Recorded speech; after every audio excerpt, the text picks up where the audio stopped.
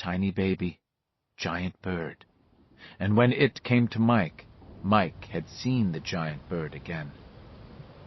But when the dog's body husband of the girl from before brought the writer's woman, it had put on no face. It did not dress when it was at home.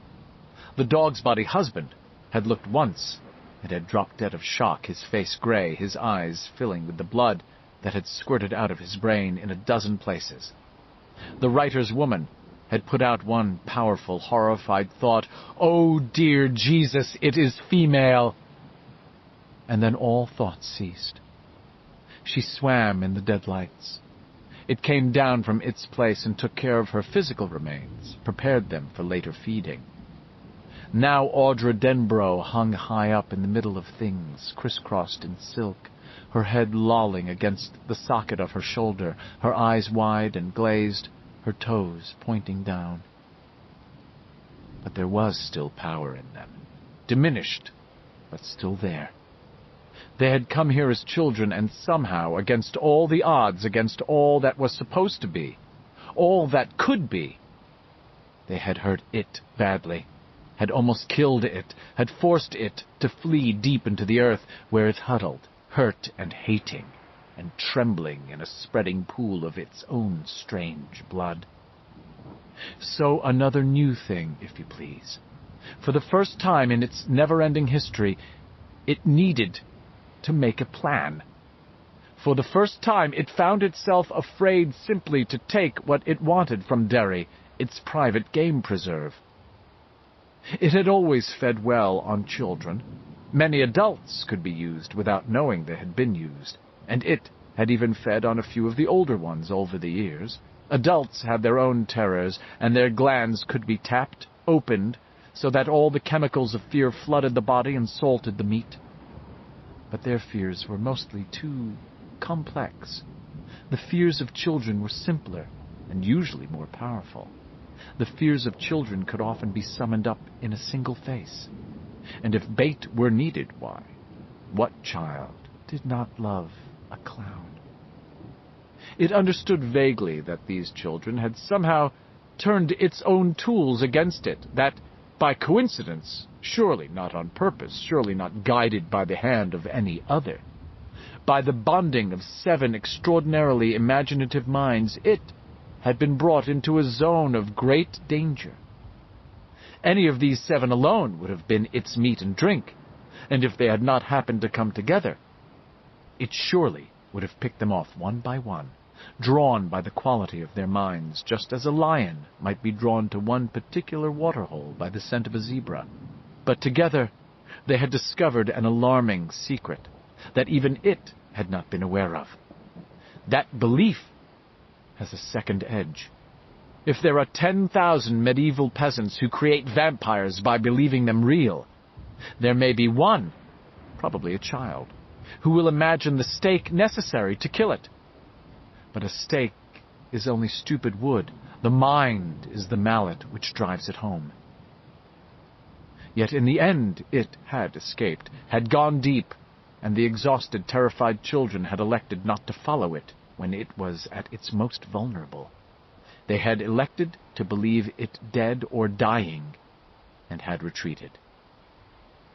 It was aware of their oath, and had known they would come back just as a lion knows the zebra will eventually return to the waterhole. It had begun to plan, even as it began to drowse. When it woke, it would be healed, renewed, but their childhoods would be burned away like 7 fatty candles. The former power of their imaginations would be muted and weak. They would no longer imagine that there were piranha in the Kenduskeag, or that if you stepped on a crack you might really break your mother's back, or that if you killed a ladybug which lit on your shirt, your house would catch fire that night. Instead, they would believe in insurance. Instead, they would believe in wine with dinner. Something nice but not too pretentious, like a Puy Fusset 83. And let that breathe, waiter, would you? Instead, they would believe that Rolaids consume 47 times their own weight in excess stomach acid. Instead, they would believe in public television, Gary Hart running to prevent heart attacks, giving up red meat to prevent colon cancer. They would believe in Dr. Ruth when it came to getting well fucked, and Jerry Falwell when it came to getting well saved. As each year passed, their dreams would grow smaller, and when it woke, it would call them back, yes, back, because fear was fertile. Its child was rage, and rage cried for revenge. It would call them, and then kill them. Only now that they were coming, the fear had returned. They had grown up, and their imaginations had weakened, but not as much as it had believed. It had felt an ominous, upsetting growth in their power when they joined together, and it had wondered for the first time if it had perhaps made a mistake. But why be gloomy? The die was cast, and not all the omens were bad. The writer was half mad for his wife, and that was good. The writer was the strongest, the one who had somehow trained his mind for this confrontation over all the years, and when the writer was dead with his guts falling out of his body, when their precious Big Bill was dead, the others would be its quickly. It would feed well, and then perhaps it would go deep again and doze for a while. 4. In the tunnels, 4:30 a.m. "Bill!" Richie shouted into the echoing pipe. He was moving as fast as he could, but that wasn't very fast. He remembered that as kids they had walked bent over in this pipe, which led away from the pumping station in the Barrens. He was crawling now, and the pipe seemed impossibly tight. His glasses kept wanting to slide off the end of his nose, and he kept pushing them up again. He could hear Bev and Ben behind him. "Bill!" he bawled again. "Eddie! I'm here!" Eddie's voice floated back. "Where's Bill?" Richie shouted. "Up ahead!" Eddie called. He was very close now, and Richie sensed rather than saw him just ahead. He wouldn't wait. Richie's head butted Eddie's leg. A moment later, Bev's head butted Richie's ass. "Bill!" Richie screamed at the top of his voice. The pipe channeled his shout and sent it back at him, hurting his own ears. "Bill, wait for us! We have to go together! Don't you know that?" Faintly echoing, Bill, "Audra! Audra, where are you?" "Oh, God damn you, Big Bill," Richie cried softly. His glasses fell off. He cursed, groped for them, and set them dripping back on his nose. He pulled in breath and shouted again, "You'll get lost without Eddie, you fucking asshole! Wait up! Wait up for us! You hear me, Bill? Wait up for us, damn it!" There was an agonizing moment of silence. It seemed that no one breathed. All Richie could hear was distant dripping water. The drain was dry this time, except for the occasional stagnant puddle. "Bill!" He ran a trembling hand through his hair and fought the tears. "Come on! Please, man! Wait up! Please!" And, fainter still, Bill's voice came back. "I'm waiting!" "Thank God for small favors," Richie muttered. He slapped Eddie's can. "Go!" "I don't know how long I can with just one arm," Eddie said apologetically. "Go anyway," Richie said, and Eddie began crawling again. Bill, looking haggard and almost used up, was waiting for them in the sewer shaft where the 3 pipes were lined up like lenses on a dead traffic light. There was room enough here for them to stand up. "Over there," Bill said. "Chris and Belch." They looked. Beverly moaned, and Ben put an arm around her. The skeleton of Belch Huggins, clad in moldering rags, seemed more or less intact. What remained of Victor was headless. Bill looked across the shaftway and saw a grinning skull. There it was. There was the rest of him. "Should have left it alone, guys," Bill thought, and shivered.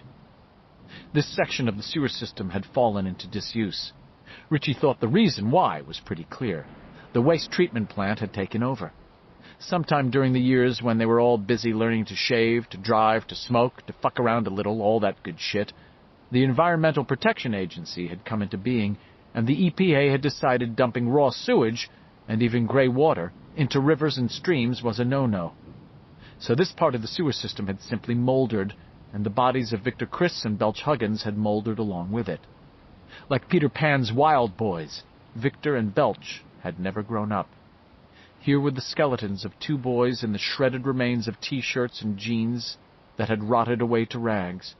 Moss had grown over the warped xylophone of Victor's ribcage and over the eagle on the buckle of his garrison belt. "Monster got him," Ben said softly. "Do you remember? We heard it happen." "Audra's dead." Bill's voice was mechanical. "I know it." "You don't know any such thing," Beverly said with such fury that Bill stirred and looked at her. "All you know for sure is that a lot of other people have died, most of them children." She walked across to him and stood before him with her hands on her hips. Her face and hands were streaked with grime, her hair matted with dirt. Richie thought she looked absolutely magnificent. "And you know what did it." "I never should have told her where I was going," Bill said. "Why did I do that? Why did I—" Her hands pistoned out and seized him by the shirt. Amazed, Richie watched as she shook him. "No more! You know what we came for. We swore and we're going to do it. You understand me, Bill? If she's dead, she's dead. But it's not. Now we need you. Do you get it? We need you." She was crying now. "So you stand up for us.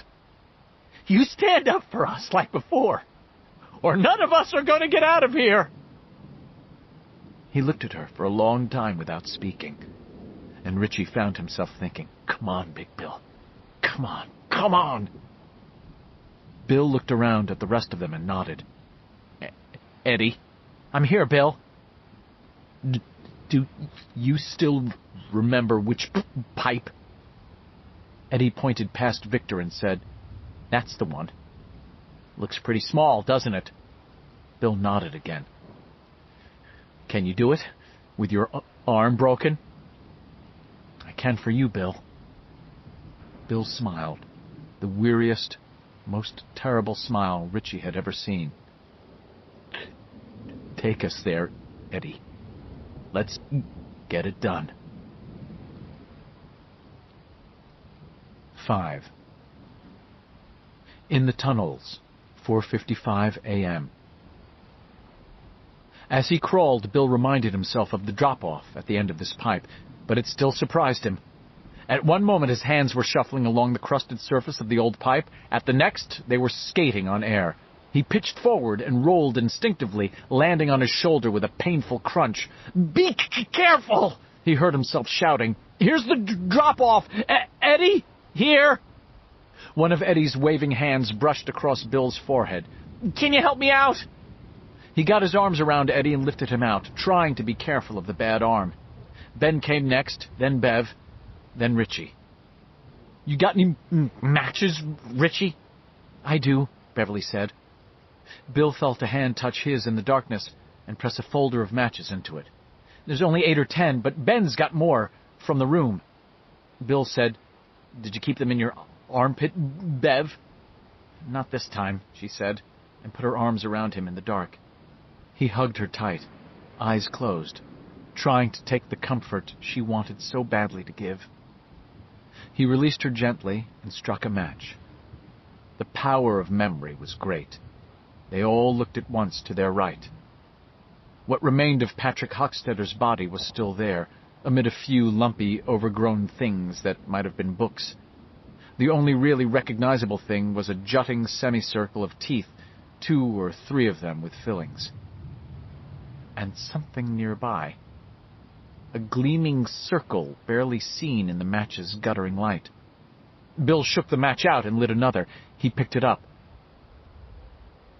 "Audra's wedding ring," he said.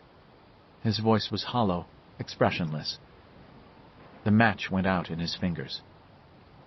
In the darkness, he put the ring on. "Bill?" Richie said hesitantly. Do you have any idea?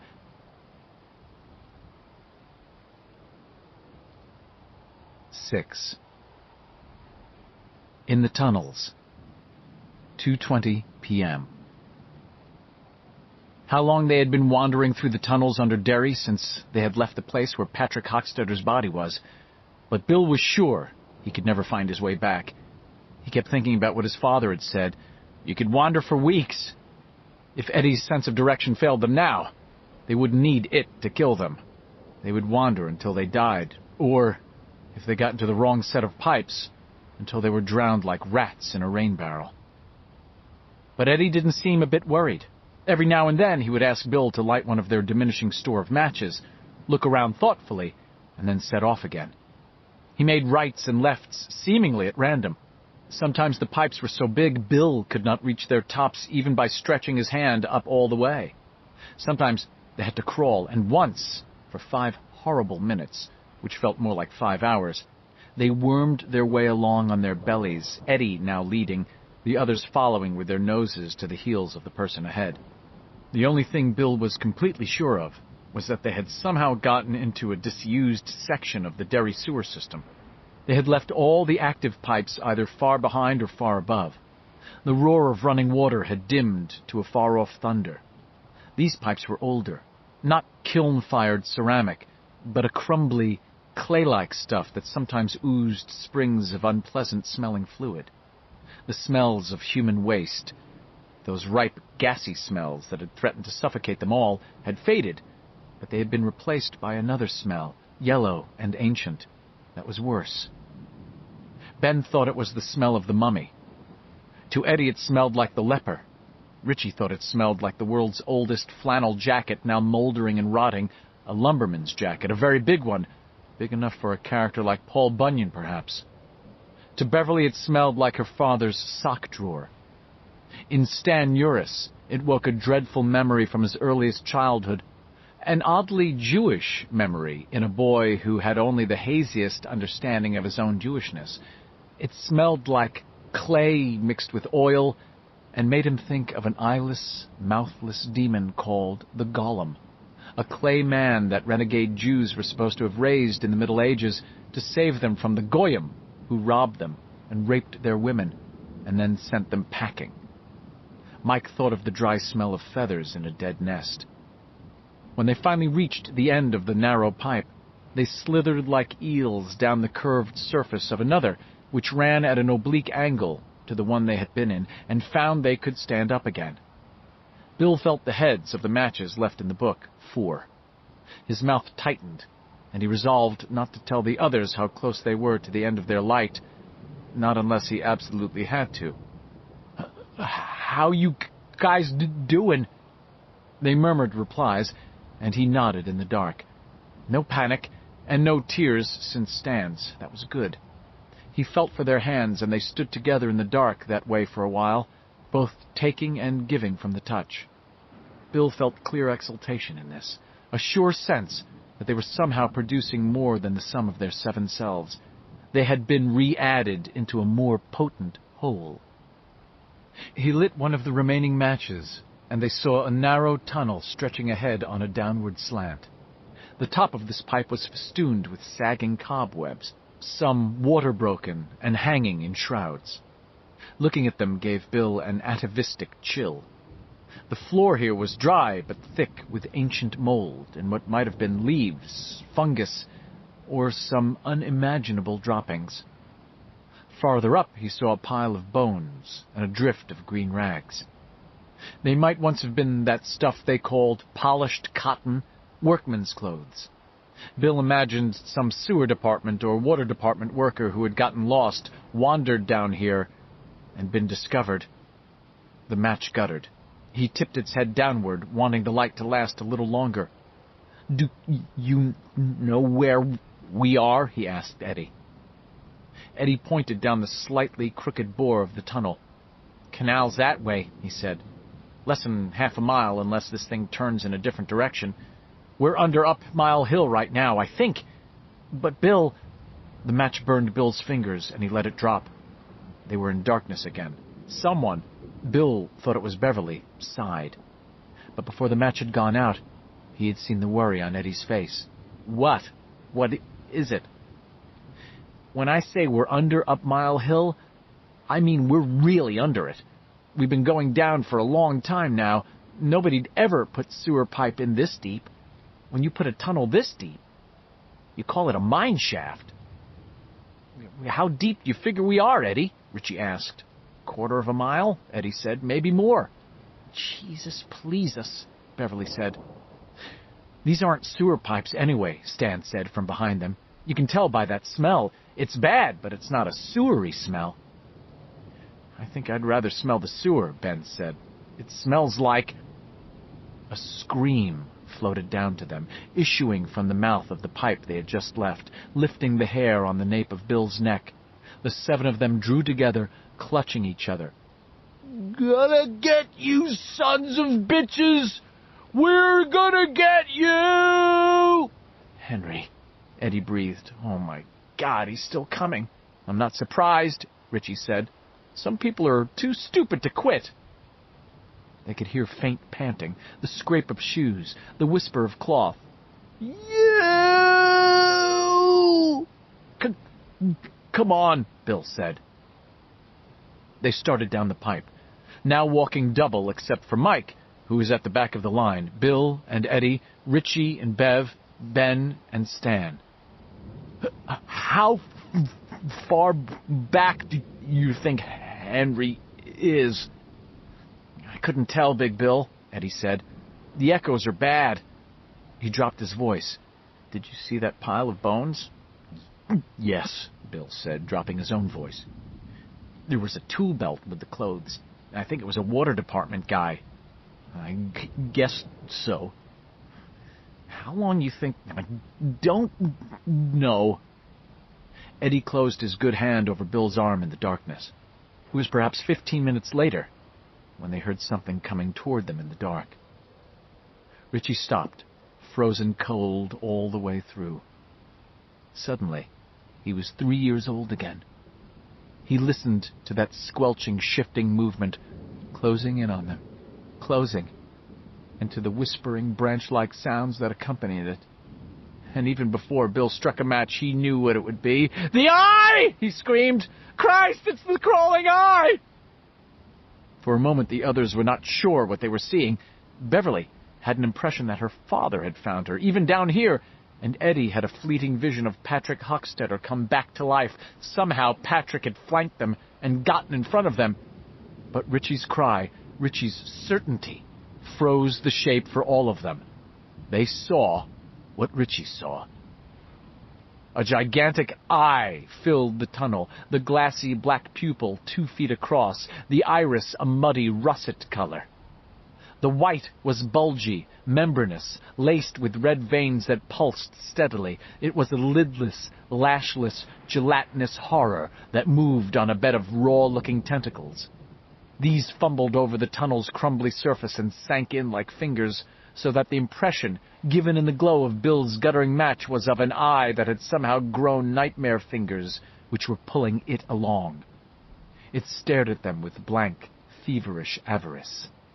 The match went out. In the darkness, Bill felt those branch-like tentacles caress his ankles, his shins. But he could not move. His body was frozen solid. He sensed it approaching. He could feel the heat radiating out from it, and could hear the wet pulse of blood wetting its membranes. He imagined the stickiness he would feel when it touched him, and still he could not scream. Even when fresh tentacles slipped around his waist and hooked themselves into the loops of his jeans and began to drag him forward, he could not scream or struggle. A deadly sleepiness seemed to have suffused his whole body. Beverly felt one of the tentacles slip around the cup of her ear and suddenly draw noose tight. Pain flared, and she was dragged forward, twisting and moaning, as if an old lady schoolteacher were giving her an out-of-patience come-along to the back of the room, where she would be forced to sit on a stool and wear a dunce cap. Stan and Richie tried to back away, but a forest of unseen tentacles now wavered and whispered about them. Ben put an arm around Beverly and tried to tug her back. She clasped his hands with panicky tightness. "Ben, Ben, it's got me! No, it don't. Wait! I'll pull! He pulled with all his might, and Beverly screamed as pain tore through her ear, and blood began to flow. A tentacle, dry and hard, scraped over Ben's shirt, paused, then twisted in a painful knot around his shoulder. Bill put out a hand, and it slapped into a gluey, yielding wetness. "The eye!" his mind screamed. "Oh, God, I got my hand in the eye! Oh, God, oh, dear sweet God, the eye! My hand in the eye!" He began to fight now, but the tentacles drew him forward inexorably. His hand disappeared into that wet, avid heat. His forearm. Now his arm was plunged into the eye up to the elbow. At any moment the rest of his body would come against that sticky surface, and he felt that he would go mad in that instant. He fought frantically, chopping at the tentacles with his other hand. Eddie stood like a boy in a dream, hearing the muffled screams and sounds of struggle as his friends were being pulled in. He sensed the tentacles around him, but none had as yet actually landed on him. "Run home!" his mind commanded him quite loudly. "Run home to your mama, Eddie! You can find the way!" Bill screamed in the dark, a high, despairing sound that was followed by hideous squishings and slobberings. Eddie's paralysis broke wide open.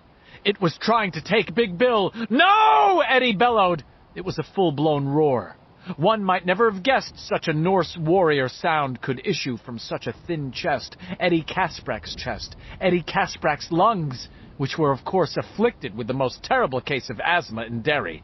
He bolted forward, jumping over questing tentacles without seeing them, his broken arm thumping his own chest as it swung back and forth in its soggy cast. He fumbled in his pocket and brought out his aspirator. Acid. That's what it tastes like. Acid. Acid. Battery acid. He collided with Bill Denbrough's back and slammed him aside. There was a watery ripping sound, followed by a low, eager mewling that Eddie did not so much hear with his ears as feel with his mind. He raised the aspirator. Acid. It's acid if I want it to be, so eat it! Eat it! Eat! Battery acid! Fuck nuts! Eddie screamed and triggered off a blast. At the same time, he kicked at the eye. His foot went deep into the jelly of its cornea. There was a gush of hot fluid over his leg. He pulled his foot back, only dimly aware that he had lost his shoe. "Fuck off! Cram it, Sam! Go away, Jose! Get lost! Fuck off!" He felt tentacles touch him, but tentatively. He triggered the aspirator again, coating the eye, and heard that mewling again, now a hurt, surprised sound. "Fight it!" Eddie raved at the others. "It's just a fucking eye! Fight it, you hear me? Fight it, Bill! Kick the shit out of the sucker! Jesus Christ, you fucking pussies! I'm doing the mashed potatoes all over it, and I got a broken arm!" Bill felt his strength return. He ripped his dripping arm out of the eye, and then slammed it, fist first, back in. A moment later, Ben was beside him. He ran into the eye, grunted with surprise and disgust, and then began to rain punches onto its jellied, quivering surface. "Let her go!" he yelled. "You hear me? Let her go! Get out of here! Get out of here! Just an eye! Just a fucking eye!" Eddie was screaming deliriously. He triggered his aspirator again and felt it draw back. The tentacles, which had settled on him, now dropped away. "Richie! Richie, get it! It's just an eye!" Richie stumbled forward, unable to believe he was doing this, actually approaching the worst, most terrible monster in the world. But he was. He only threw a single weak punch, and the feel of his fist sinking into the eye, it was thick and wet and somehow gristly, made him throw his guts up in one big tasteless convulsion. A sound came out of him. Glurt! And the thought that he'd actually puked on the eye caused him to do it again. It was only a single punch, but since he had created this particular monster, perhaps that was all that was necessary. Suddenly the tentacles were gone. They could hear it withdrawing. And then the only sounds were Eddie panting and Beverly crying softly, one hand to her bleeding ear. Bill struck one of the 3 remaining matches, and they stared at each other with dazed, shocked faces. Bill's left arm was running with a thick, cloudy goo that looked like a mixture of partially congealed egg white and snot. Blood was trickling slowly down the side of Beverly's neck, and there was a fresh cut on Ben's cheek. Richie slowly pushed his glasses up on his nose. Are we all right? Bill asked hoarsely. Are you, Bill? Richie asked. Yeah. He turned to Eddie and hugged the smaller boy with fierce intensity. You saved my life, man. It ate your shoe, Beverly said, and uttered a wild laugh. Isn't that too bad? I'll buy you a new pair of Keds when we get out of here, Richie said. He clapped Eddie on the back in the dark. How did you do it, Eddie? Shot it with my aspirator. Pretended it was acid. That's how it tastes after a while if I'm having, a bad day. Worked great. I'm doing the mashed potatoes all over it. And I got a broken arm, Richie said and giggled madly. Not too shabby, Eds. Actually, pretty chuckalicious, tell you what. I hate it when you call me Eds. I know, Richie said, hugging him tightly. But somebody has to toughen you up, Eds. When you stop leading the sheltered existence of a child and grow up, you're gonna, I say, you're gonna find out life ain't always this easy, boy. Eddie began to shriek with laughter. That's the shittiest voice I ever heard, Richie. Well, keep that aspirator thing handy, Beverly said. We might need it again. You didn't see it anywhere? Mike asked. When you lit the match? It's gone, Bill said, and then added grimly. But we're getting close to it. To the place where it stays. And I think we heard it that time. Henry's still coming, Stan said. His voice was low and hoarse. I can hear him back there. Then let's move out, Ben said. They did. The tunnel progressed steadily downward, and that smell, that low, wild stench, grew steadily stronger. At times they could hear Henry behind them, but now his cries seemed far away and not at all important. There was a feeling in all of them, similar to that feeling of skew and disconnection they had felt in the house on Neibolt Street, that they had progressed over the edge of the world and into some queer nothingness. Bill felt, although he did not have the vocabulary to express what he knew, that they were approaching Derry's dark and ruined heart. It seemed to Mike Hanlon that he could almost feel that heart's diseased, arrhythmic beat. Beverly felt a sense of evil power growing around her, seeming to enfold her, certainly trying to split her off from the others and make her alone. Nervously, she reached out on either side of herself and clasped Bill's hand in Ben's.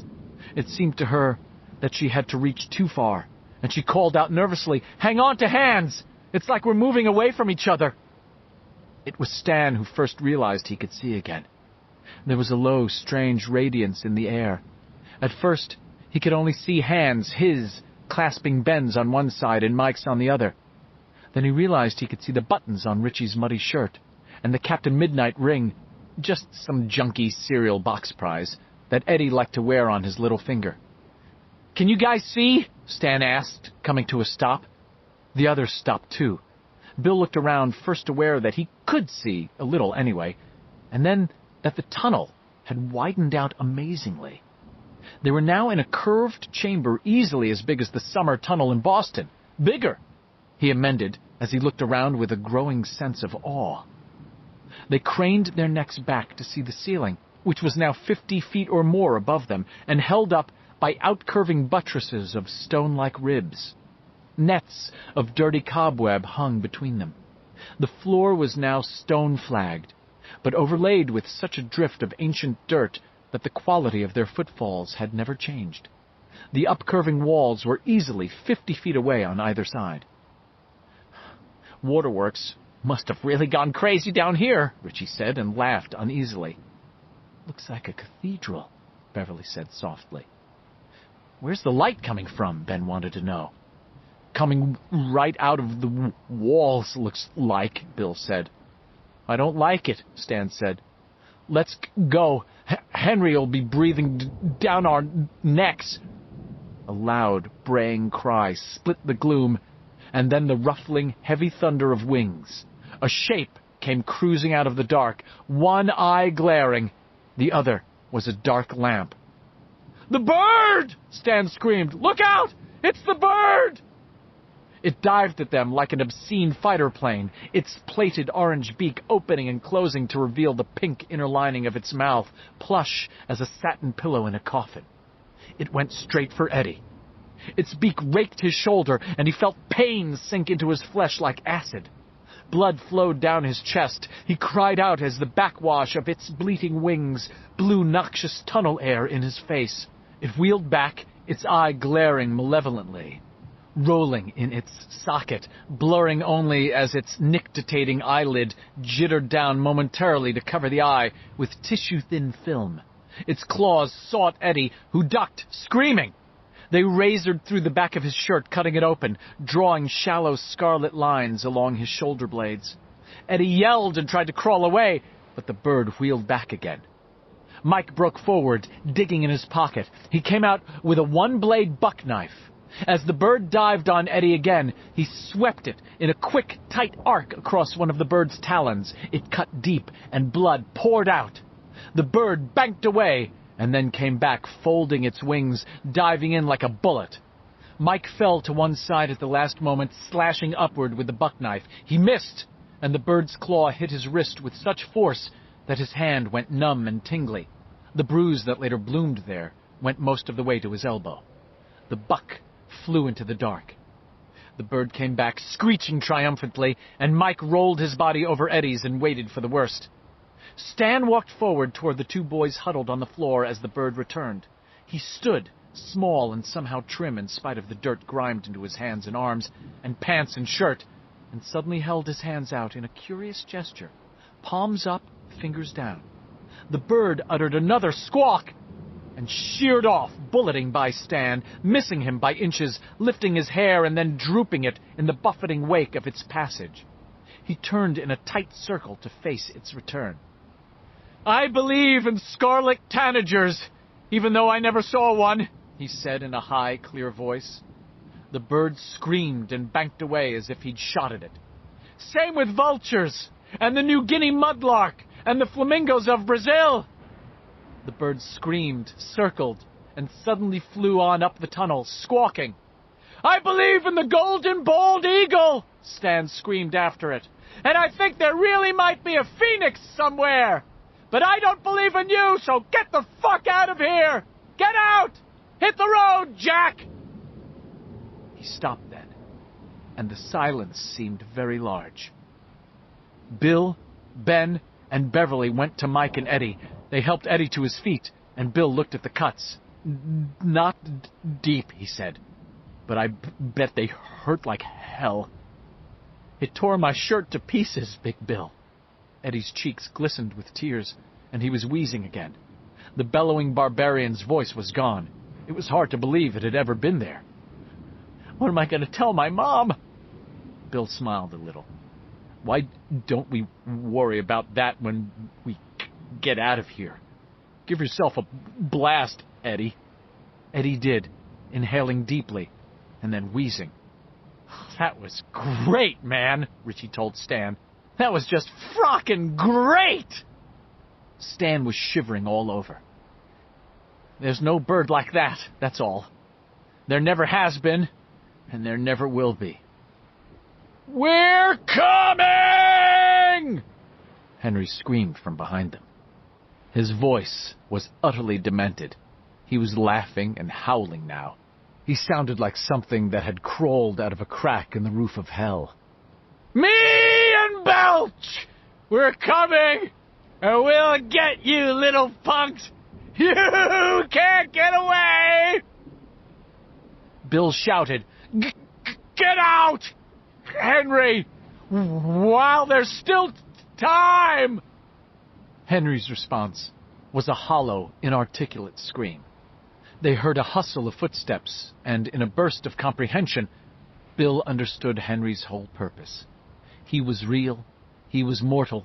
He could not be stopped by an aspirator or a bird book. Magic would not work on Henry. He was too stupid.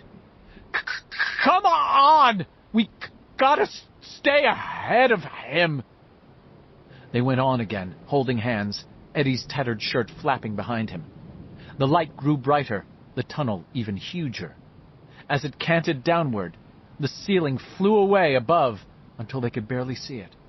It now seemed to them that they were not walking in a tunnel at all, but making their way through a titanic underground courtyard, the approach to some cyclopean castle. The light from the walls had become a running green-yellow fire. The smell was stronger, and they began to pick up a vibration that might have been real or might have been only in their minds. It was steady and rhythmic. It was a heartbeat. "It ends up ahead!" Beverly cried. "Look! It's a blank wall!" But as they drew closer, ant-like now on this great floor of dirty stone blocks, each block bigger than Bassey Park, it seemed they saw that the wall was not entirely blank after all. It was broken by a single door, and although the wall itself towered hundreds of feet above them, the door was very small.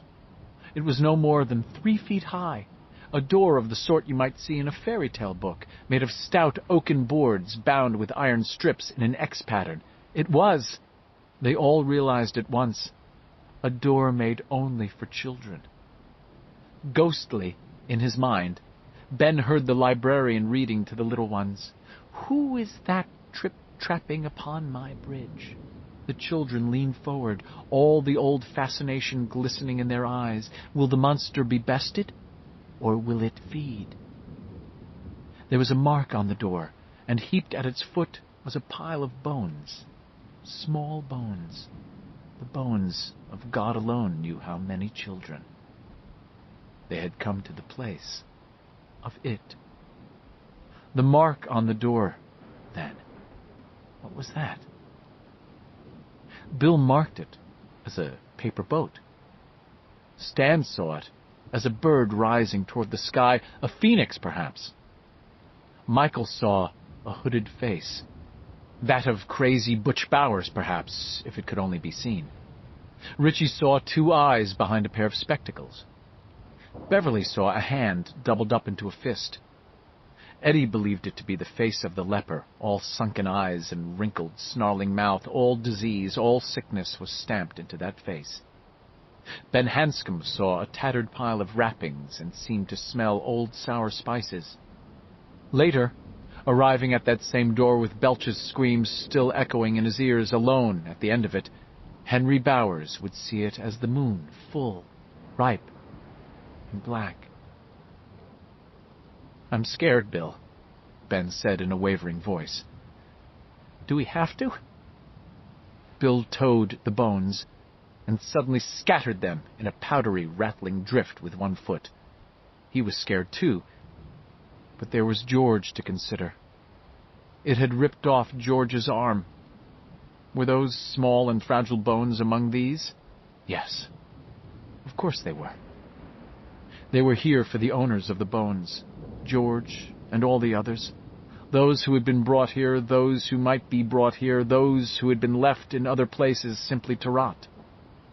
"We have to," Bill said. "What if it's locked?" Beverly asked in a small voice. It's not locked," Bill said, and then told her what he knew from deeper inside.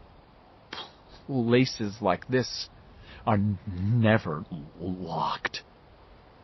He placed the tented fingers of his right hand on the door and pushed. It swung open on a flood of sick yellow-green light. That zoo smell wafted out at them, incredibly strong, incredibly potent now. One by one, they passed through the fairy tale door and into the lair of it. Bill. 7. In the tunnels. 4:59 a.m. Stopped so suddenly that the others piled up like freight cars when the engine suddenly comes to a panic stop. "What is it?" Ben called. It was here. The eye. Do you remember?" "I remember," Richie said. "Eddie stopped it with his aspirator by pretending it was acid. He said something about some dance. Pretty chuckalicious, but I can't remember exactly what it was. It doesn't matter.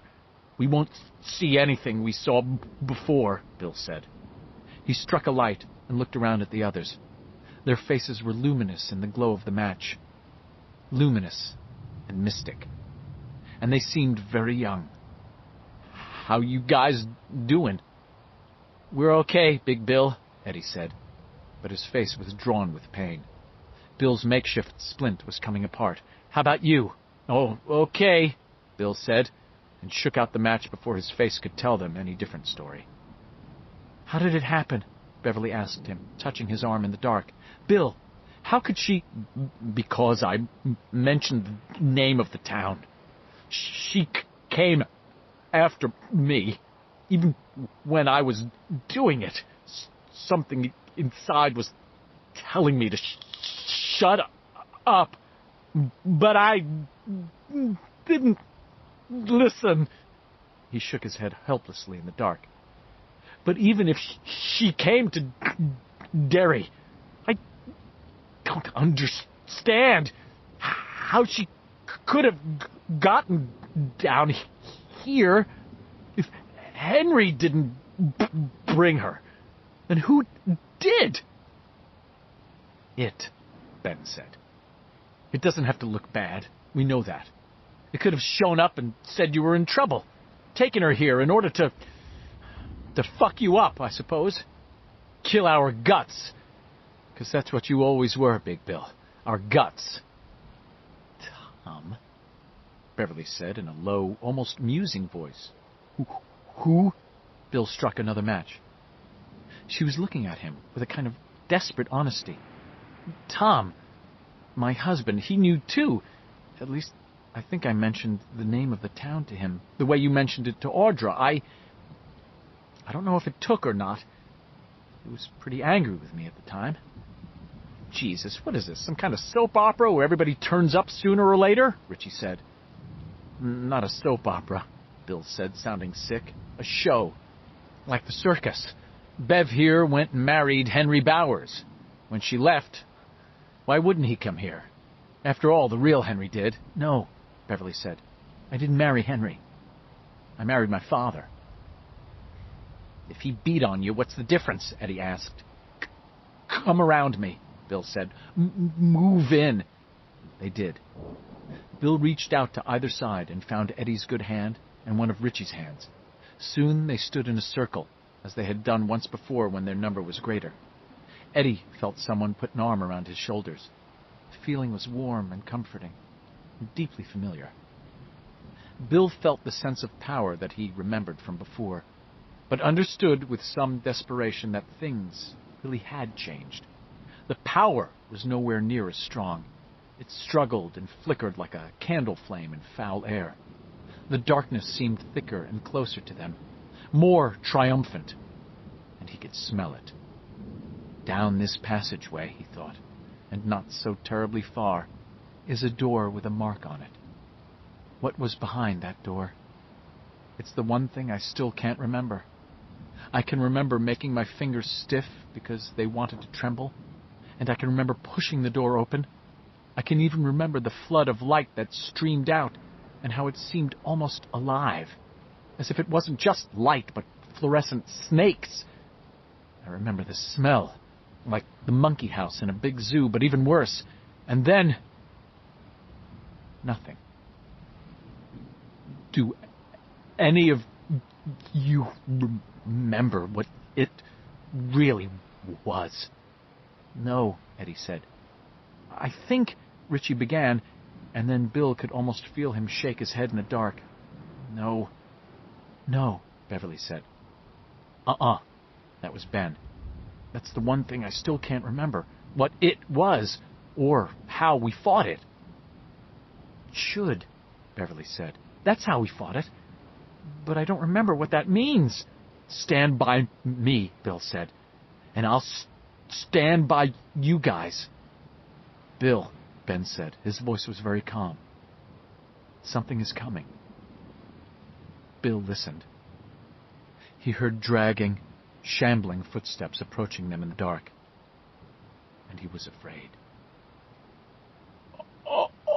Audra? He called, and knew already that it was not her. Whatever was shambling toward them drew closer. Bill struck a light. 8. Derry, 5:00 a.m. The first wrong thing happened on that late spring day in 1985, 2 minutes before official sunrise. To understand how wrong it was, one would have to have known 2 facts that were known to Mike Hanlon, who lay unconscious in the Derry Home Hospital as the sun came up, both concerning the Grace Baptist Church, which had stood on the corner of Witcham and Jackson since 1897. The church was topped with a slender white spire, which was the apotheosis of every Protestant church steeple in New England.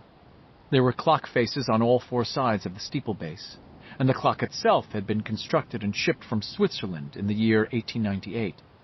The only one like it stood in the town square of Haven Village, 40 miles away. Stephen Bowie, a timber baron who lived on West Broadway, donated the clock to the town at a cost of some $17,000. Bowie could afford it. He was a devout churchgoer and deacon for 40 years. During several of those later years, he was also president of Derry's Legion of White Decency chapter. In addition, he was known for his devout layman sermons on Mother's Day, which he always referred to reverently as Mother's Sunday. From the time of its installation until May 31st, 1985, that clock had faithfully chimed each hour and each half, with one notable exception. On the day of the explosion at the Kitchener Ironworks, it had not chimed the noon hour. Residents believed that the Reverend Jollen had silenced the clock to show that the church was in mourning for the dead children, and Jollen never disabused them of this notion, although it was not true. The clock had simply not chimed. Nor did it chime the hour of 5 on the morning of May 31st, 1985. At that moment, all over Derry, old-timers opened their eyes and sat up, disturbed for no reason they could put their fingers on. Medicines were gulped, false teeth put in, pipes and cigars lit. The old folks stood a watch. One of them was Norbert Keene, now in his 90s. He hobbled to the window and looked out at a darkening sky. The weather report the night before had called for clear skies, but his bones told him it was going to rain, and hard. He felt scared deep inside him. In some obscure way he felt threatened, as if a poison were working its way relentlessly toward his heart. He thought randomly of the day the Bradley gang had ridden heedlessly into Derry, into the sights of 75 pistols and rifles. That kind of work left a man feeling kind of warm and lazy inside, like everything was somehow confirmed. He couldn't put it any better than that, even to himself. Work like that left a man feeling like he maybe might live forever. And Norbert Keene damn near had. 96 years old come June 24th, and he still walked 3 miles every day. But now he felt scared. "Those kids," he said, looking out his window, unaware he had spoken. "What is it with them damn kids? What they monkeying around with this time?" Egbert Thorogood, 99, who had been in the Silver Dollar when Claude Hurreau tuned up his axe and played the Dead March for 4 men on it, awoke at the same moment, sat up, and let out a rusty scream that no one heard. He had dreamed of Claude, only Claude had been coming after him, and the axe had come down, and a moment after it did, Thorogood had seen his own severed hand twitching and curling on the counter. "Something wrong," he thought in his muddy way, frightened and shaking all over his pea-stained long johns. "Something dreadful wrong." Dave Gardner, who had discovered George Denbrough's mutilated body in October of 1957, and whose son had discovered the first victim of this new cycle earlier in the spring, opened his eyes on the stroke of 5 and thought, even before looking at the clock on the bureau, Grace Church clock didn't chime the hour. What's wrong? He felt a large, ill-defined fright. Dave had prospered over the years.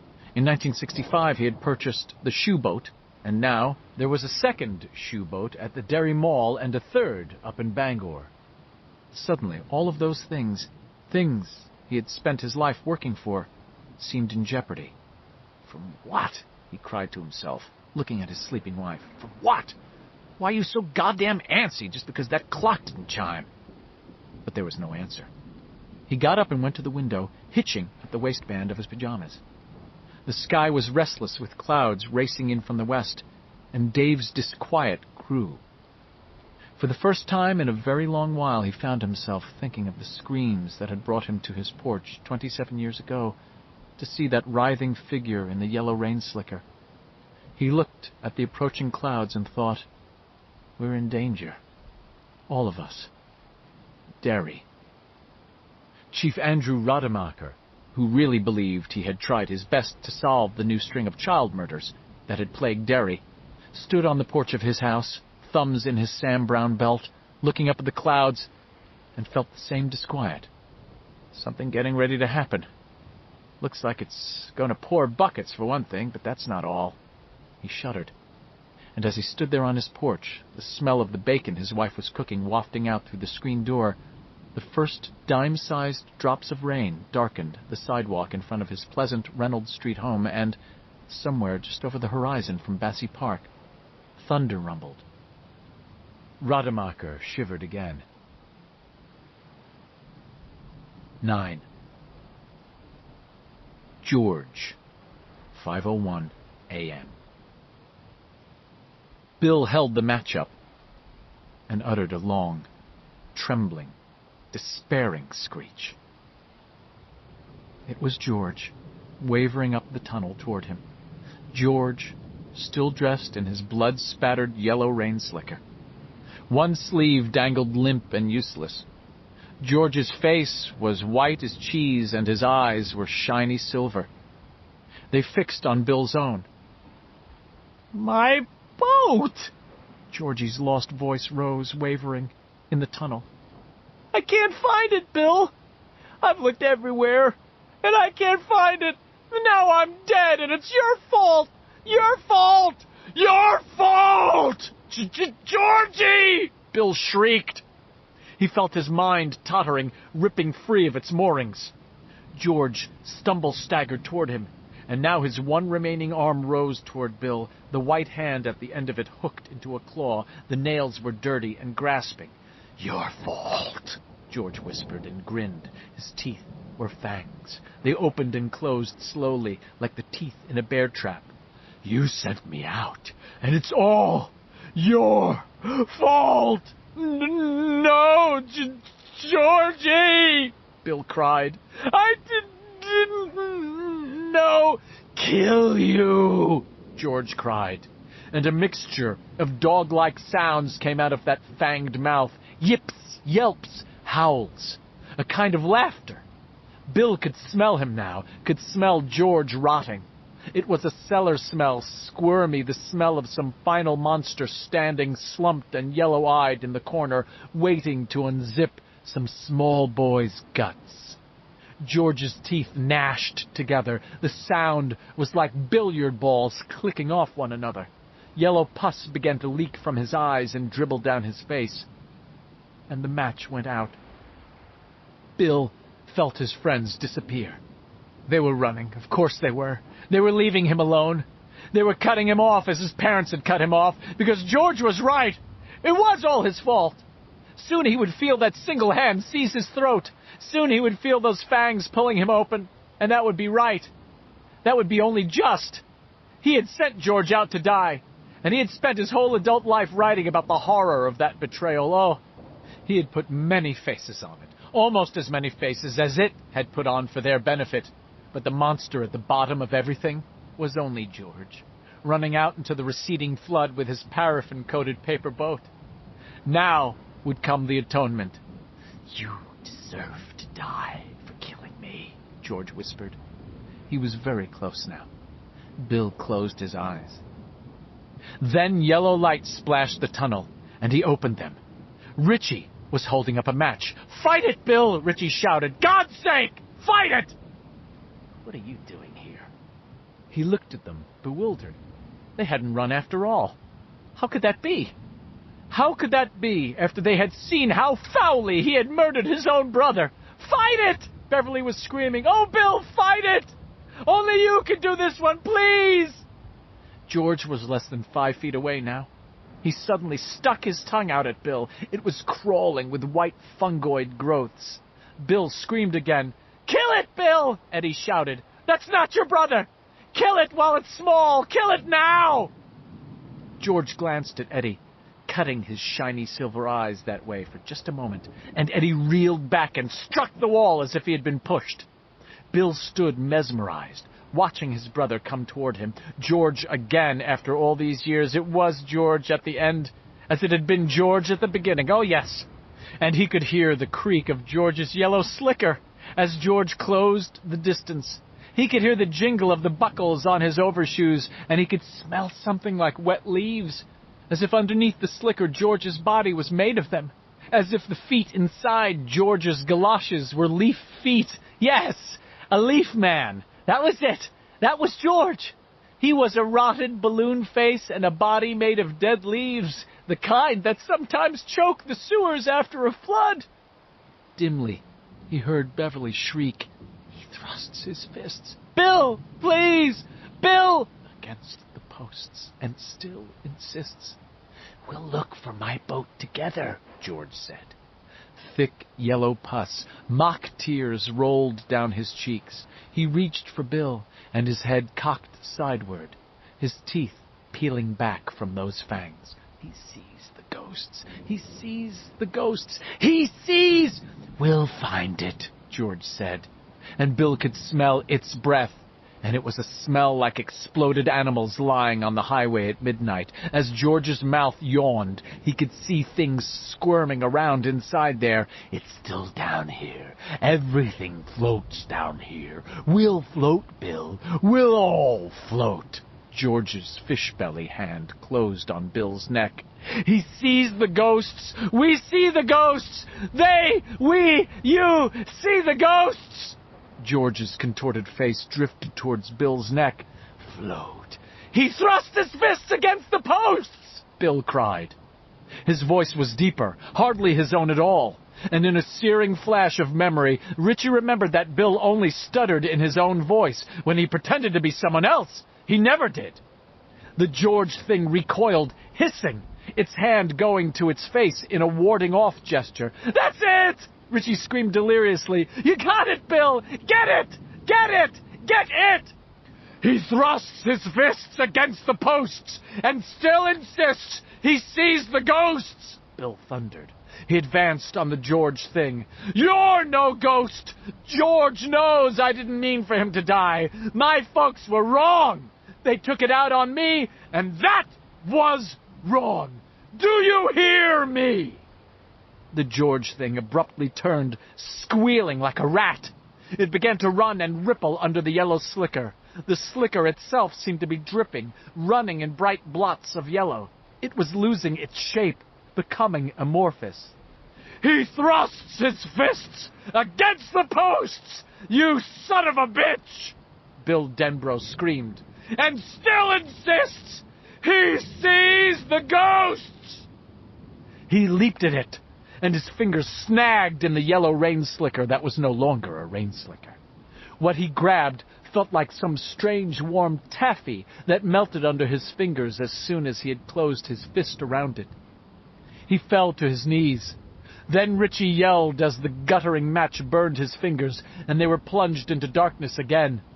Bill felt something begin to grow in his chest, something hot and choking and as painful as fiery nettles. He gripped his knees and drew them up to his chin, hoping it would stop the pain or perhaps ease it. He was dimly thankful for the dark, glad that the others couldn't see this agony.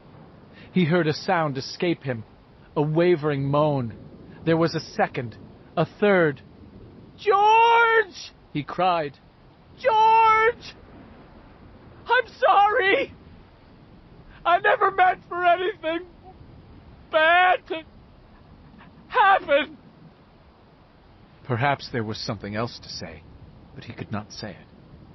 He was sobbing then, lying on his back with one arm over his eyes, remembering the boat, remembering the steady beat of the rain against his bedroom windows, remembering the medicines and the tissues on the night table, the faint ache of fever in his head and in his body, remembering George. Most of all, that. Remembering George.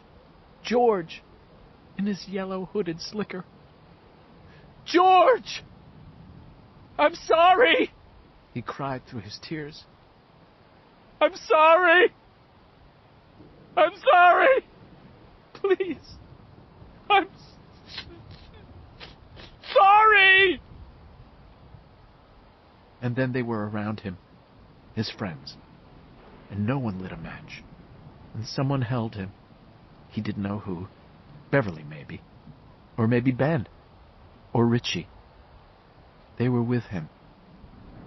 And for that little while, the darkness was kind. 10. Derry, 5:30 a.m. By 5:30 it was raining hard. The weather forecasters on the Bangor radio stations expressed mild surprise and tendered mild apologies to all the people who had made plans for picnics and outings on the basis of yesterday's forecasts. Tough break, folks. Just one of those odd weather patterns that sometimes developed in the Penobscot Valley with startling suddenness. On WZON, meteorologist Jim Witt described what he called an extraordinarily disciplined low-pressure system. That was putting it mildly. Conditions went from cloudy in Bangor to showery in Hampton to drizzly in Haven to moderate rain in Newport. But in Derry, only 30 miles from downtown Bangor, it was pouring. Travelers on Route 7 found themselves moving through water that was 8 inches deep in places, and beyond the Rulin Farms, a plugged culvert in a dip had covered the highway with so much water that the highway was actually impassable. By 6 that morning, the Derry Highway Patrol had orange detour signs on both sides of the dip. Those who waited under the shelter on Main Street for the first bus of the day to take them to work stood looking over the railing at the canal, where the water was ominously high in its concrete channel. There would be no flood, of course, all agreed on that. The water was still 4 feet below the high water mark of 1977, and there had been no flood that year. But the rain came down with steady, pounding persistence, and thunder grumbled in the low clouds. Water ran down Up Mile Hill in streams and roared in the storm drains and sewers. No flood, they agreed, but there was a patina of unease on every face. At 5:45, a power transformer on a pole beside the abandoned Tracker Brothers truck depot exploded in a flash of purple light, spraying twisted chunks of metal onto the shingled roof. One of the flying chunks of metal severed a high-tension wire, which also fell on the roof, spluttering and twisting like a snake, shooting an almost liquid stream of sparks. The roof caught fire in spite of the downpour, and soon the depot was blazing. The power cable tumbled from the roof to the weedy verge that led around to the lot where small boys had once played baseball. The Derry Fire Department rolled for the first time that day at 6:02 a.m. and arrived at Tracker Brothers at 6:09. One of the first firemen off the truck was Calvin Clark, one of the Clark twins, with whom Ben, Beverly, Richie, and Bill had gone to school. His third step away from the truck brought the sole of his leather boot down on the live line. Calvin was electrocuted almost instantly. His tongue popped out of his mouth, and his rubber fireman's coat began to smolder. He smelled like burning tires at the town dump. At 6:05 a.m., residents of Merritt Street in the Old Cape felt something that might have been an underground explosion. Plates fell from shelves and pictures from walls.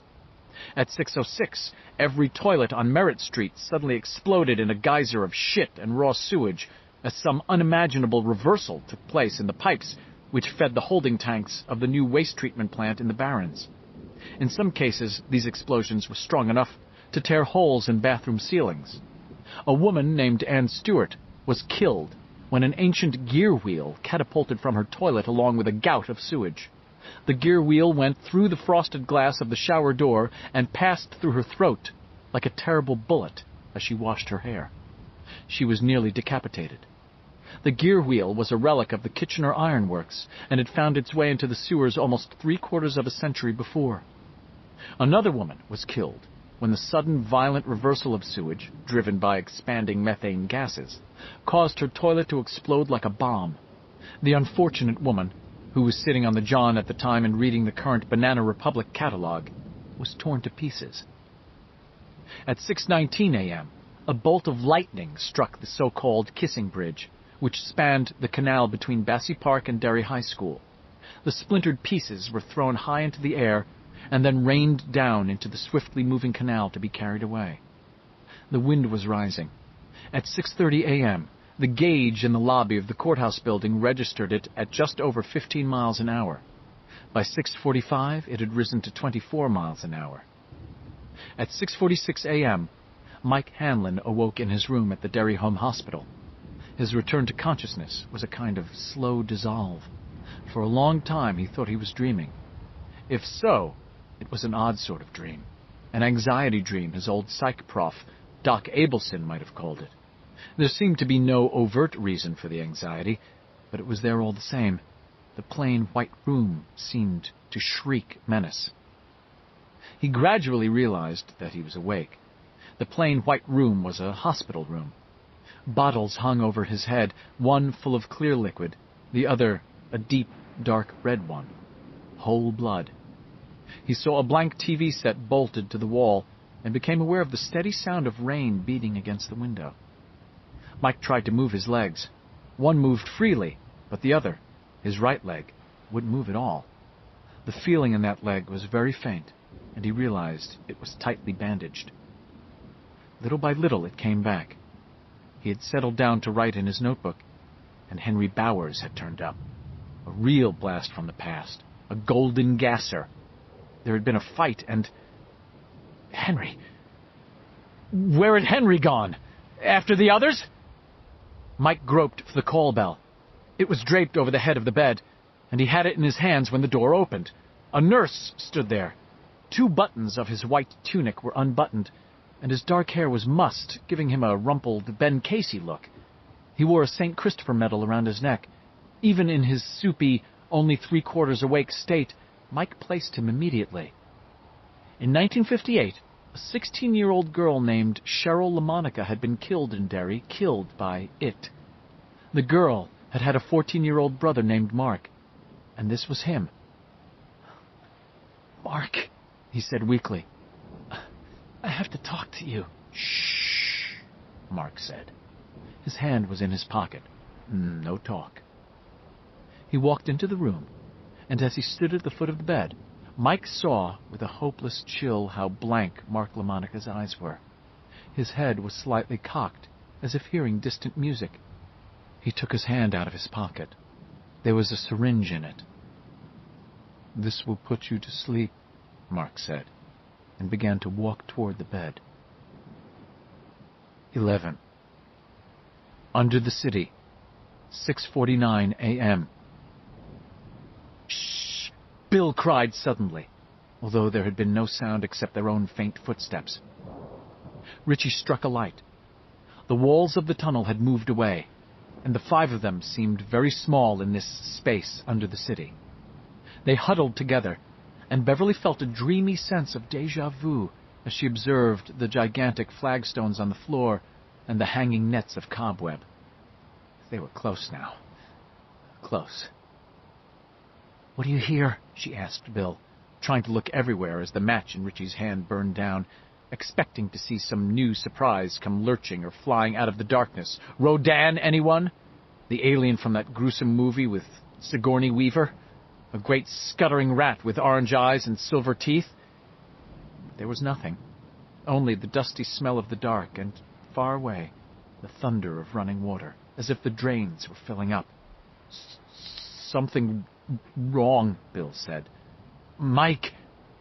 "Mike?" Eddie asked. "What about Mike?" "I felt it too," Ben said. "Is it... Bill? Did he die?" "No," Bill said. His eyes were hazy and distant, unemotional. All of his alarm was in his tone and the defensive posture of his body. He swallowed. There was a click in his throat. His eyes widened. Oh, no! "Bill!" Beverly cried, alarmed. "Bill, what is it? What?" Grab my hands!" Bill screamed. Quick!" Richie dropped the match and seized one of Bill's hands. Beverly grabbed the other. She groped with her free hand, and Eddie grasped it feebly with the hand at the end of his broken arm. Ben grasped his other hand and completed the circle by holding Richie's hand. "Send him our power!" Bill cried in that same strange, deep voice. "Send him our power! Whatever you are! Send him our power! Now! Now! Now!" Beverly felt something go out from them and toward Mike. Her head rolled on her shoulders in a kind of ecstasy, and the harsh whistle of Eddie's breathing merged with the headlong thunder of water in the drains. 12. "Now," Mark LaMonica said in a low voice. He sighed, the sigh of a man who feels orgasm approaching. Mike pushed the call button in his hands again and again. He could hear it ringing at the nurse's station down the hall, but no one came. With a kind of hellish second sight, he understood that the nurses were sitting around down there, reading the morning paper, drinking coffee, hearing his call bell but not hearing it, hearing but not responding. They would respond only later, when it was all over, because that was how things worked in Derry. In Derry, some things were better not seen or heard until they were over. Mike let the call button fall from his hands. Mark bent toward him, the tip of the syringe glittering. His St. Christopher medal swung hypnotically back and forth as he drew the sheet down. "Right there," he whispered. "The sternum," and sighed again. Mike suddenly felt power wash into him, some primitive power that crammed his body like volts. He stiffened, fingers splaying out as if in a convulsion. His eyes widened. A grunt jerked out of him, and that sense of dreadful paralysis was driven from him as if by a roundhouse slap. His right hand pistoned out toward the night table. There was a plastic pitcher there, and a heavy cafeteria-style water glass beside it. His hand closed around the glass. LaMonica sensed the change. That dreamy, pleased light disappeared from his eyes and was replaced by wary confusion. He drew back a bit, and then Mike brought the glass up and smashed it into his face. LaMonica screamed and staggered backward, dropping the syringe. His hands went to his spouting face. Blood ran down his wrists and splashed on his white tunic. The power left as suddenly as it had come. Mike looked dully at the shards of broken glass on the bed and his hospital Johnny and his own bleeding hand. He heard the quick, light sound of crepe-soled shoes in the hall, approaching. "Now they come," he thought. "Oh, yes, now. And after they're gone, who'll show up? Who'll show up next?"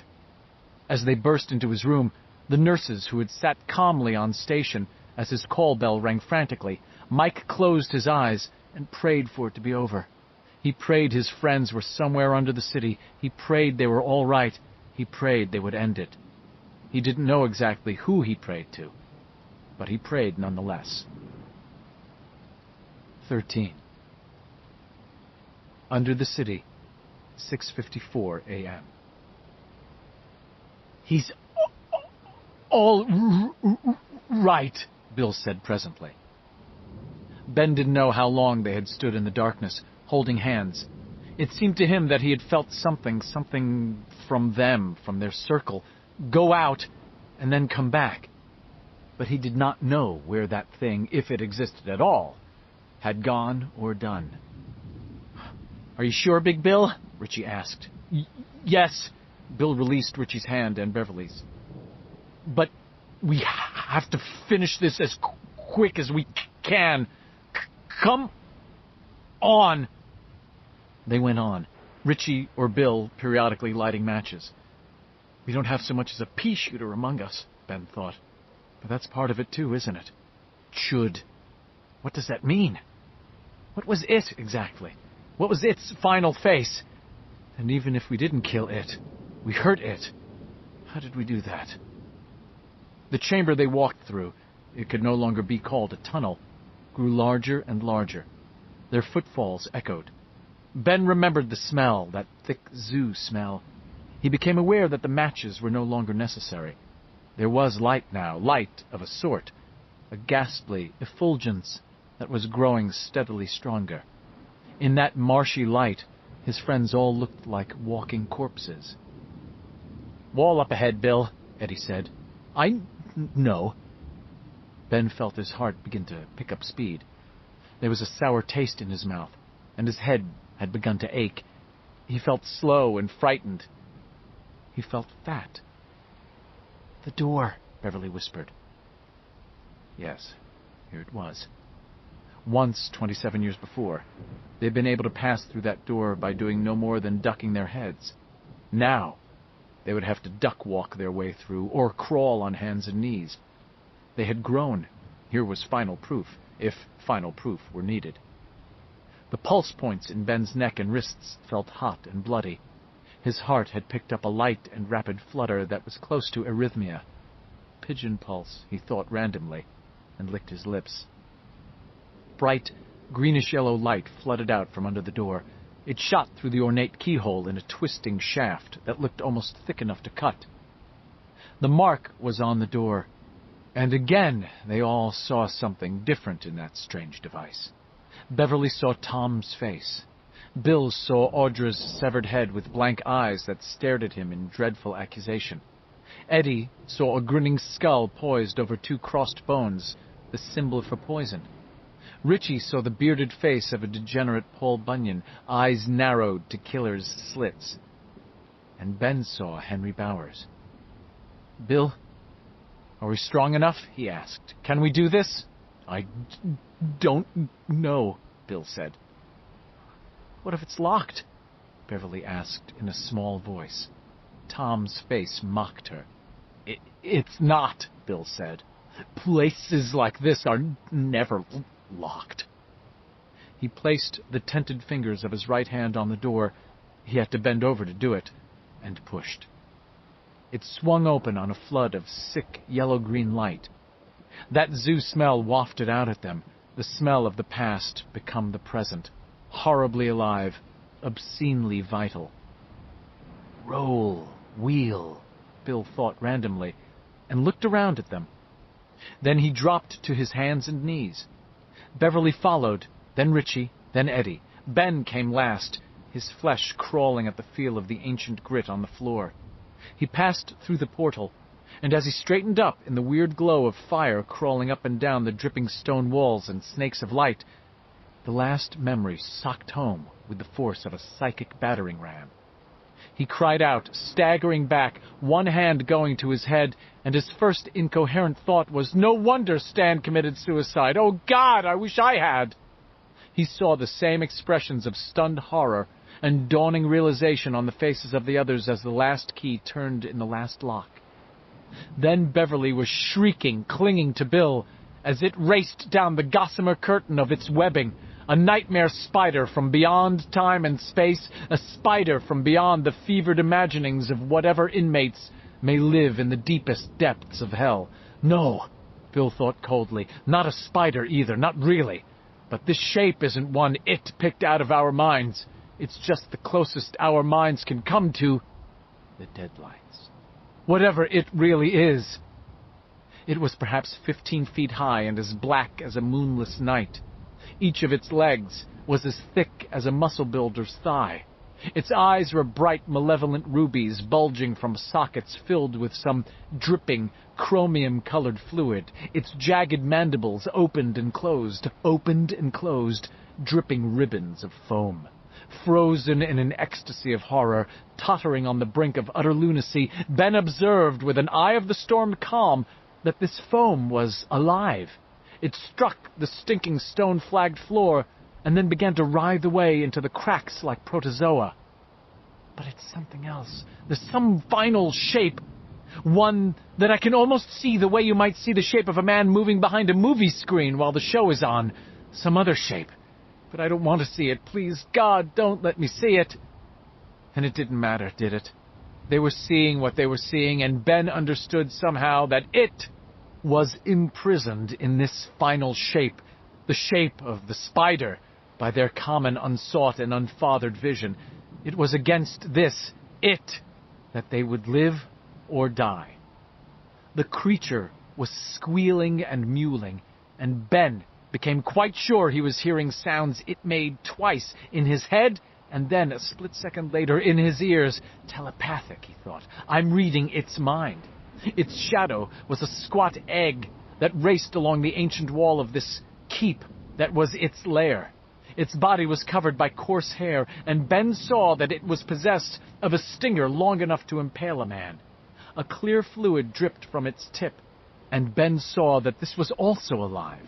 Like the saliva, the poison writhed away into the cracks of the floor. Its stinger, yes, but below that, its belly bulged grotesquely, almost dragging on the floor as it moved, now changing direction slightly, heading unerringly toward their leader, toward Big Bill. That's its egg sac, Ben thought, and his mind seemed to shriek at the implication. Whatever it is beyond what we see, this representation is at least symbolically correct. It's female, and it's pregnant. It was pregnant then, and none of us knew, except Stan. Oh, Jesus Christ, yes! It was Stan! Stan, not Mike! Stan who understood! Stan who told us! That's why we had to come back, no matter what. Because it is female. It's pregnant with some unimaginable spawn. And its time has drawn close. Incredibly, Bill Denbrough was stepping forward to meet it. "Bill, no!" Beverly screamed. "Stay back!" Bill shouted without looking around.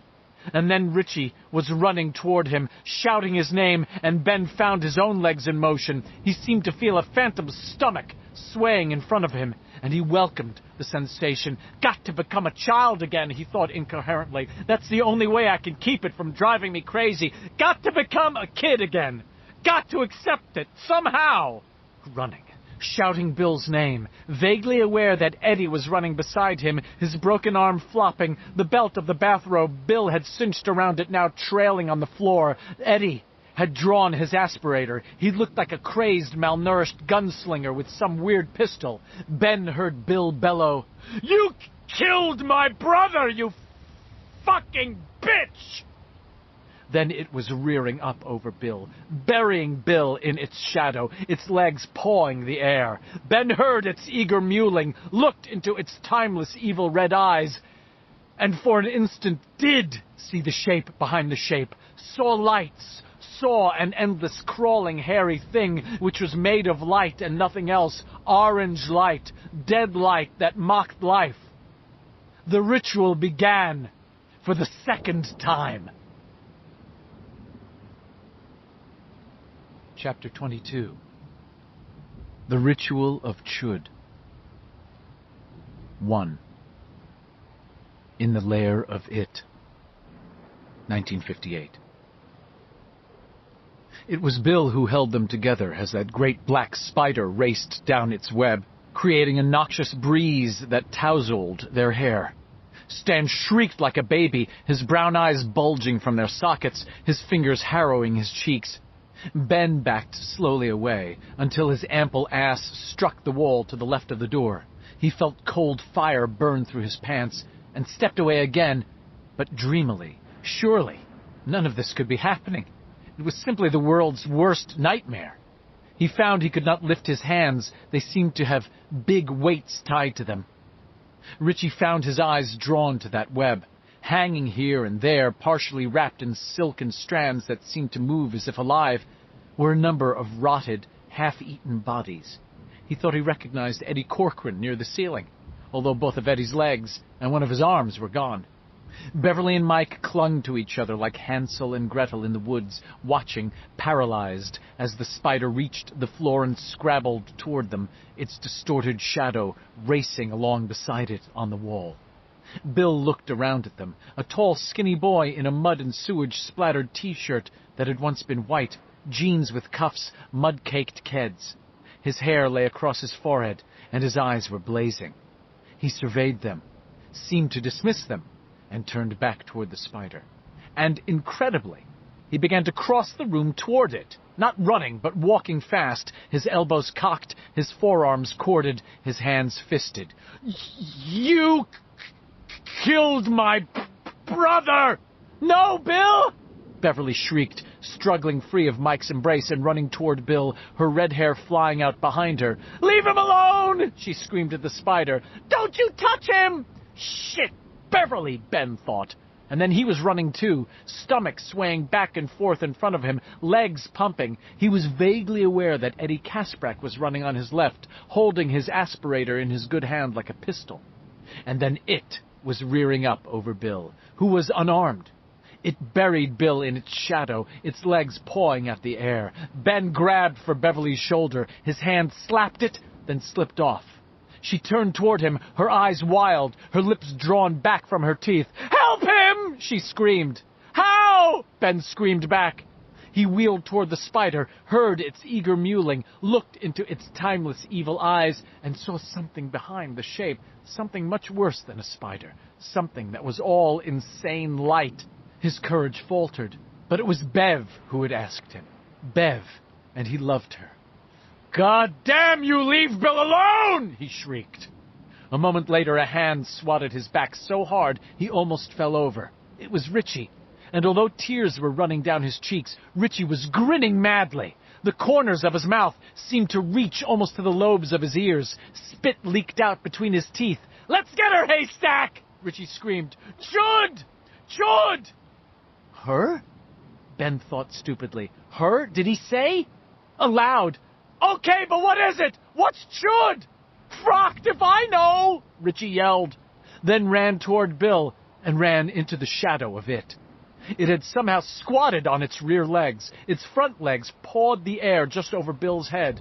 And Stan Uris, forced to approach, compelled to approach, in spite of every instinct in his mind and body, saw that Bill was staring up at it, his blue eyes fixed on its inhuman orange ones, eyes from which that awful corpse light spilled. Stan stopped, understanding that the ritual of Chud, whatever that was, had begun. 2. Bill in the void. Early. "Who are you, and why do you come to me?" "I'm Bill Denbrough. You know who I am, and why I'm here. You killed my brother, and I'm here to kill you. You picked the wrong kid, bitch. I am eternal. I am the eater of worlds." "Yeah? That's so? Well, you've had your last meal, sister." "You have no power. Here is the power. Feel the power, brat. And then speak again of how you come to kill the eternal. You think you see me. You see only what your mind will allow. Would you see me? Come then. Come, brat. Come." Thrown. He? No, not thrown. Fired. Fired like a living bullet. Like the human cannonball at the Shrine Circus that came to Derry each May. He was picked up and heaved across the spider's chamber. "It's only in my mind," he screamed at himself. "My body's still standing right there, eye to eye with it. Be brave. It's only a mind trick. Be brave. Be true. Stand. Stand." Thrusts. Roaring forward, slamming into a black and dripping tunnel lined with decaying, crumbling tiles that were 50 years old, 100, 1,000, 1,000,000 billion, who knew? Rushing in deadly silence past intersections, some lit by that twisting green-yellow fire, some by glowing balloons full of a ghastly white skull light, others dead black. He was thrown at a speed of 1,000 miles an hour past piles of bones, some human, some not, speeding like a rocket-powered dart in a wind tunnel, now angling upward, but not toward light, but toward dark, some titanic dark. His fists. And exploding outward into utter blackness. The blackness was everything. The blackness was the cosmos and the universe, and the floor of the blackness was hard, hard. It was like polished ebonite, and he was skidding along on his chest and belly and thighs like a weight on a shuffleboard. He was on the ballroom floor of eternity, and eternity was black. Against the posts. Stop that. Why do you say that? That won't help you, stupid boy. And still insists he sees the ghosts. Stop it. He thrusts his fists against the posts and still insists he sees the ghosts. Stop it. Stop it, I demand. I command that you stop it! Don't like that, do you? And thinking, if I could only say it out loud, say it without stuttering, I could break this illusion.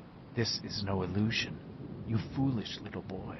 This is eternity, my eternity, and you are lost in it, lost forever, never to find your way back. You are eternal now, and condemned to wander in the black. After you meet me, face to face, that is. But there was something else here. Bill sensed it, felt it in a crazy way, smelled it. Some large presence ahead in the dark. A shape. He felt not fear, but a sense of overmastering awe. Here was a power which dwarfed its power. And Bill had only time to think incoherently, "Please, please, whatever you are, remember that I am very small." He rushed toward it and saw it was a great turtle. Its shell plated with many blazing colors, its ancient reptilian head slowly poked out of its shell, and Bill thought he felt a vague, contemptuous surprise from the thing that had cast him out here. The eyes of the turtle were kind. Bill thought it must be the oldest thing anyone could imagine, older by far than it, which had claimed to be eternal. "What are you?" "I'm the turtle, son. I made the universe, but please don't blame me for it. I had a bellyache." "Help me! Please help me!" "I take no stand in these matters." "My brother!" "Has his own place in the macroverse. Energy is eternal, as even a child such as yourself must understand." He was flying past the turtle now, and even at his tremendous skidding speed, the turtle's plated side seemed to go on and on to his right. He thought dimly of riding in a train and passing one going in the other direction, a train that was so long it seemed eventually to stand still or even move backward. He could still hear it, yammering and buzzing, its voice high and angry, not human, full of mad hate. But when the turtle spoke, its voice was blanked out utterly. The turtle spoke in Bill's head, and Bill understood somehow that there was yet another, and that final other dwelt in a void beyond this one. This final other was, perhaps, the creator of the turtle, which only watched, and it, which only ate. This other was a force beyond the universe, a power beyond all other power, the author of all there was. Suddenly he thought he understood. It meant to thrust him through some wall at the end of the universe and into some other place, what that old turtle called the macroverse, where it really lived, where it existed as a titanic, glowing core, which might be no more than the smallest mote in that other's mind. He would see it naked, a thing of unshaped, destroying light, and there he would either be mercifully annihilated or live forever, insane and yet conscious inside its homicidal, endless, formless, hungry being. "Please help me! For the others!" "You must help yourself, son." "But how? Please tell me! How? How? How?" He had reached the turtle's heavily scaled back legs now. There was time enough to observe its titanic yet ancient flesh, time to be struck with the wonder of its heavy toenails. They were an odd bluish-yellow color, and he could see galaxies swimming in each one. "Please, you are good. I sense and believe that you are good, and I am begging you. Won't you please help me?" "You already know. There is only Chud and your friends." "Please! Oh, please!" "Son, you've got to thrust your fists against the posts and still insist you see the ghosts. That's all I can tell you. Once you get into cosmological shit like this, you got to throw away the instruction manual." He realized the voice of the turtle was fading. He was beyond it now, bulleting into a darkness that was deeper than deep. The turtle's voice was being overcome, overmastered by the gleeful, gibbering voice of the thing that had thrust him out and into this black void, the voice of the spider, of it. "How do you like it out here, little friend? Do you like it? Do you love it? Do you give it 98 points because it has a good beat and you can dance to it? Can you catch it on your tonsils and heave it left and right? Did you enjoy meeting my friend the turtle? I thought that stupid old fuck died years ago, and for all the good he could do you, he might as well have. Did you think he could help you? No! He thrusts. No! He thrusts. No! Stop babbling. The time is short.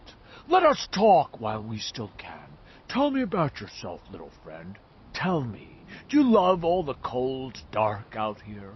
Are you enjoying your grand tour of the nothingness that lies outside? Wait until you break through, little friend. Wait until you break through to where I am. Wait for that. Wait for the deadlights. You'll look and you'll go mad, but you'll live and live and live inside them, inside me. It screamed noxious laughter, and Bill became aware that its voice was beginning both to fade and to swell, as if he was simultaneously drawing out of its range and hurtling into it. And wasn't that just what was happening? Yes, he thought it was, because while the voices were in perfect sync, the one he was now rushing toward was totally alien, speaking syllables no human tongue or throat could reproduce. That's the voice of the Deadlights, he thought. Time is short. Let us talk while we still can.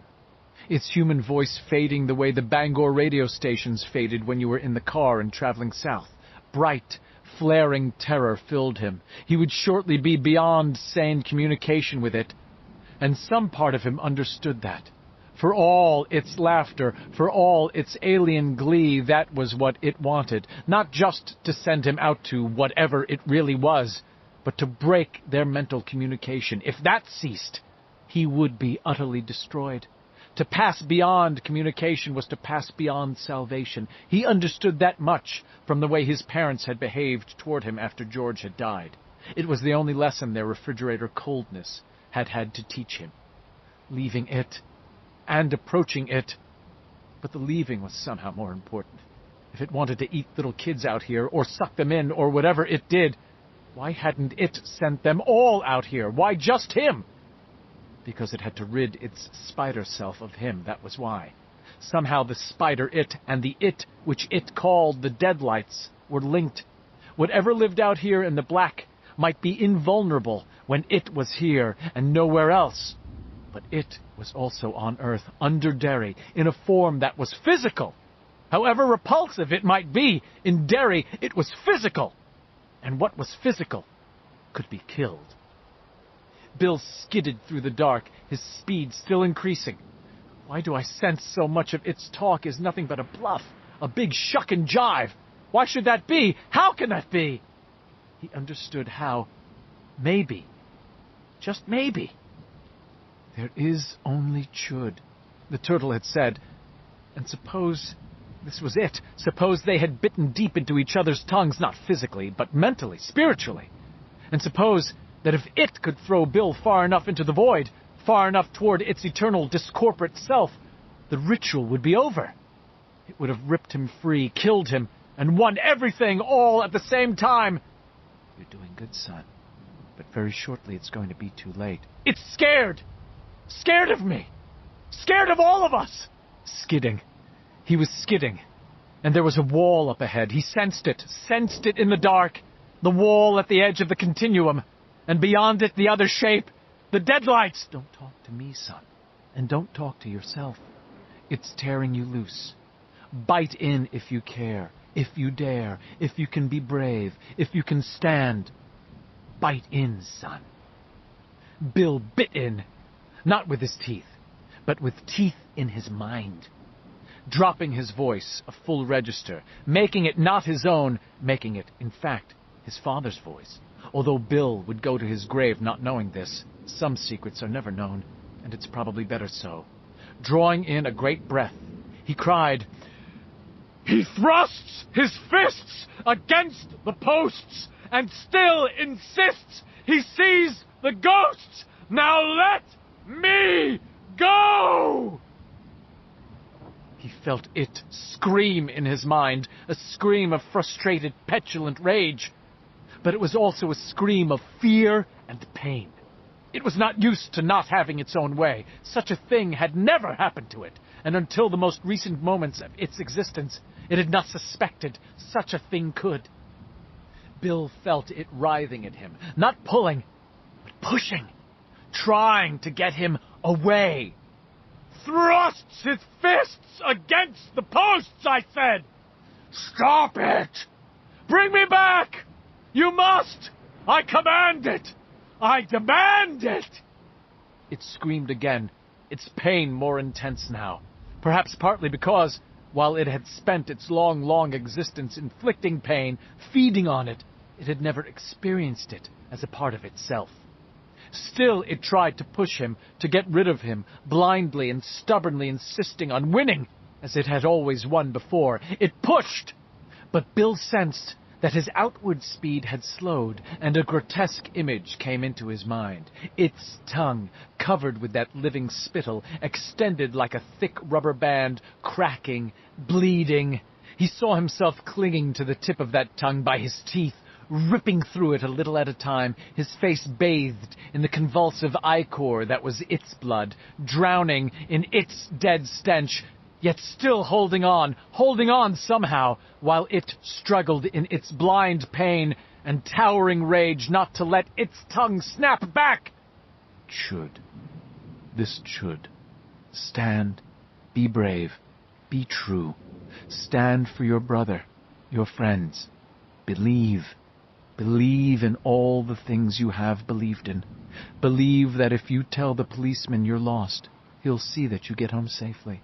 That there is a tooth fairy who lives in a huge enamel castle, and Santa Claus below the North Pole, making toys with his trove of elves, and that Captain Midnight could be real, yes, he could be, in spite of Calvin and Sissy Clark's big brother Carlton saying that was all a lot of baby stuff.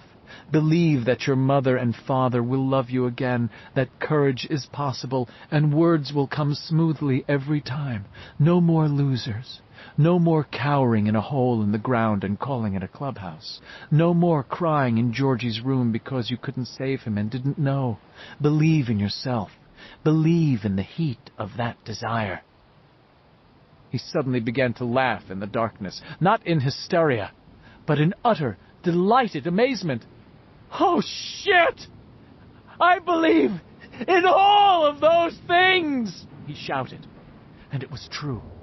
Even at 11, he had observed that things turned out right a ridiculous amount of the time.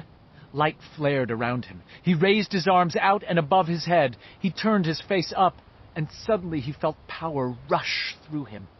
He heard it scream again, and suddenly he was being drawn back the way he had come, still holding that image of his teeth planted deep in the strange meat of its tongue, his teeth locked together like grim old death. He flew through the dark, legs trailing behind him, the tips of his mud-crusted sneaker laces flying like pennants, the wind of this empty place blowing in his ears. He was pulled past the turtle, and saw that its head had withdrawn into its shell. Its voice emerged hollow and distorted, as if even the shell it lived in were a well eternities deep. "Not bad, son, but I'd finish it now. Don't let it get away. Energy has a way of dissipating, you know. What can be done when you're 11 can often never be done again." The voice of the turtle faded, faded, faded. There was only the rushing dark, and then the mouth of a cyclopean tunnel. Smells of age and decay. Cobwebs brushing at his face like rotted skeins of silk in a haunted house. Moldering tiles blurring by. Intersections all dark now. The moon balloons all gone, and it was screaming, screaming, "Let me go! Let me go! I'll leave, never come back! Let me go! It hurts! fists! His fists! Bill screamed, nearly delirious now. He could see light ahead, but it was fading, guttering like great candles which had at last burned low. And for a moment he saw himself and the others holding hands in line, Eddie on one side of him and Richie on the other. He saw his own body sagging, his head rolled back on his neck, staring up at the spider, which twisted and whirled like a dervish, its coarse, spiny legs beating at the floor, poison dripping from its stinger. It was screaming in its death agony. So Bill honestly believed. Then he was slamming back into his body with all the impact of a line drive slamming into a baseball glove, the force of it tearing his hands loose from Richie's and Eddie's, driving him to his knees and skidding him across the floor to the edge of the web. He reached out for one of the strands without thinking, and his hand immediately went numb as if it had been injected with a hypo full of Novocaine. The strand itself was as thick as a telephone pole guy wire. "Don't touch that, Bill!" Ben yelled, and Bill yanked his hand away in one quick jerk, leaving a raw place across his palm just below the fingers. It filled with blood, and he staggered to his feet, eyes on the spider. It was scrabbling away from them, making its way into the growing dimness at the back of the chamber as the light failed. It left puddles and pools of black blood behind as it went. Somehow their confrontation had ruptured its insides in a dozen, maybe 100 places. "Bill, the web!" Mike screamed. "Look out!" He stepped backward, craning his neck up, as strands of its web came floating down, striking the stone-flagged floor on either side of him like the bodies of meaty white snakes. They immediately began to lose shape, to flow into the cracks between the stones. The web was falling apart, coming loose from its many moorings. One of the bodies, wrapped up like a fly, came plunging down to strike the floor with a sickening, rotted gourd sound. "The spider!" Bill yelled. "Where is it?" He could still hear it in his head, mewling and crying out in its pain, and understood dimly that it had gone into the same tunnel it had thrown Bill into. But had it gone in there to flee back to the place where it had meant to send Bill? Or to hide until they were gone? To die? Or escape? "Christ, the lights!" Richie shouted. "The lights are going out! What happened, Bill? Where did you go? We thought you were dead." In some confused part of his mind, Bill knew that wasn't true. If they had really thought him dead, they would have run, scattered, and it would have picked them off easily, one by one. Or perhaps it would be truer to say that they had thought him dead, but believed him alive. "We have to make sure. If it's dying or gone back to where it came from, where the rest of it is, that's fine. But what if it's just hurt? What if it can get better?" What? Stan's shriek cut across his thoughts like broken glass. In the fading light, Bill saw that one of the strands of webbing had come down on Stan's shoulder. Before Bill could reach him, Mike had thrown himself at the smaller boy in a flying tackle. He drove Stan away, and the piece of webbing snapped back, taking a piece of Stan's polo shirt with it. "Get back!" Ben yelled at them. "Get away from it! It's all coming down!" He seized Beverly's hand and pulled her back toward the child-sized door, while Stan struggled to his feet, looked dazedly around, and then grabbed Eddie. The two of them started toward Ben and Beverly, helping each other, looking like phantoms in the fading light.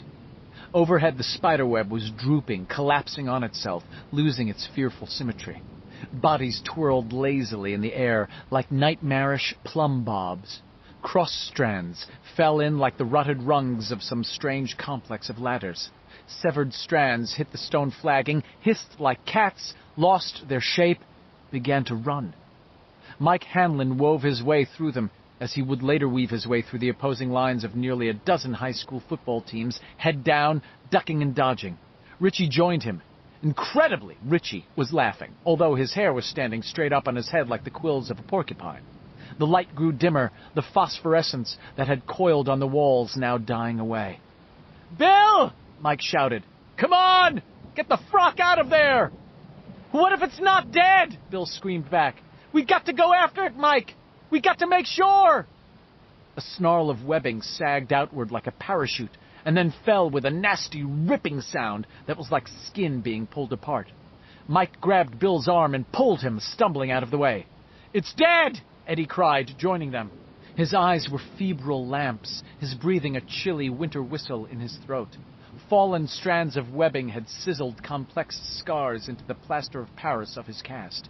"I heard it. It was dying. You don't sound like that. If You're on your way to a sock hop. It was dying, I'm sure of it. Richie's hands groped out of the darkness, seized Bill, and pulled him into a rough embrace. He began to pound Bill's back ecstatically. I heard it too. It was dying, Big Bill. It was dying. And you're not stuttering. Not at all. How'd you do it? How in the hell? Bill's brain was whirling. Exhaustion tugged at him with thick and clumsy hands. He could not remember ever feeling this tired. But in his mind he heard the drawling, almost weary voice of the turtle. I'd finish it now. Don't let it get away. What can be done when you're 11 can often never be done again. But we have to be sure! Shadows were joining hands, and now the darkness was almost complete. But before the light failed utterly, he thought he saw the same hellish doubt on Beverly's face, and in Stan's eyes. And still, as the last of the light gave way, they could hear the tenebrous whisper-shudder thump of its unspeakable web falling to pieces.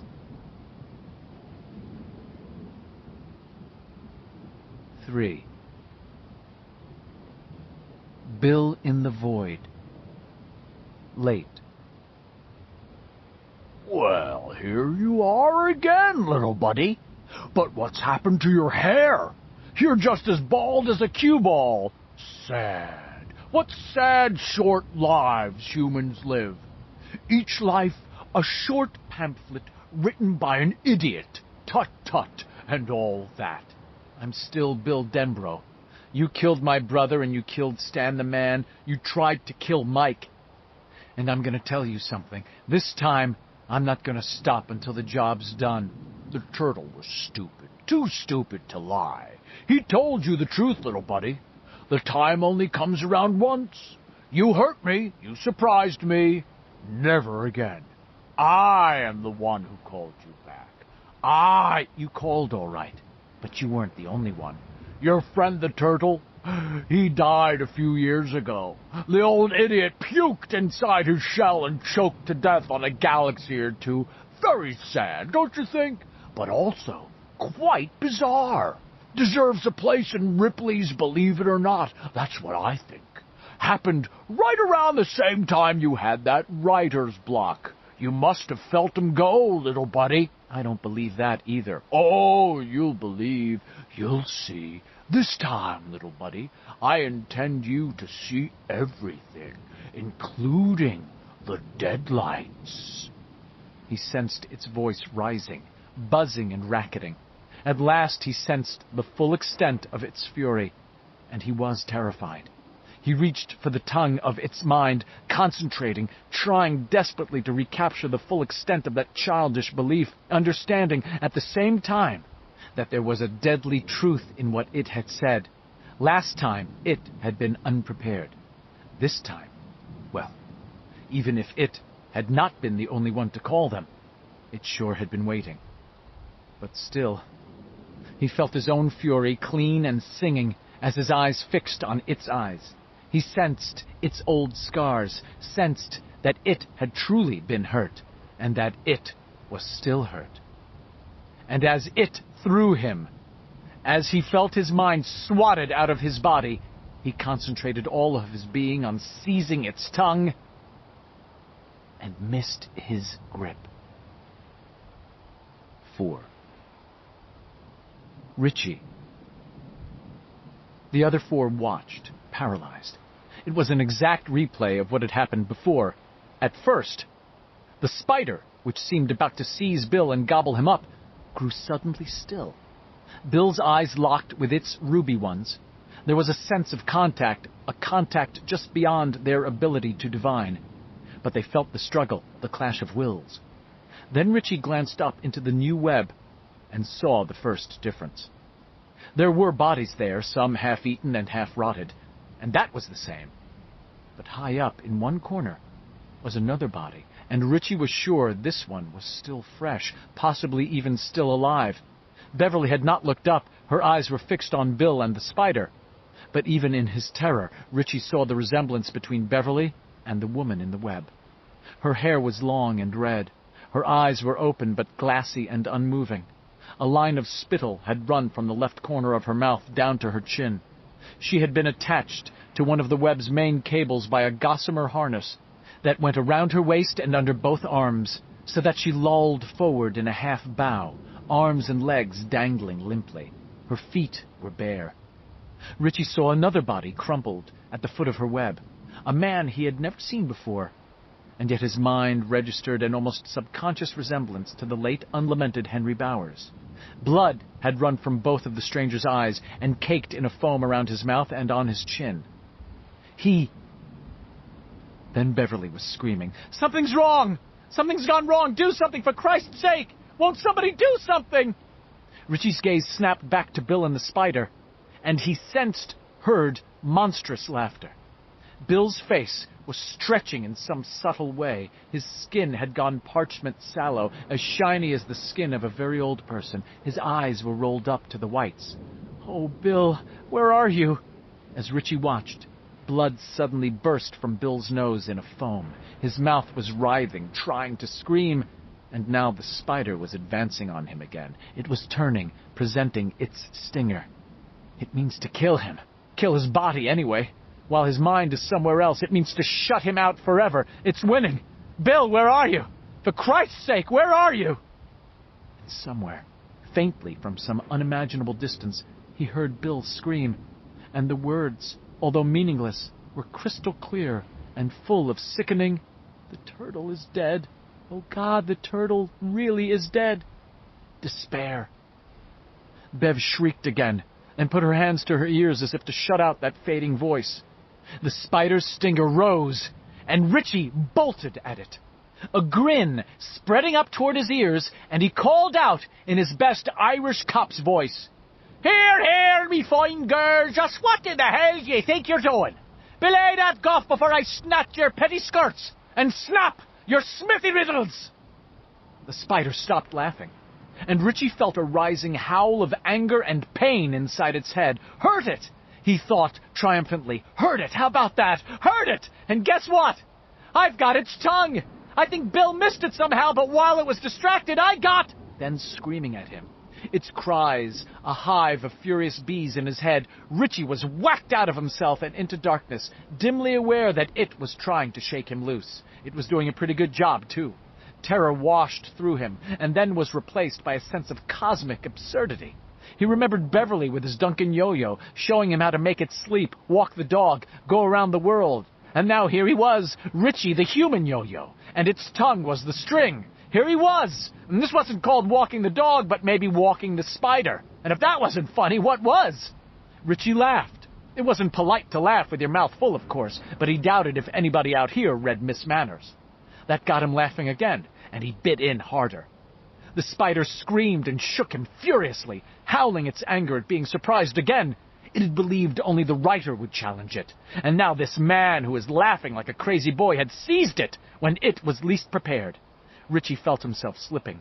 "Hold it a second, señorita. We's going out here together, or I ain't gonna sell you no tickets in La Loteria after all, and everyone is a big winner, I swear on my mama's name." He felt his teeth catch again, more firmly this time, and there was a fainting sort of pain as it drove its fangs into his own tongue. Boy, it was still pretty funny, though. Even in the dark, being hurled after Bill, with only the tongue of this unspeakable monster left to connect him to his own world, even with the pain of its poisonous fangs suffusing his mind like a red fog, it was pretty goddamn funny. Check it out, folks! You'll believe a disc jockey can fly! He was flying, all right. Richie was in greater darkness than he had ever known, than he had ever suspected might exist, traveling at what felt like the speed of light and being shaken as a terrier shakes a rat. He sensed that there was something up ahead, some titanic corpse. The turtle he had heard Bill lamenting in his fading voice? Must be. It was only a shell, a dead husk. Then he was past, rushing on into the darkness. Really steaming now, he thought, and felt that wild urge to cackle again. "Bill! Bill, can you hear me?" "He's gone! He's in the deadlights! Let me go! Let me go!" Richie? Incredibly distant, incredibly far out in the black. "Bill! Bill! Here I am! Catch hold, for God's sake! Catch hold!" "He's dead! You're all dead. You're too old. Don't you understand that? Now let me go! Hey, bitch! You're never too old to rock and roll! Let me go! Take me to him and maybe I will! Richie, closer. He was closer now. Thank God. Here I come, Big Bill. Richie to the rescue. Gonna save your old cracked ass. Oh, you won from that day on Neibolt Street, remember? Let me go! It was hurting badly now, and Richie understood how completely he had caught it by surprise. It had believed. It had only Bill to deal with. Well, good. Good enough. Richie didn't care about killing it right now. He was no longer sure it could be killed. But Bill could be killed. And Richie sensed that Bill's time was now very, very short. Bill was closing in on some large, nasty surprise out here, something best not thought about. Richie! No! Go back! It's the edge of everything up here. The deadlights! Sounds like what you turn on when you driving your horse at midnight, senor. Where is you, honey child? Smile so I can see where you is. And suddenly, Bill was there, skidding along on the left, right? There was no direction here. One side or the other. And beyond him, coming up fast, Richie could see, sense, something that finally dried up his laughter. It was a barrier, something of a strange, non-geometrical shape that his mind could not grasp. Instead, his mind translated it as best it could, as it had translated the shape of it into a spider, allowing Richie to think of it as a colossal gray wall made of fossilized wooden stakes. These stakes went forever up and forever down, like the bars of a cage, and from between them shone a great blind light. It glared and moved, smiled and snarled. The light was alive. Deadlights. More than alive. It was full of a force, magnetism, gravity, perhaps something else.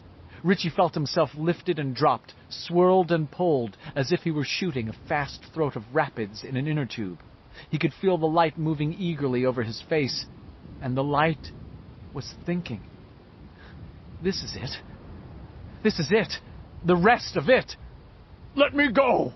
You promised to let me go! I know, but sometimes, honey child, I lie. My mama, she beat me for up on my daddy. He done just about give up. He sensed Bill tumbling and flailing toward one of the gaps in the wall, sensed evil fingers of light reaching for him, and, with a final despairing effort, he reached for his friend. Bill! Your hand! Give me your hand! Your hand, goddammit, your hand! Bill's hand shot out, the fingers opening and closing, that living fire crawling and twisting over Audra's wedding ring in runic, Moorish patterns, wheels, crescents, stars, swastikas, linked circles that grew into rolling chains. Bill's face was overlaid with the same light, making him look tattooed. Richie stretched out as far as he could, hearing it scream and yammer.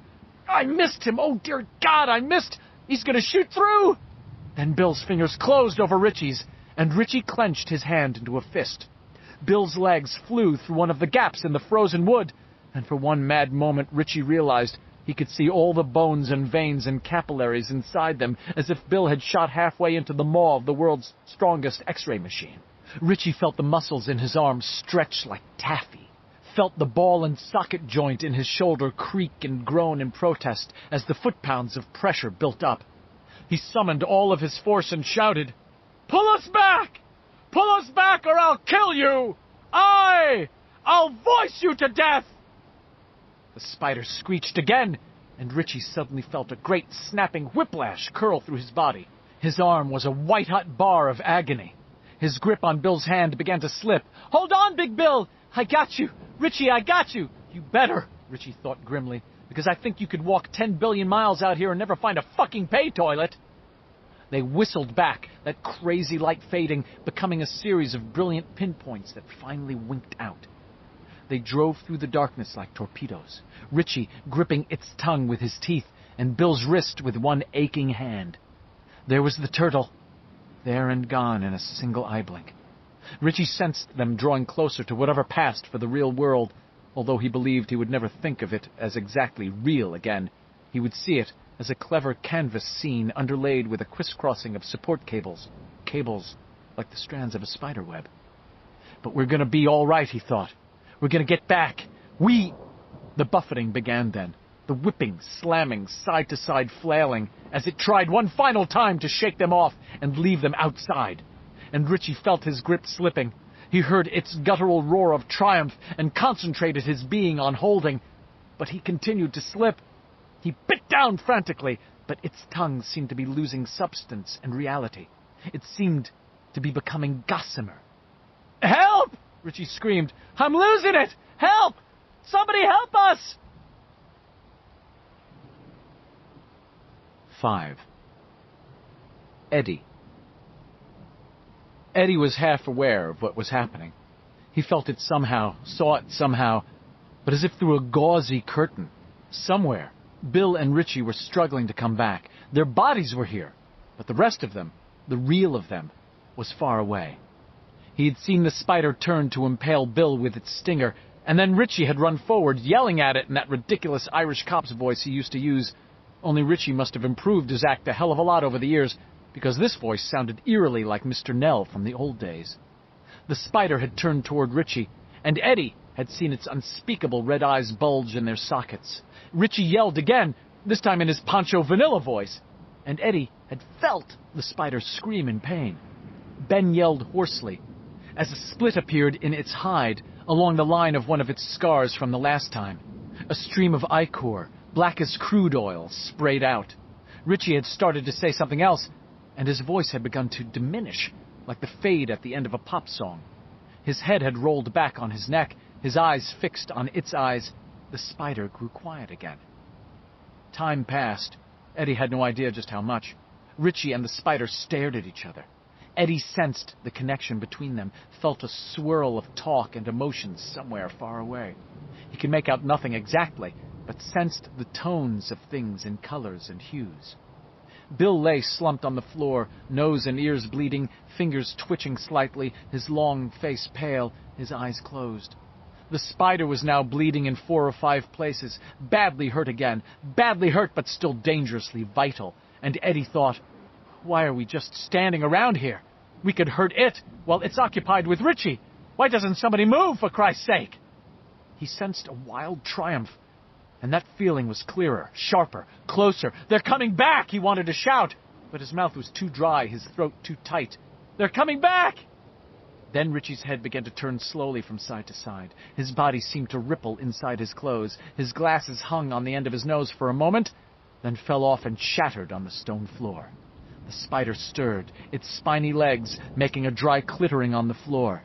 Eddie heard it cry out in terrible triumph, and a moment later Richie's voice burst clearly into his head. Help! I'm losing it! Somebody help me!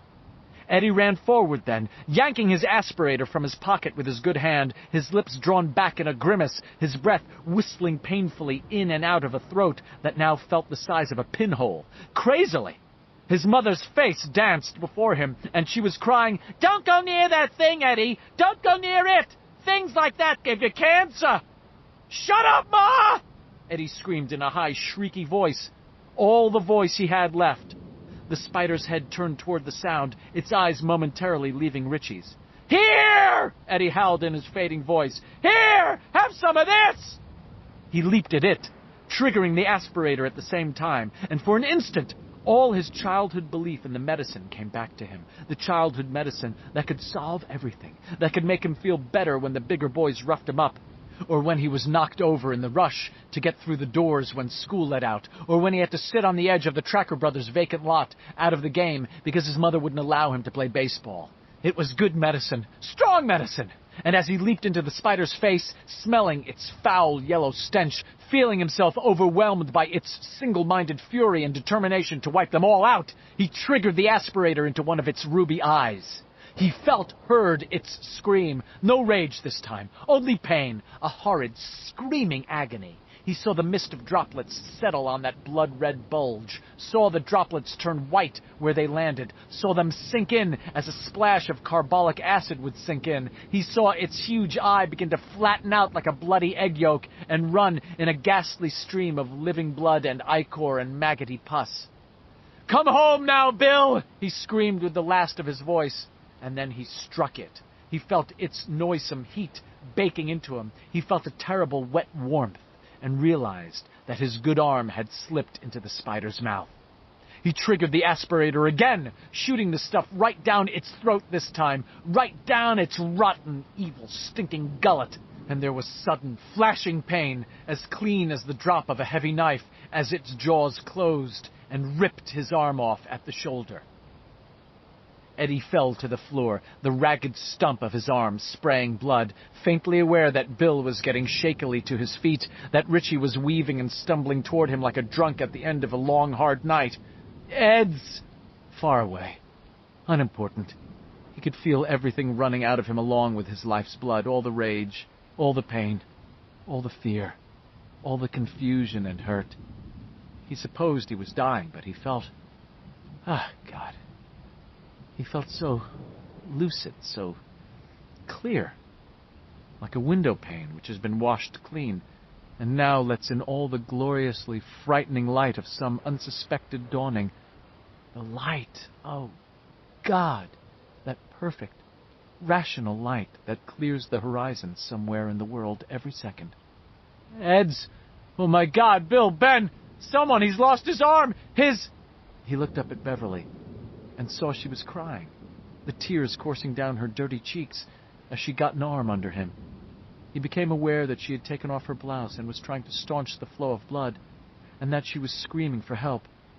Then he looked at Richie and licked his lips, fading back, becoming clearer and clearer, emptying out, all of the impurities flowing out of him so he could become clear, so that the light could flow through.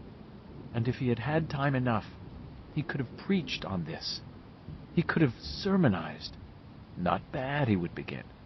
This is not bad at all. But there was something else he had to say first. Richie, he whispered. What? Richie was down on his hands and knees, staring at him desperately. Don't call me Ed's, he said, and smiled. He raised his left hand slowly and touched Richie's cheek. Richie was crying. You know,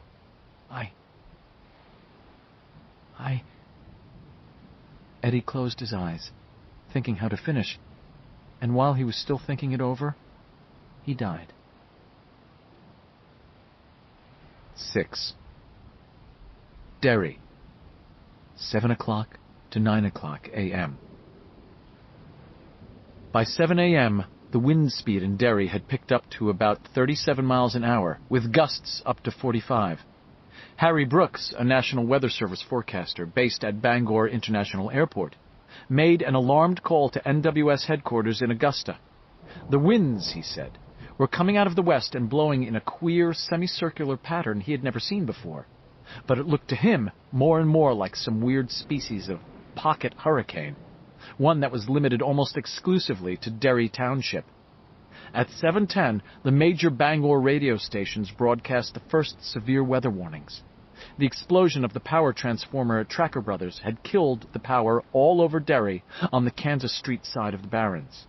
At 7:17, a hoary old maple on the Old Cape side of the Barrens fell with a terrific rending crash, flattening a night owl store on the corner of Merritt Street and Cape Avenue.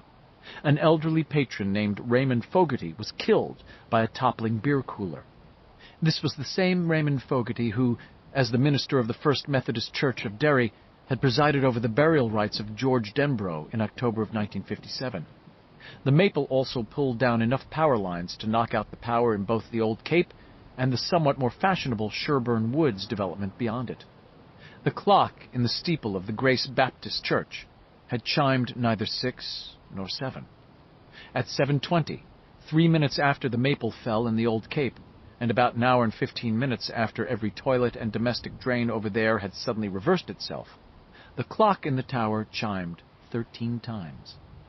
A minute later, a blue-white stroke of lightning struck the steeple. Heather Libby, the minister's wife, happened to be looking out the window of the parsonage's kitchen at the time, and she said that the steeple exploded like someone loaded it up with dynamite. Whitewashed boards, chunks of beams, and clockwork from Switzerland showered down on the street. The ragged remains of the steeple burned briefly, and then guttered out in the rain, which was now a tropical downpour. The streets leading downhill into the downtown shopping area foamed and ran. The progress of the canal under Main Street had become a steady shaking thunder that made people look at each other uneasily. At 7:25, with the titanic crash of the Grace Baptist steeple still reverberating all over Derry, the janitor who came into Wally's spa every morning except Sunday to swamp the place out, saw something which sent him screaming into the street. This fellow, who had been an alcoholic ever since his first semester at the University of Maine, these 11 years ago, was paid a pittance for his services. His real pay, it was understood, was his absolute freedom to finish up anything left in the beer kegs under the bar from the night before. Richie Tozier might or might not have remembered him. He was Vincent Caruso Taliendo, better known to his fifth-grade contemporaries as Boogers Taliendo.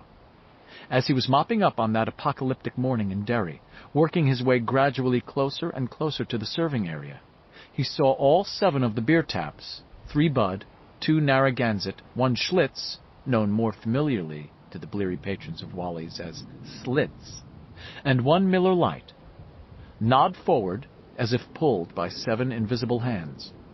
Beer ran from them in streams of gold-white foam.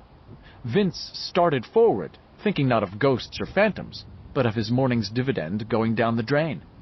Then he skidded to a stop, eyes widening, and a wailing, horrified scream rose in the empty, beer-smelling cave that was Wally's spa. Beer had given way to arterial streams of blood. It swirled in the chromium drains, overflowed, and ran down the side of the bar in little streamlets. Now hair and chunks of flesh began to splurt out of the beer taps. Boogers Taliendo watched this, transfixed, not even able to summon enough strength to scream again. Then there was a thudding, toneless blast, as one of the beer kegs under the counter exploded. All of the cupboard doors under the bar swung wide. Greenish smoke, like the aftermath of a magician's trick, began to drift out of them. Boogers had seen enough. Screaming, he fled into the street, which was now a shallow canal. He fell on his butt, got up, and threw a terrified glance back over his shoulder. One of the bar windows blew out with a loud shooting gallery sound. Whickers of broken glass whistled all around Vince's head. A moment later, the other window exploded. Once again, he was miraculously untouched. But he decided on the spur of the moment that the time had come to see his sister up Eastport. He started off at once, and his journey to the Derry town limits and beyond would make a saga in itself, but suffice it to say that he did eventually get out of town. Others were not so lucky. Aloysius Snell, who had turned 77 not long since, was sitting with his wife in the parlor of their home on Strapham Street, watching the storm pound Derry. At 7:32 he suffered a fatal stroke. His wife told her brother a week later that Aloysius dropped his coffee cup on the rug, sat bolt upright, his eyes wide and staring, and screamed, Here, here, me fine girl! Just what in the hell do you think you're doing? Belay that guff before I snatch your petty skirt! Then he fell out of his chair, smashing his coffee cup under him. Maureen Nell, who knew well how bad his ticker had been for the last 3 years, understood immediately that all was over with him, and after loosening his collar, she had run for the telephone to call Father McDowell. But the phone was out of order. A funny noise like a police siren was all it would make. And so, although she knew it was probably a blasphemy she would have to answer for to St. Peter, she had attempted to give him the last rites herself. She felt confident, she told her brother, that God would understand even if St. Peter didn't. Aloysius had been a good husband and a good man, and if he drank too much, that was only the Irish in him coming out. At 7:49, a series of explosions shook the Derry Mall, which stood on the site of the defunct Kitchener Ironworks. No one was killed. The mall didn't open until 10 o'clock, and the 5-man janitorial squad hadn't been due to arrive until 8 o'clock, and on such a morning as this, very few of them would have shown up anyway. A team of investigators later dismissed the idea of sabotage. They suggested, rather vaguely, that the explosions had probably been caused by water which had seeped into the mall's electrical system. Whatever the reason, no one was going to go shopping at the Derry Mall for a long time. One explosion totally wiped out Zale's jewelry store. Diamond rings, ID bracelets, strings of pearls, trays of wedding rings, and Seiko digital watches flew everywhere in a hail of bright, sparkly trinkets. A music box flew the length of the East Corridor and landed in the fountain outside of the J.C. Penney's, where it briefly played a bubbly rendition of the theme from Love Story before shutting down. The same blast tore a hole through the Baskin-Robbins next door, turning the 31 flavors into ice cream soup that ran away along the floor in cloudy runnels. The blast which tore through Sears lifted off a chunk of the roof, and the rising wind sailed it away like a kite. It came down 1,000 yards away, slicing cleanly through the silo of a farmer named Brent Kilgallen. Kilgallen's 16-year-old son rushed out with his mother's Kodak and took a picture. The National Enquirer bought it for $60, which the boy used to buy 2 new tires for his Yamaha motorcycle. A third explosion ripped through Hit or Miss, sending flaming skirts, jeans, and underwear out into the flooded parking lot. And a final explosion tore open the mall branch of the Dairy Farmers Trust like a rotted box of crackers. A chunk of the bank's roof was also torn off. Burglar alarms went off with a bray that would not be silenced until the security system's independent wiring hookup was shorted out 4 hours later. Loan contracts, banking instruments, deposit slips, cash drawer chits, and money manager forms were lifted into the sky and blown away by the rising wind. And money. 10s and 20s mostly, with a generous helping of 5s and a soupçon of 50s and 100s. Better than $75,000 blew away, according to the bank's officers. Later, after a mass shake-up in the bank's executive structure and an FSLIC bailout, some would admit, strictly off the record of course, that it had been more like $200,000. A woman in Haven Village named Rebecca Paulson found a $50 bill fluttering from her back door welcome mat, 2 20s in her birdhouse, and 100 plastered against an oak tree in her backyard. She and her husband used the money to make an extra 2 payments on their Bombardier Skidoo. Dr. Hale, a retired doctor who had lived on West Broadway for nearly 50 years, was killed at 8 a.m. Dr. Hale liked to boast that he had taken the same 2-mile walk from his West Broadway home and around Derry Park and the elementary school for the last 25 of those 50 years. Nothing stopped him, not rain, sleet, hail, howling nor'easters, or sub-zero cold. He set out on the morning of May 31st in spite of his housekeeper's worried fussings. His exit line from the world, spoken back over his shoulder as he went through the front door, pulling his hat firmly down to his ears, was, "Don't be so goddamn silly, Hilda. This is nothing but a capful of rain. You should have seen it in '57. That was a storm." As Dr. Hale turned back onto West Broadway, a manhole cover in front of the Muller place suddenly lifted off like the payload of a Redstone rocket. It decapitated the good doctor so quickly and neatly that he walked on another 3 steps before collapsing dead on the sidewalk. And the wind continued to rise. 7. Under the city, 4:15 p.m. Eddie led them through the darkened tunnels for an hour, perhaps an hour and a half, before admitting, in a tone that was more bewildered than frightened, that for the first time in his life, he was lost. They could still hear the dim thunder of water in the drains, but the acoustics of all these tunnels was so crazed that it was impossible to tell if the water sounds were coming from ahead or behind, left or right, above or below. Their matches were gone. They were lost in the dark. Bill was scared, plenty scared. The conversation he'd had with his father in his father's shop kept coming back to him. There's 9 pounds of blueprints that just disappeared somewhere along the line. My point is that nobody knows where all the damned sewers and drains go or why. When they work, nobody cares. When they don't, there's 3 or 4 sad sacks from Derry Water who have to try and find out which pump went fluey or where the plug-up is. It's dark and smelly, and there are rats. Those are all good reasons to stay out, but the best reason is that you can get lost. It's happened before. Happened before. Happened before. It's happened. Sure it had. There was that bundle of bones and polished cotton they had passed on the way to its lair, for instance. Bill felt panic, trying to rise, and pushed it back. It went, but not easily. He could feel it back there, a live thing, struggling and twisting, trying to get out. Adding to it was the nagging, unanswerable question of whether they had killed it or not. Richie said yes. Mike said yes. So did Eddie. But he hadn't liked the frightened, doubtful look on Bev's face, or on Stan's, as the light died and they crawled back through the small door, away from the susurrating, collapsing web. "So what do we do now?" Stan asked.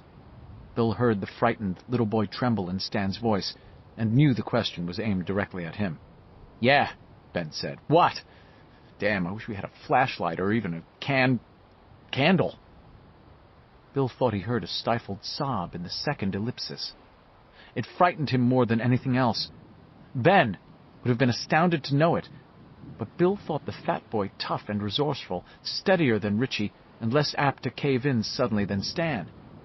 If Ben was getting ready to crack, they were on the edge of very bad trouble. It was not the skeleton of the Water Department guy to which Bill's own mind kept returning, but to Tom Sawyer and Becky Thatcher, lost in McDougal's cave.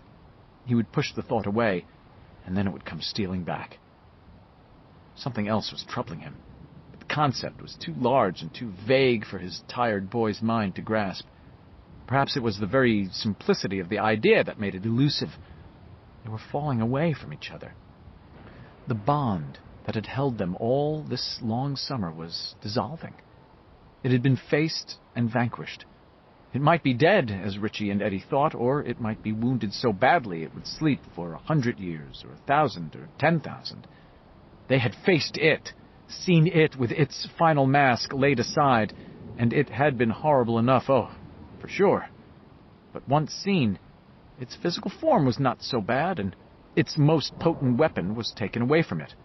They all had, after all, seen spiders before. They were alien and somehow crawlingly dreadful, and he supposed that none of them would ever be able to see another one, if we ever get out of this, without feeling a shudder of revulsion. But a spider was, after all, only a spider. Perhaps at the end, when the masks of horror were laid aside, there was nothing with which the human mind could not cope. That was a heartening thought. Anything except the deadlights. Whatever had been out there. But perhaps even that unspeakable living light which crouched at the doorway to the macroverse was dead or dying. The deadlights, and the trip into the black to the place where they had been, was already growing hazy and hard to recall in his mind. And that wasn't really the point. The point, felt but not grasped, was simply that the fellowship was ending. It was ending, and they were still in the dark. That other had, through their friendship, perhaps been able to make them something more than children. But they were becoming children again. Bill felt it as much as the others. "What now, Bill?" Richie asked, finally saying it right out. "I don't know," Bill said. His stutter was back, alive and well. He heard it, they heard it, and he stood in the dark, smelling the sodden aroma of their growing panic, wondering how long it would be before somebody, Stan, most likely it would be Stan, tore things wide open by saying, "Well, why don't you know? You got us into this." "And what about Henry?" Mike asked uneasily. "Is he still out there, or what?" "Oh, geez," Eddie said, almost moaned. "I forgot about him. Sure he is, sure he is. He's probably as lost as we are, and we could run into him any time. Geez, Bill, don't you have any ideas? Your dad works down here. Don't you have any ideas at all?" Bill listened to the distant mocking thunder of the water, and tried to have the idea that Eddie, all of them, had a right to demand. Because, yes, correct, he had gotten them into this, and it was his responsibility to get them back out again. Nothing came. Nothing. "I have an idea," Beverly said quietly. In the dark, Bill heard a sound he could not immediately place. A whispery little sound, but not scary. Then there was a more easily placed sound. A zipper. What? He thought. And then he realized what. She was undressing. For some reason, Beverly was undressing. "What are you doing?" Richie asked, and his shocked voice cracked on the last word. "I know something," Beverly said in the dark, and to Bill her voice sounded older. "I know because my father told me. I know how to bring us back together. And if we're not together, we'll never get out." "What?" Ben asked, sounding bewildered and terrified. "What are you talking about?" "Something that will bring us together forever. Something that will show... No! Beverly, Bill said, suddenly understanding everything. That will show that I love you all, Beverly said. That you're all my friends. What Mike began. Calmly, Beverly cut across his words. Who's first? She asked. I think... 8. In the Lair of It. 1985. He's dying! Beverly wept. His arm! It ate his arm! She reached for Bill, clung to him, and Bill shook her off. It's getting away again! He roared at her. Blood caked his lips and chin. Come on! Richie! Ben! This time, we're gonna finish her! Richie turned Bill toward him, looked at him as you would look at a man who is hopelessly raving. Bill! We have to take care of Eddie. We have to get a tourniquet on him, get him out of here. But Beverly was now sitting with Eddie's head in her lap, cradling him. She had closed his eyes. Go with Bill, she said. If you let him die for nothing, if it comes back in another 25 years or 50 or even 2,000, I swear I'll haunt your ghosts. Go! Richie looked at her for a moment, indecisive. Then he became aware that her face was losing definition, becoming not a face, but a pale shape in the growing shadows. The light was fading. It decided him. All right, he said to Bill. This time we chase. Ben was standing in back of the spider web, which had begun to decay again. He had also seen the shape swaying high up in it, and he prayed that Bill would not look up. But as the web began to fall in drifts and strands and skeins, Bill did.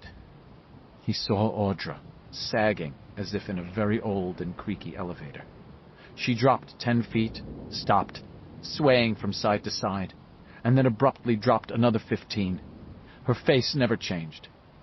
Her eyes, china blue, were wide open.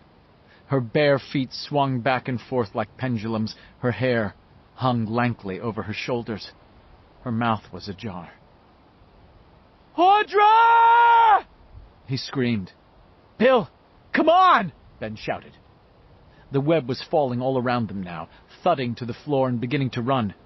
Richie suddenly grabbed Bill around the waist and propelled him forward, shooting for a 10-foot-high gap between the floor and the bottommost crossed strand of the sagging web. Go, Bill, go! Go! That's Audra! Bill shouted desperately. That's Audra! I don't give a shit if it's the Pope, Richie said grimly. Eddie's dead and we're gonna kill it. If it's still alive. We're gonna finish the job this time, Big Bill. Either she's alive or she's not. Now come on! Bill hung back a moment longer, and then snapshots of the children. All the dead children seemed to flutter through his mind like lost photographs from George's album. School friends. All right, let's go. God forgive me. He and Richie ran under the strand of crosswebbing seconds before it collapsed, and joined Ben on the other side. They ran after it, as Audra swung and dangled 50 feet above the stone floor, wrapped in a numbing cocoon that was attached to the decaying web. 9. Ben. They followed the trail of its black blood, oily pools of ichor that ran and dripped into the cracks between the flagstones. But as the floor began to rise toward a semicircular black opening at the far side of the chamber, Ben saw something new. A trail of eggs. Each was black and rough-shelled, perhaps as big as an ostrich egg. A waxy light shone from within them. Ben realized they were semi-transparent. He could see black shapes moving inside. It's children, he thought, and felt his gorge rise. It's miscarried children. God! Richie and Bill had stopped and were staring at the eggs with stupid, dazed wonder. Go on! Go on! Ben shouted. I'll take care of them! Get it! Here! Richie shouted, and threw Ben a pack of Derry Townhouse matches. Ben caught them. Bill and Richie ran on. Ben watched them in the rapidly dimming light for a moment. They ran into the darkness of its escape passage and were lost from sight. Then he looked down at the first of the thin-shelled eggs, at the black, mantle-like shadow inside, and felt his determination waver. Hey guys, this was too much. This was simply too awful. And surely they would die without his help. They had not been so much laid as dropped. But its time was close, and if one of them is capable of surviving, even one... Summoning all of his courage, summoning up Eddie's pale, dying face, Ben brought one Desert Driver boot down on the first egg. It broke with a sodden squelch as some stinking placenta ran out around his boot. Then a spider the size of a rat was scrabbling weakly across the floor, trying to get away, and Ben could hear it in his head, its high mewling cries like the sound of a handsaw being bent rapidly back and forth so that it makes ghost music. Ben lurched after it on legs that felt like stilts, and brought his foot down again. He felt the spider's body crunch and splatter under the heel of his boot, his gorge clenched, and this time there was no way he could hold back. He vomited, then twisted his heel, grinding the thing into the stones, listening to the cries in his head fade to nothing. How many eggs? Didn't I read somewhere that spiders can lay thousands? Or millions? I can't keep doing this. I'll go mad. You have to. You have to. Come on, Ben. Get it together. He went to the next egg and repeated the process in the last of the dying light. Everything was repeated. The brittle snap, the squelch of liquid, the final coup de grace. The next, making his way slowly toward the black arch into which his friends had gone. The darkness was complete now, Beverly and the decaying web somewhere behind him. He could still hear the whisper of its collapse. The eggs were pallid stones in the dark. As he reached each one, he struck a light from the matchbook and broke it open. In each case, he was able to follow the course of the dazed spiderling and crush it before the light flickered out. He had no idea how he was going to proceed if his matches gave out before he had crushed the last of the eggs and killed each one's unspeakable cargo. 10. It. 1985. Still coming. It sensed them still coming, gaining, and its fear grew. Perhaps it was not eternal after all. The unthinkable must finally be thought. Worse, it sensed the death of its young. A third of these hateful men-boys was walking steadily up its trail of birth, almost insane with revulsion, but continuing nonetheless, methodically stamping the life from each of its eggs. "No!" it wailed, lurching from side to side, feeling its life force running from 100 wounds, none of them mortal in itself, but each a song of pain, each slowing it. One of its legs hung by a single living twist of meat. One of its eyes was blind. It sensed a terrible rupture inside, the result of whatever poison one of the hated men-boys had managed to shoot down its throat. And still they came on, closing the distance. And how could this happen? It whined and mewled, and when it sensed them almost directly behind, it did the only thing it could do now. It turned to fight. 11. Beverly. Before the last of the light faded and utter dark closed down, she saw Bill's wife plunge another 20 feet and then fetch up again. She'd begun to spin, her long red hair fanning out. His wife, she thought. But I was his first love, and if he thought some other woman was his first, it was only because he forgot Derry. Then she was in darkness, alone with the sound of the falling web and Eddie's simple, moveless weight. She didn't want to let him go, didn't want to let his face lie on the foul floor of this place. So she held his head in the crook of an arm that had gone mostly numb and brushed his hair away from his damp forehead. She thought of the birds. That was something she supposed she had gotten from Stan. Poor Stan, who hadn't been able to face this. All of them. I was their first love. She tried to remember it. It was something good to think about in all this darkness, where you couldn't place the sounds. It made her feel less alone. At first it wouldn't come. The image of the birds intervened. Crows and grackles and starlings, spring birds that came back from somewhere while the streets were still running with meltwater, and the last patches of crusted, dirty snow clung grimly to their shady places.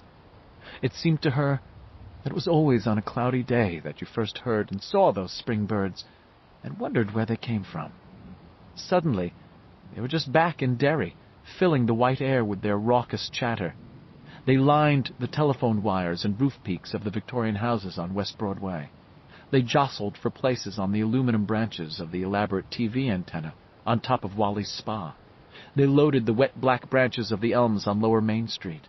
They settled. They talked to each other in the screamy, babbling voices of old country women at the weekly Grange bingo games, and then, at some signal which humans could not discern, they all took wing at once, turning the sky black with their numbers, and came down somewhere else. Yes, the birds. I was thinking of them because I was ashamed. It was my father who made me ashamed, I guess.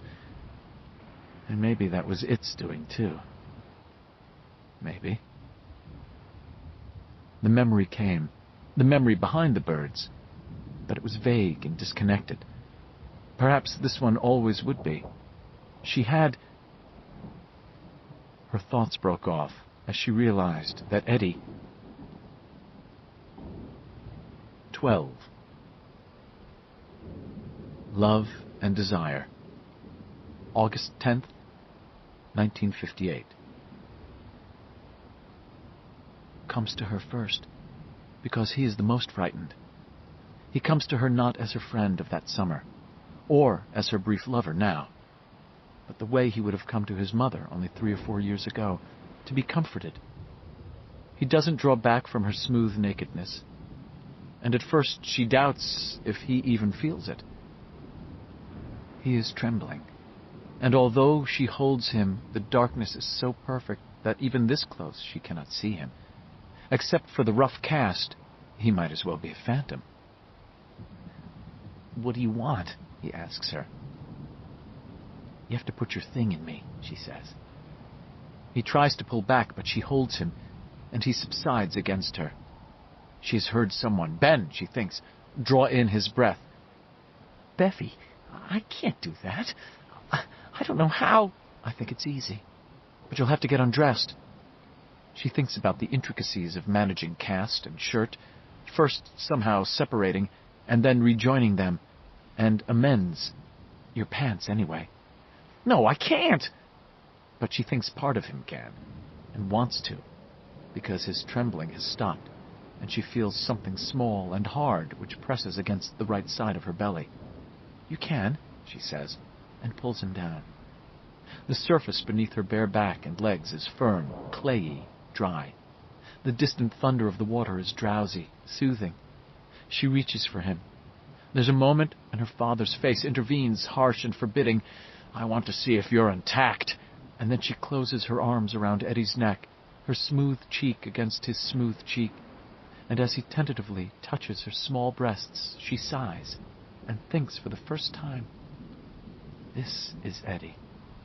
And she remembers a day in July, could it only have been last month, when no one else turned up in the Barrens but Eddie, and he had a whole bunch of Little Lulu comic books, and they read together for most of the afternoon. Little Lulu looking for beebleberries, getting in all sorts of crazy situations, Witch Hazel, all of those guys. It had been fun. She thinks of birds, in particular of the grackles and starlings and crows that come back in the spring, and her hands go to his belt and loosen it, and he says again that he can't do that. She tells him that he can. She knows he can. And what she feels is not shame or fear now, but a kind of triumph. "Where?" he says, and that hard thing pushes urgently against her inner thigh. "Here," she says. "Bevy, I'll fall on you," he says, and she hears his breath start to whistle painfully. "I think that's sort of the idea," she tells him, and holds him gently, and guides him. He pushes forward too fast, and there is pain. She draws her breath in, her teeth biting at her lower lip, and thinks of the birds again, the spring birds, lining the roof peaks of houses, taking wing all at once under low March clouds. "Beverly," he says uncertainly, "are you okay?" "Go slower," she says. "It'll be easier for you to breathe." He does move more slowly, and after a while his breathing speeds up, but she understands this is not because there is anything wrong with him. The pain fades. Suddenly he moves more quickly, then stops, stiffens, and makes a sound, some sound. She senses that this is something for him, something extraordinarily special, something like flying. She feels powerful. She feels a sense of triumph rise up strongly within her. Is this what her father was afraid of? Well, he might be. There was power in this act, all right. A chain-breaking power that was blood-deep. She feels no physical pleasure, but there is a kind of mental ecstasy in it for her. She senses the closeness. He puts his face against her neck, and she holds him. He's crying. She holds him, and feels the part of him that made a connection between them begin to fade. It is not leaving her exactly. It is simply fading, becoming less. When his weight shifts away, she sits up and touches his face in the darkness. Did I what? Whatever it is, I don't know exactly. He shakes his head. She feels it with her hand against his cheek. I don't think it was exactly like the big boys say, but it was really something. He speaks low so the others can't hear. I love you, Bevy. Her consciousness breaks down a little there. She's quite sure there's more talk, some whispered, some loud, and can't remember what is said. It doesn't matter. Does she have to talk each of them into it all over again? Yes, probably. But it doesn't matter. They have to be talked into it, this essential human link between the world and the infinite, the only place where the bloodstream touches eternity. It doesn't matter. What matters is love and desire. Here, in this dark, is as good a place as any. Better than some, maybe. Mike comes to her. Then Richie, and the act is repeated. Now she feels some pleasure, dim heat in her childish, unmatured sex, and she closes her eyes as Stan comes to her, and she thinks of the birds, spring and the birds, and she sees them again and again, all lighting at once, filling up the winter-naked trees, shockwave riders on the moving edge of nature's most violent season. She sees them take wing again and again, the flutter of their wings like the snap of many sheets on the line, and she thinks, a month from now, every kid in Derry Park will have a kite. They'll run to keep the strings from getting tangled with each other. She thinks again, this is what flying is like. With Stan, as with the others, there is that rueful sense of fading, of leaving, with whatever they truly need from this act, some ultimate close, but as yet unfound. Did you? She asks again, and although she doesn't know exactly what it is, she knows that he hasn't. There is a long wait, and then Ben comes to her. He is trembling all over, but it is not the fearful trembling she felt in Stan. Beverly, I can't, he says in a tone which purports to be reasonable, and is anything but. You can too. I can feel it. She sure can. There's more of this hardness, more of him. She can feel it below the gentle push of his belly. Its size raises a certain curiosity, and she touches the bulge lightly. He groans against her neck, and the blow of his breath causes her bare body to dimple with goosebumps. She feels the first twist of real heat race through her. Suddenly, the feeling in her is very large. She recognizes that it is too big. And is he too big? Can she take that into herself? And too old for her. Some feeling that walks in boots. This is like Henry's M80s. Something not meant for kids. Something that could explode and blow you up. But this was not the place or time for worry. Here, there was love, desire, and the dark, if they didn't try for the first two, they would surely be left with the last. Beverly, don't. Yes, I... Show me how to fly, she says with a calmness she doesn't feel, aware by the fresh, wet warmth on her cheek and neck that he has begun to cry. Show me, Ben. No. If you wrote the poem, show me. Feel my hair if you want to, Ben. It's all right. Beverly, He's not just trembling now. He's shaking all over. But she senses again that this ague is not all fear. Part of it is the precursor of the throe this act is all about. She thinks of the birds, his face, his dear, sweet, earnest face, and knows it is not fear. It is wanting he feels, a deep, passionate wanting now, barely held in check. And she feels that sense of power again, something like flying, something like looking down from above and seeing all the birds on the roof peaks, on the TV antenna atop Wally's, seeing streets spread out map-like. Oh, desire. Right. This was something. It was love and desire that taught you to fly. Ben! Yes! She cries suddenly, and the leash breaks. She feels pain again, and for a moment there is the frightening sensation of being crushed. Then he props himself up on the palms of his hands, and that feeling is gone. He's big. Oh, yes.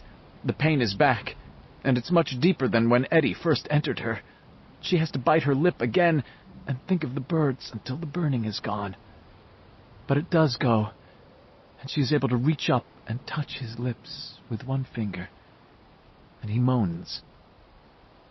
The heat is back, and she feels her power suddenly shift to him. She gives it gladly and goes with it.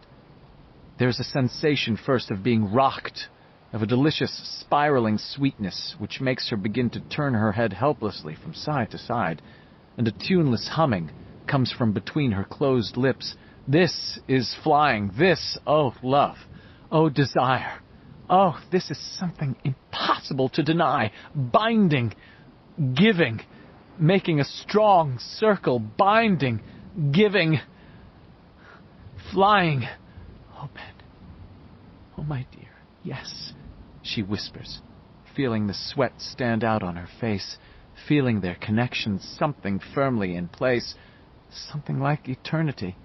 The number 8 rocked over on its side. I love you so much, dear. And she feels the thing begin to happen, something of which the girls who whisper and giggle about sex in the girls' room have no idea, at least as far as she knows. They only marvel at how gushy sex must be. And now she realizes that for many of them, sex must be some unrealized, undefined monster. They refer to the act as it. Would you do it? Do your sister and her boyfriend do it? Do your mom and dad still do it? And how they never intend to do it. Oh, yes. You would think that the whole girls' side of the 5th grade class was made up of spinsters-to-be, and it is obvious to Beverly that none of them can suspect this conclusion, and she is only kept from screaming by her knowledge that the others will hear and think her badly hurt. She puts the side of her hand in her mouth and bites down hard. She understands the screamy laughter of Greta Bowie and Sally Muller, and all the others better now. Hadn't they, the 7 of them, spent most of this, the longest, scariest summer of their lives, laughing like loons? You laugh because what's fearful and unknown is also what's funny. You laugh the way a small child will sometimes laugh and cry at the same time when a capering circus clown approaches, knowing it is supposed to be funny. But it is also unknown, full of the unknown's eternal power. Biting her hand will not stay the cry, and she can only reassure them and Ben by crying out her affirmative in the darkness. Yes! Yes! Yes! Glorious images of flight fill her head, mixing with the harsh calling of the grackles and starlings. These sounds become the world's sweetest music. So she flies. She flies up, and now the power is not with her or with him, but somewhere between them. And he cries out, and she can feel his arms trembling, and she arches up and into him, feeling his spasm, his touch, his total fleeting intimacy with her in the dark. They break through into the life light together. Then it is over, and they are in each other's arms. And when he tries to say something, perhaps some stupid apology that would hurt what she remembers, some stupid apology like a handcuff, she stops his words with a kiss and sends him away. Bill comes to her. He tries to say something, but his stutter is almost total now. "You be quiet," she says, secure in her new knowledge, but aware that she's tired now, tired and damned sore. The insides and backs of her thighs feel sticky, and she thinks it's maybe because Ben actually finished, or maybe because she's bleeding. Everything's going to be totally okay. Are you sure? Yes, she says, and links her hands behind his neck, feeling the sweaty mat of his hair. You just bet. Does it...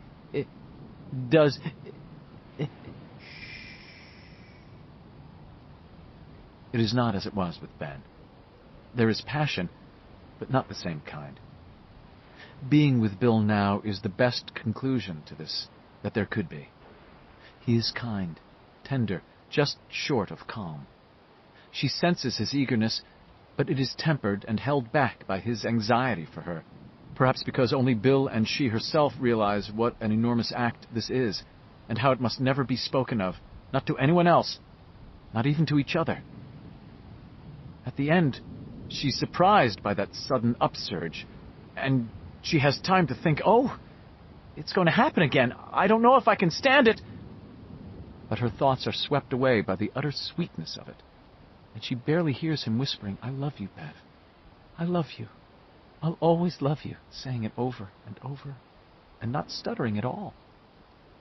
She hugs him to her, and for a moment they stay that way, his smooth cheek against hers. He withdraws from her without saying anything, and for a little while she's alone, pulling her clothes back together, slowly putting them on, aware of a dull, throbbing pain of which they, being male, will never know, aware also of a certain exhausted pleasure, and the relief of having it over.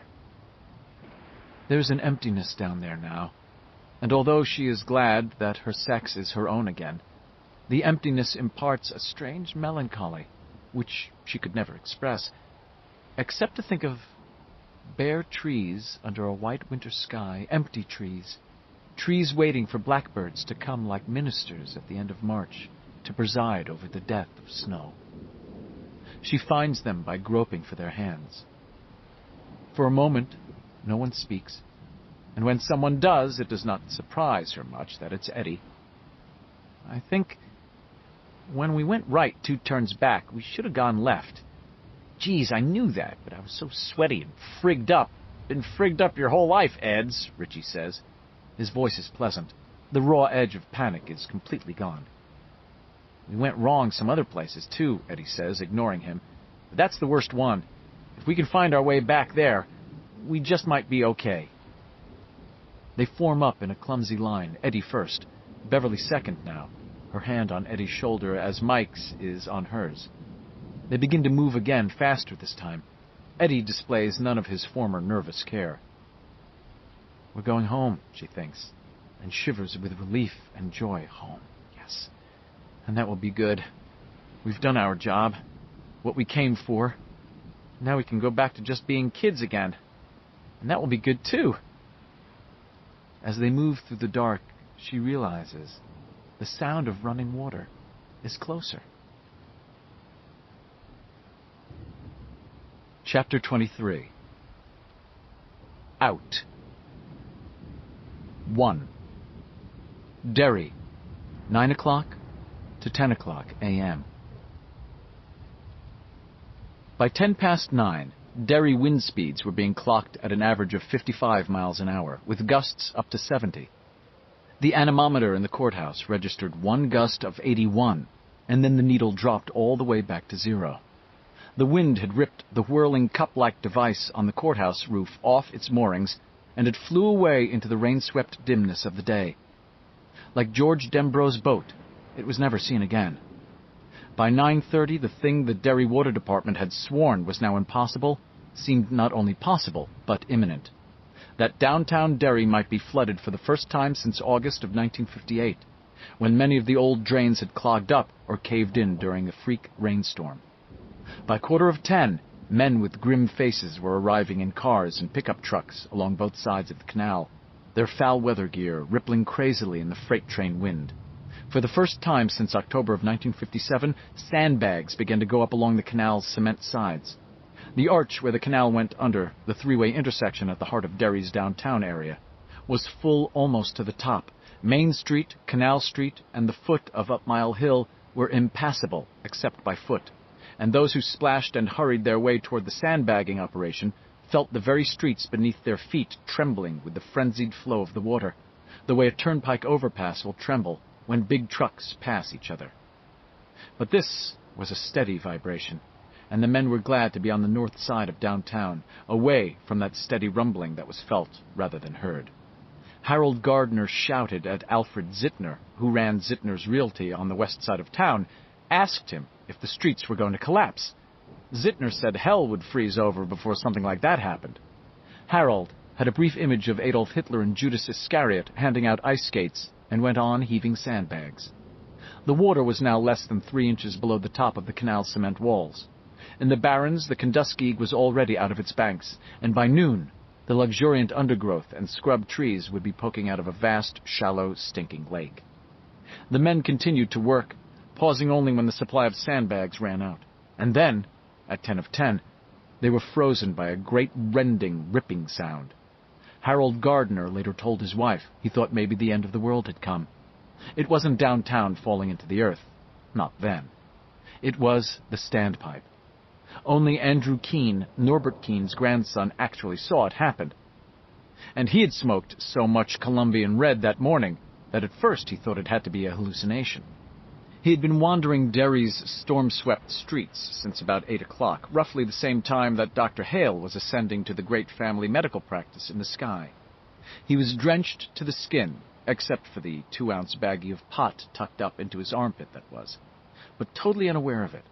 His eyes widened in disbelief. He had reached Memorial Park, which stood on the flank of Standpipe Hill, and unless he was wrong, the Standpipe now had a pronounced lean, like that fucked-up tower in Pisa that was on all the macaroni boxes. "Oh, wow!" Andrew Keene cried, his eyes widening even more. They looked as if they might be on small, tough springs now, as the splintering sounds began. The standpipe's lean was becoming more and more acute, as he stood there with his jeans plastered to his skinny shanks and his drenched paisley headband dripping water into his eyes. White shingles were popping off the downtown side of the great round water tower. No, not exactly popping off. It was more like they were squirting off, and a definite crinkle had appeared about 20 feet above the standpipe's stone foundation. Water suddenly began to spray out through this crinkle, and now the shingles weren't squirting off the standpipe's downtown side, they were spewing into the windstream. A rending sound began to come from the standpipe, and Andrew could see it moving, like the hand of a great clock inclining from noon to 1 to 2. The baggie of pot fell out of his armpit and fetched up inside his shirt somewhere near his belt. He didn't notice. He was utterly fetched. Large twanging sounds came from inside the standpipe, as if the strings of the world's biggest guitar were being broken one by one. These were the cables inside the cylinder, which had provided the proper balance of stress against the water pressure. The standpipe began to heel over faster and faster, boards and beams ripping apart, splinters jumping and whirling into the air.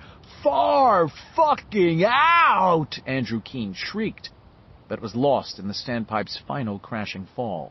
And by the rising sound of 1 3/4 million gallons of water, 7,000 tons of water, pouring out of the building's ruptured spouting side. It went in a gray tidal wave, and of course, if Andrew Keene had been on the downhill side of the standpipe, he would have exited the world in no time. But God favors drunks, small children, and the cataclysmically stoned. Andrew was standing in a place where he could see it all, and not be touched by a single drop. "Great fucking special effects!" Andrew screamed, as the water rolled over Memorial Park like a solid thing, sweeping away the sundial beside which a small boy named Stan Uris had often stood watching birds with his father's field glasses. Steven Spielberg, eat your heart out! The stone bird bath also went. Andrew saw it for a moment, turning over and over, pedestal for dish and dish for pedestal, and then it was gone. A line of maples and birches separating Memorial Park from Kansas Street were knocked down like so many pins in a bowling alley. They took wild, spiky snarls of power lines with them. The water rolled across the street, beginning to spread now, beginning to look more like water than that mind-boggling solid wall that had taken sundial, bird bath, and trees, but it still had power enough to sweep almost a dozen houses on the far side of Kansas Street off their foundations and into the barrens. They went with sickening ease, most of them still whole. Andrew Keene recognized one of them as belonging to the Carl Massensick family. Mr. Massensick had been his 6th grade teacher, a real pooch. As the house went over the edge and down the slope, Andrew realized he could still see a candle burning brightly in one window, and he wondered briefly if he might be mentally high-siding it, if you could dig the concept. There was an explosion from the barrens and a brief gout of yellow flame as someone's Coleman gas lantern ignited oil pouring out of a ruptured fuel tank. Andrew stared at the far side of Kansas Street, where until just 40 seconds ago there had been a neat line of middle-class houses. They were gone city now, and you better believe it, sweet thing. In their places were 10 cellar holes that looked like swimming pools. Andrew wanted to advance the opinion that this was far fucking out, but he couldn't yell anymore. Seemed like his yeller was busted. His diaphragm felt weak and useless.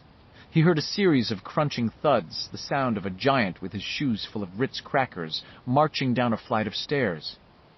It was the standpipe rolling down the hill, a huge white cylinder still spouting the last of its water supply, the thick cables that had helped to hold it together flying into the air and then cracking down again like steel bullwhips, digging runnels in the soft earth that immediately filled up with rushing rainwater. As Andrew watched, with his chin resting somewhere between his collarbones, the standpipe, horizontal now, better than 125 feet long, flew out into the air. For a moment, it seemed frozen there. A surreal image straight out of rubber-walled, straight-jacketed Toodaloo land.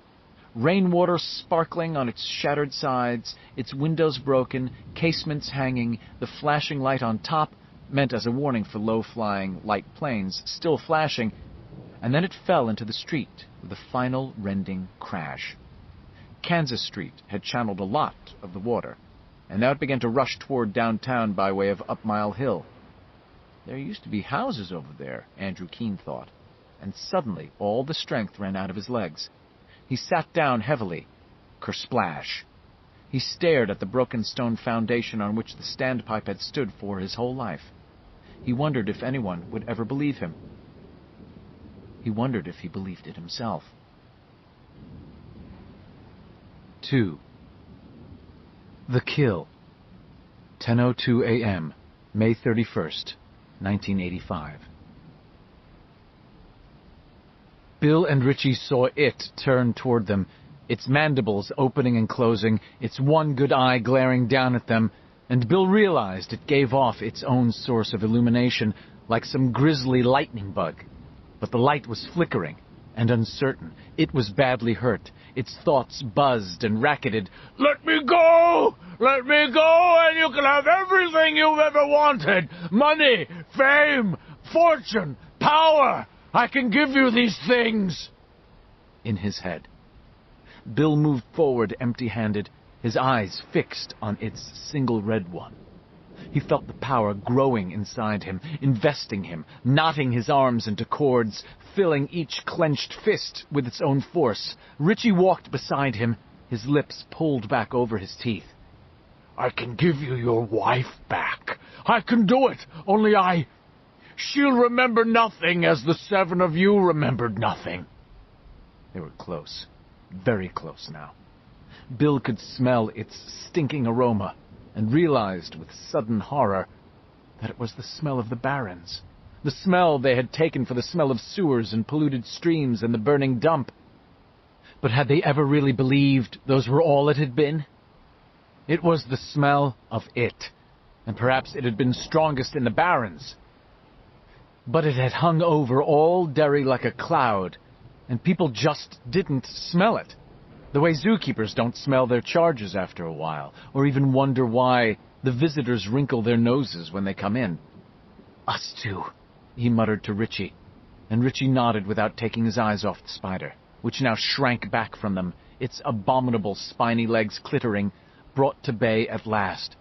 "I can't give you eternal life, but I can touch you, and you will live long, long lives, 200 years, 300, perhaps 500. I can make you gods of the earth, if you let me go, if you let me go, if you let me—" "Bill?" Richie asked hoarsely. With a scream building in him, building up and up and up, Bill charged. Richie ran with him stride for stride. They struck together with their right fists, but Bill understood it was not really their fists they were striking with at all. It was their combined force, augmented by the force of that other. It was the force of memory and desire.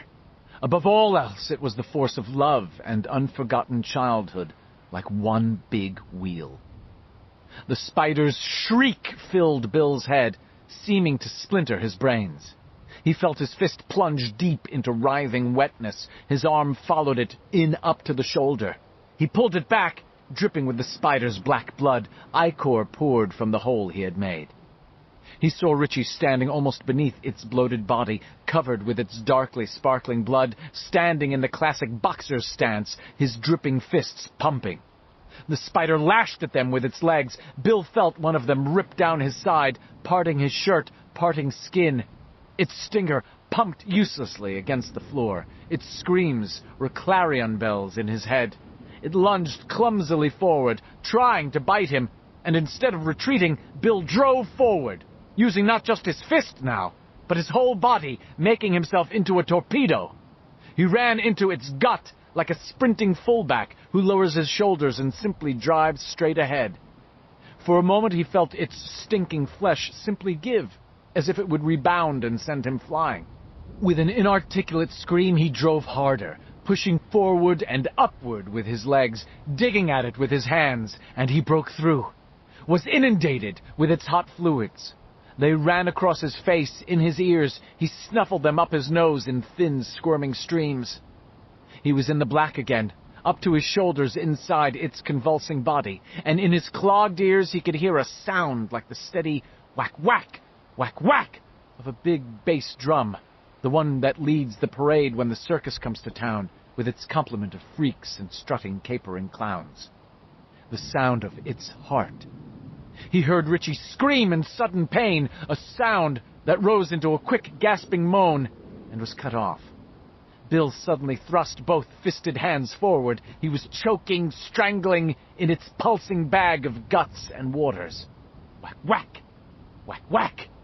He plunged his hands into it, ripping, tearing, parting, seeking the source of the sound, rupturing organs, his slimed fingers opening and closing, his locked chest seeming to swell from lack of air. Whack, whack! Whack, whack! And suddenly it was in his hands, a great living thing that pumped and pulsed against his palms, pushing them back and forth. "No, no, no, no, no, no, no!" "Yes!"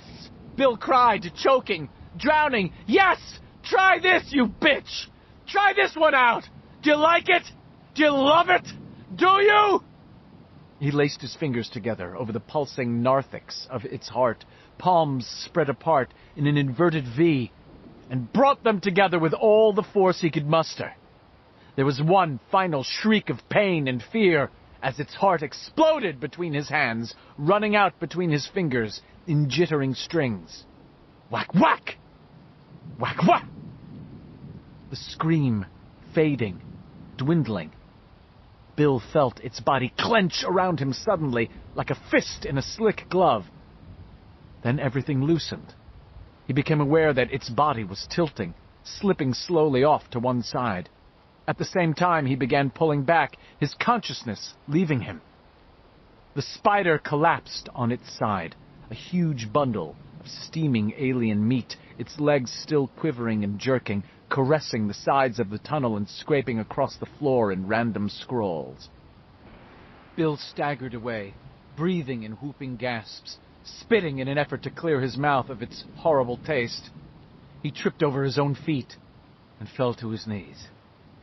And clearly, he heard the voice of the other. The turtle might be dead, but whatever had invested it was not. Son, you did real good.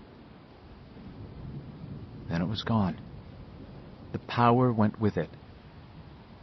He felt weak, revulsed, half insane. He looked over his shoulder and saw the dying black nightmare of the spider still jerking and quivering. "Richie!"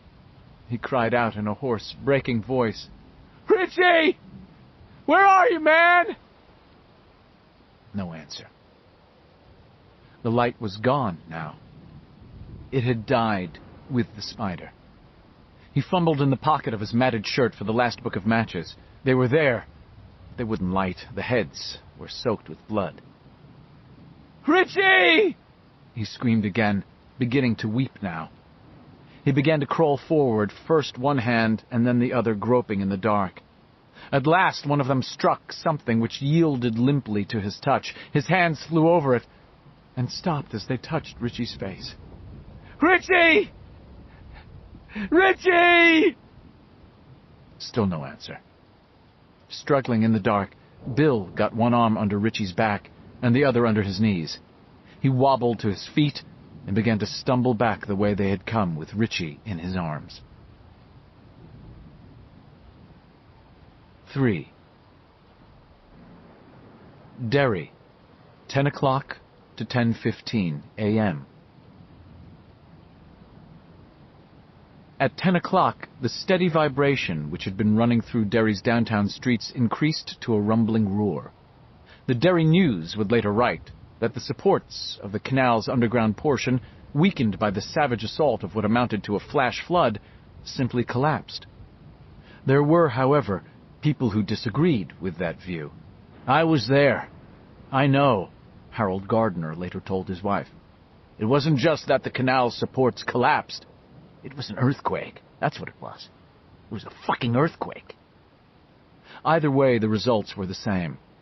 As the rumbling built steadily up and up, windows began to shatter, plaster ceilings began to fall, and the inhuman cry of twisting beams and foundations swelled into a frightening chorus. Cracks raced up the bullet-pocked brick facade of Machen's like grasping hands. The cables holding the marquee of the Aladdin Theater out over the street snapped, and the marquee came crashing down. Richard's Alley, which ran behind the Center Street Drug, suddenly filled up with an avalanche of yellow brick as the Brian X. Dowd Professional Building, erected in 1952, came crashing down. A huge screen of jaundice-colored dust rose in the air and was snatched away like a veil.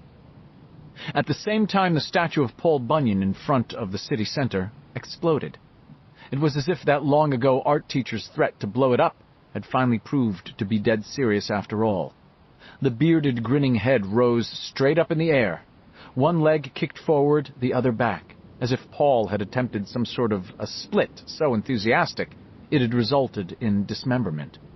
The statue's midsection blew out in a cloud of shrapnel, and the head of the plastic axe rose into the rainy sky, disappeared, and then came down again, twirling end over end.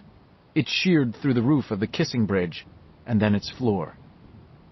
And then, at 10:02 a.m., downtown Derry simply collapsed. Most of the water from the ruptured standpipe had crossed Kansas Street and ended up in the Barrens, but tons of it rushed down into the business district by way of Up Mile Hill. Perhaps that was the straw that broke the camel's back, or perhaps, as Harold Gardner told his wife, there really was an earthquake. Cracks raced across the surface of Main Street. They were narrow at first, and then they began to gape like hungry mouths, and the sound of the canal floated up, not muffled now, but frighteningly loud. Everything began to shake. The neon sign proclaiming Outlet Moccasins in front of Shorty Squire's souvenir shop hit the street and shorted out in 3 feet of water. A moment or two later, Shorty's building, which stood next to Mr. Paperback, began to descend. Buddy Angstrom was the first to see this phenomenon. He elbowed Alfred Zittner, who looked, gaped, and then elbowed Harold Gardner. Within a space of seconds, the sandbagging operation stopped. The men lining both sides of the canal only stood and stared toward downtown in the pouring rain, their faces stamped with identical expressions of horrified wonder. Squire's Souvenirs and Sundries appeared to have been built on some huge elevator which was now on the way down. It sank into the apparently solid concrete with ponderous, stately dignity. When it came to a stop, you could have dropped to your hands and knees on the flooded sidewalk and entered through one of the third-floor windows. Water sprayed up all around the building, and a moment later Shorty himself appeared on the roof, waving his arms madly for rescue.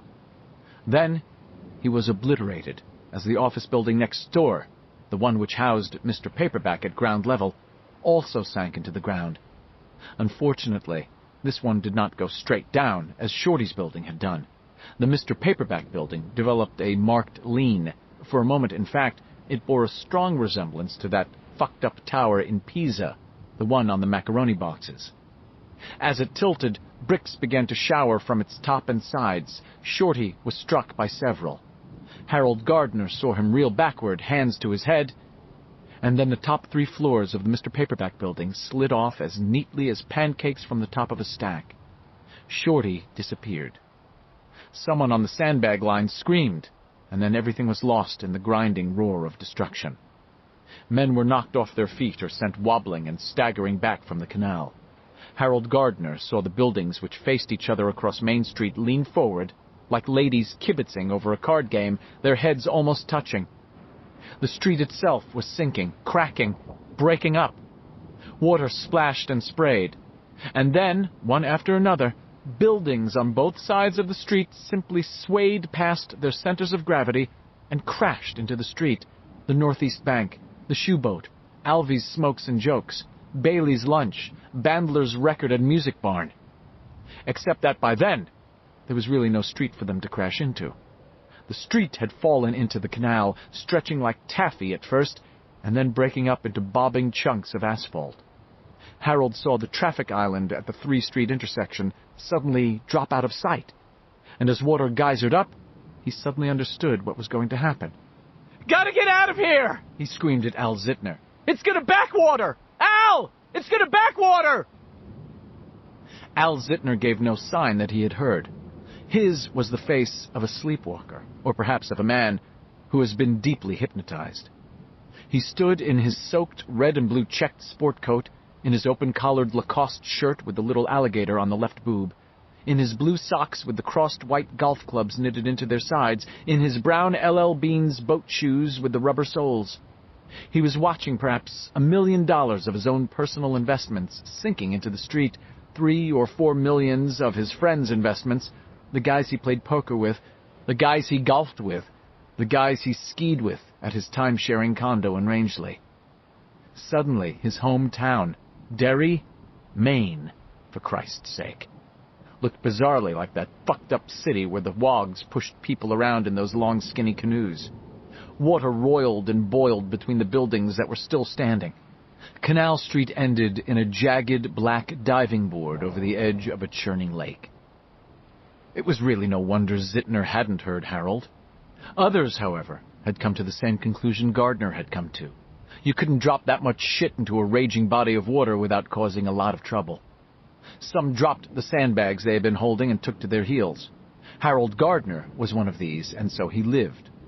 Others were not so lucky, and were still somewhere in the general area as the canal, its throat now choked with tons of asphalt, concrete, brick, plaster, glass, and about $4 million worth of assorted merchandise, back-surged and poured over its concrete sleeve, carrying away men and sandbags impartially.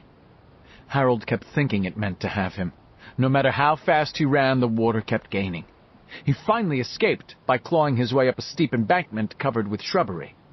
He looked back once and saw a man he believed to be Roger Leonard, the head loan officer at Harold's credit union, trying to start his car in the parking lot of the Canal Mini Mall. Even over the roar of the water and the bellowing wind, Harold could hear the K-car's little sewing machine engine cranking and cranking and cranking as smooth black water ran rocker panel high on both sides of it. Then, with a deep, thundering cry, the Kenduskeag poured out of its banks and swept both the Canal Mini-Mall and Roger Leonard's bright red K-car away. Harold began climbing again, grabbing onto branches, roots, anything that looked solid enough to take his weight. Higher ground, that was the ticket. As Andrew Keene might have said, Harold Gardner was really into the concept of higher ground that morning. Behind him he could hear downtown Derry continuing to collapse. The sound was like artillery fire. 4. Bill. Beverly! He shouted. His back and arms were one solid, throbbing ache. Richie now seemed to weigh at least 500 pounds. Put him down, then, his mind whispered. He's dead. You know damn well he is, so why don't you just put him down? But he wouldn't, couldn't do that. Beverly! He shouted again. Ben! Anyone? He thought, this is where it threw me, and Richie. Except it threw us farther, so much farther. What was that like? I'm losing it. Forgetting. Bill. It was Ben's voice, shaky and exhausted, somewhere fairly close. Where are you? Over here, man. I've got Richie. He's hurt. Keep talking. Ben was closer now. Keep talking, Bill. We killed it, Bill said, walking toward where Ben's voice had come from. We killed the bitch. And if Richie's dead... Dead! Ben called, alarmed. He was very close now. And then his hand groped out of the dark and pawed lightly at Bill's nose. What do you mean, dead? They were supporting Richie together now. I can't see him, Bill said. That's the thing. I can't see him. Richie! Ben shouted and shook him. Richie, come on! Come on, goddammit! Ben's voice was blurring now, becoming shaky. Richie! Will you wake the fuck up? And in the dark, Richie said in a sleepy, irritable, just coming out of it voice, All right, Haystack, all right. We don't need no stinking batches. Richie! Bill screamed. Richie, are you all right? Bitch threw me, Richie muttered in that same tired, just coming out of sleep voice. I hit something hard. That's all I remember. Where's Bevy? Back this way, Ben said. Quickly, he told them about the eggs. I stamped over 100. I think I got all of them. I pray to God you did, Richie said. He was starting to sound better. Put me down, Big Bill. I can walk. Is the water louder? Yes, Bill said. The three of them were holding hands in the dark. How's your head? Hurts like hell. What happened after I got knocked out? Bill told them as much as he could bring himself to tell. And it's dead, Richie marveled. Are you sure, Bill? Yes, Bill said. This time I'm really sure. Thank God, Richie said. Hold on to me, Bill. I gotta barf. Bill did. And when Richie was done, they walked on. Every now and then his foot struck something brittle that rolled off into the darkness, parts of the spider's eggs that Ben had trumped to pieces, he supposed, and shivered. It was good to know they were going in the right direction, but he was still glad he couldn't see the remains. Beverly! Ben shouted. Beverly! Here! Her cry was faint, almost lost in the steady rumble of the water. They moved forward in the dark, calling to her steadily, zeroing in. When they finally reached her, Bill asked if she had any matches left.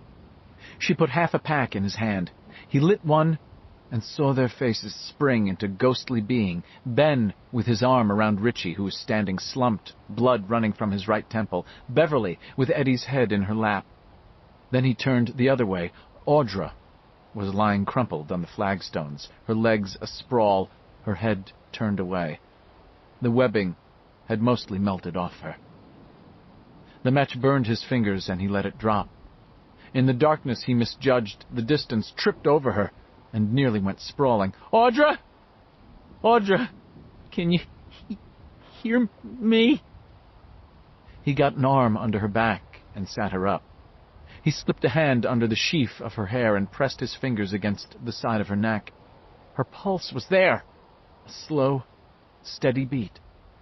He lit another match, and as it flared he saw her pupils contract. But that was an involuntary function. The fix of her gaze did not change, even when he brought the match close enough to her face to redden her skin. She was alive, but unresponsive. Hell, it was worse than that, and he knew it. She was catatonic. The second match burned his fingers. He shook it out. "Bill, I don't like the sound of that water," Ben said. "I think we ought to get out of here." "How will we do it without Eddie?" Richie murmured. "We can do it," Bev said. "Bill, Ben's right. We have to get out." "I'm taking her, of course. But we ought to go now." "Which way?" "You'll know," Beverly said softly. "You killed it. You'll know, Bill." He picked Audra up as he had picked Richie up, and went back to the others. The feel of her in his arms was disquieting, creepy. She was like a breathing waxwork. "Which way, Bill?" Ben asked. "I don't—" "You'll know. You killed it, and you'll know." "Well, come on," Bill said. "Let's see if we can't find out. Beverly, grab these." He handed her the matches. "What about Eddie?" she asked. "We have to take him out." "How can we?" Bill asked. "It's Beverly. The place is falling apart." "We gotta get him out of here, man," Richie said. "Come on, Ben." Between them they managed to hoist up Eddie's body. Beverly lit them back to the fairy tale door. Bill took Audra through it, holding her up from the floor as best he could. Richie and Ben carried Eddie through. "Put him down," Beverly said. "He can stay here." "It's too dark," Richie sobbed. "You know, it's too dark. He—" "No, it's okay," Ben said. "Maybe this is where he's supposed to be. I think maybe it is." They put him down, and Richie kissed Eddie's cheek. Then he looked blindly up at Ben. "You sure?" "Yeah. Come on, Richie." Richie got up and turned toward the door. "Fuck you, bitch!" he cried suddenly, and kicked the door shut with his foot. It made a solid chucking sound as it closed and latched. "Why'd you do that?" Beverly asked. "I don't know," Richie said, but he knew well enough. He looked back over his shoulder just as the match Beverly was holding went out. "Bill, the mark on the door." "What about it?" Bill panted. Richie said, "It's gone." 5. Derry, 10:30 a.m.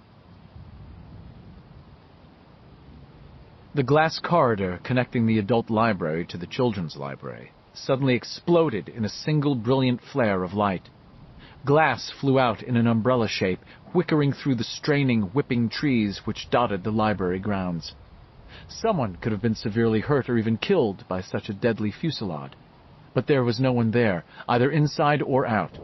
The library had not been opened that day at all.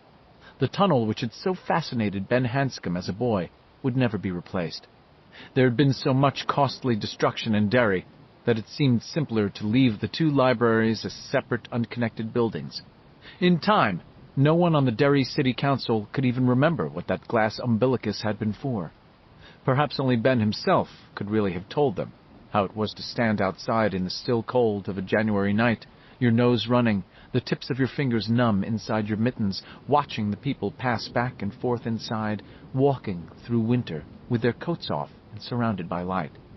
He could have told them, but maybe it wasn't the sort of thing you could have gotten up and testified about at a city council meeting, how you stood out in the cold dark and learned to love the light. All of that's as may be. The facts were just these. The glass corridor blew up for no apparent reason. No one was hurt, which was a blessing, since the final toll taken by that morning's storm, in human terms at least, was 67 killed and better than 320 injured. And it was never rebuilt.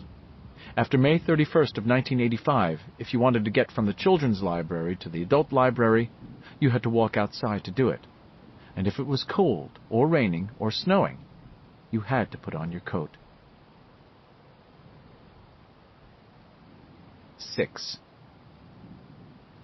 Out. 10:54 a.m., May 31st, 1985. Wait, Bill gasped. Give me a chance. Rest. Let me help you with her, Richie said again.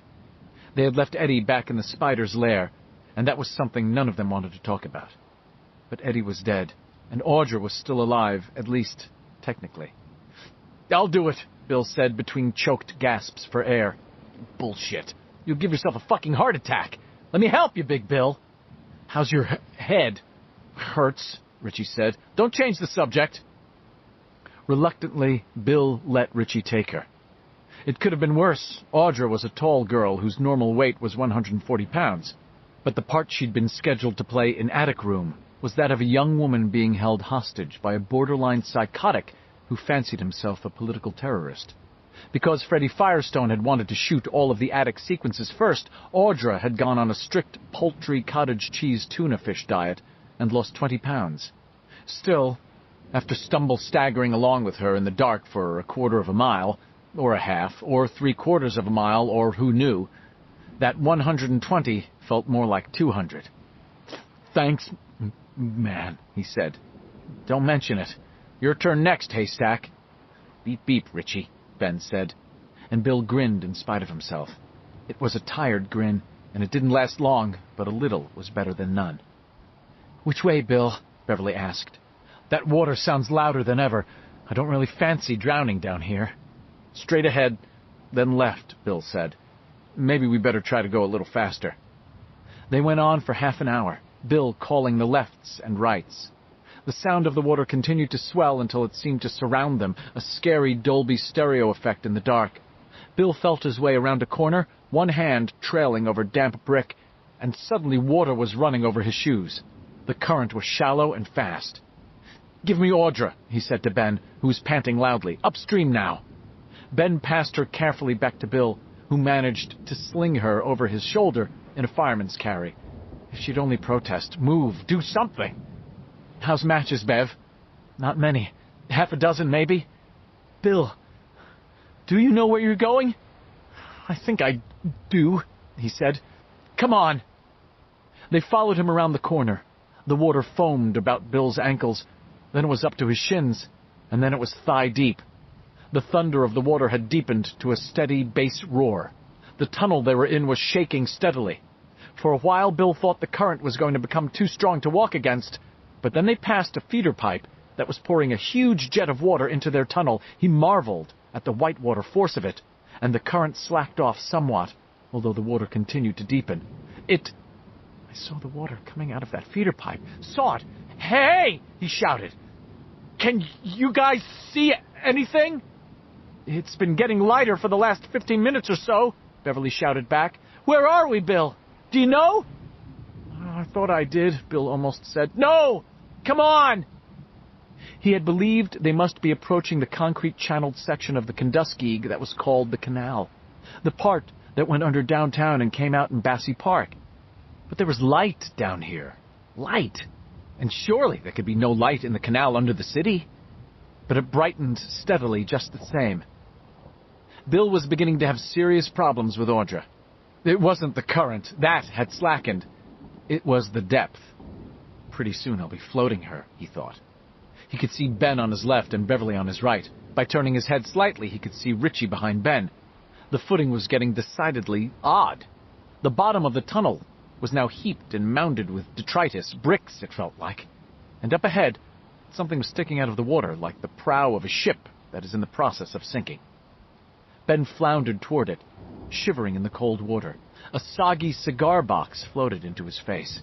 He pushed it aside and grabbed at the thing sticking out of the water. His eyes widened.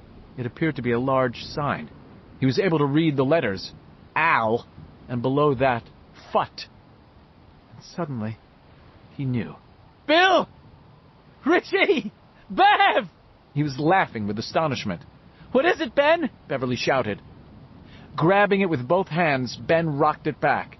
There was a grating sound as one side of the sign scraped along the wall of the tunnel. Now they could read, Alade, and below that, Back to the Future. It's the marquee for the Aladdin, Richie said. How? The street caved in, Bill whispered. His eyes were widening. He stared up the tunnel. The light was brighter still up ahead. What, Bill? What the fuck happened? Bill! Bill! What? All these drains, Bill said wildly. All these old drains! There's been another flood, and I think this time... He began to flounder ahead again, holding Audra up. Ben, Bev, and Richie fell in behind him. 5 minutes later, Bill looked up and saw blue sky. He was looking through a crack in the ceiling of the tunnel, a crack that widened to better than 70 feet across as it ran away from where he stood. The water was broken by many islands and archipelagos up ahead, piles of bricks, the back deck of a Plymouth sedan with its trunk sprung open and pouring water, a parking meter leaning against the tunnel wall at a drunken slant, its red violation flag up. The footing had become almost impossible now. Many mountains that rose and fell with no rhyme or reason, inviting a broken ankle. The water ran mildly around their armpits. Mild now, Bill thought. But if we'd been here 2 hours ago, even one, I think we might have gotten the ride of our lives. "The fuck is this, Big Bill?" Richie asked. He was standing at Bill's left elbow, his face soft with wonder, as he looked up at the rip in the roof of the tunnel. Except it's not the roof of any tunnel, Bill thought. It's Main Street. At least it used to be. I think most of downtown Derry is now in the canal and being carried down the Kenduskeag River. Pretty soon it'll be in the Penobscot, and then it will be in the Atlantic Ocean, and good fucking riddance. Can you help me with Audra, Richie? I don't think I can. Sure, Richie said. Sure, Bill. No sweat. He took Audra from Bill. In this light, Bill could see her better than he perhaps wanted to. Her pallor masked but not hidden by the dirt and ordure that smeared her forehead and caked her cheeks. Her eyes were still wide open and innocent of all sense.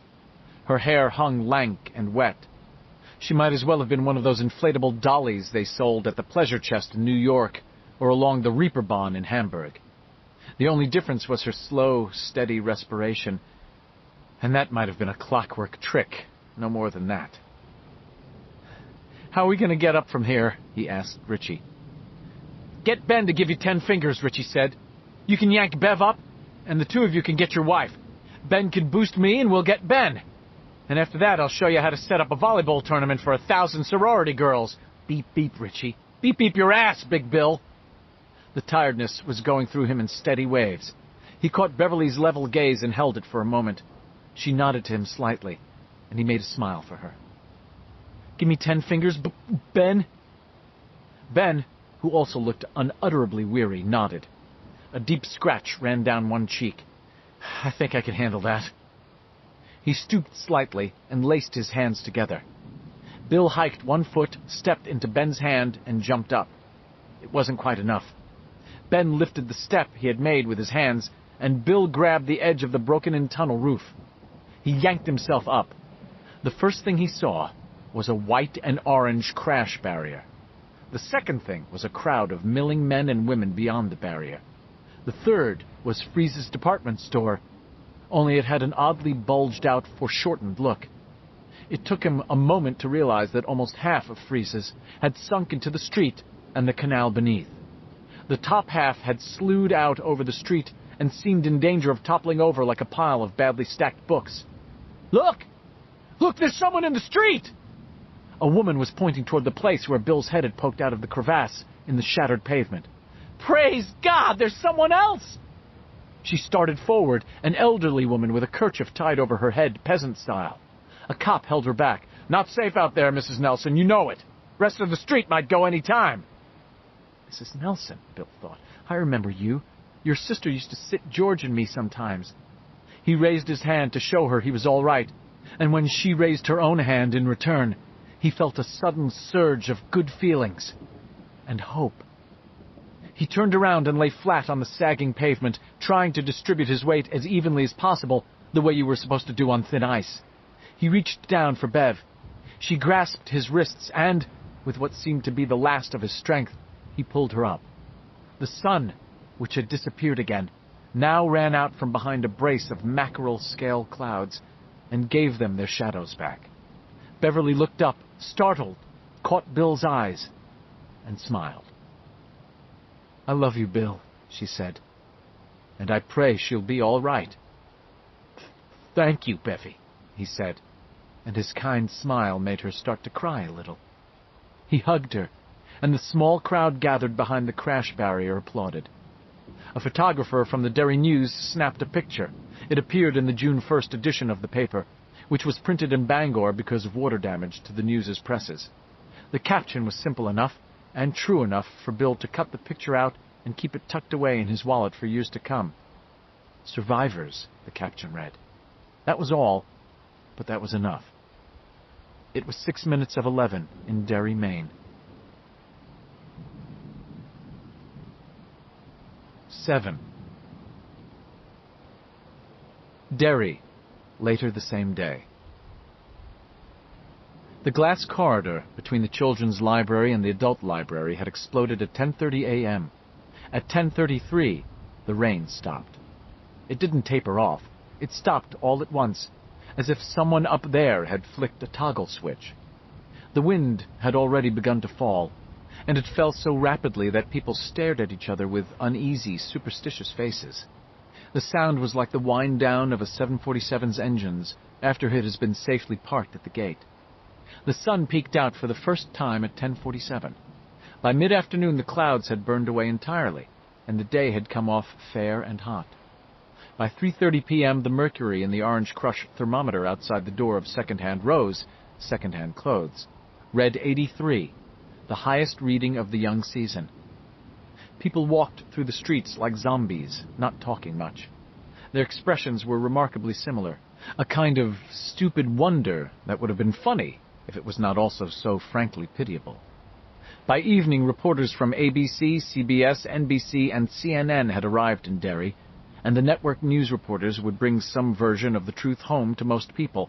They would make it real, although there were those who might have suggested that reality is a highly untrustworthy concept, something perhaps no more solid than a piece of canvas stretched over an interlacing of cables, like the strands of a spider web.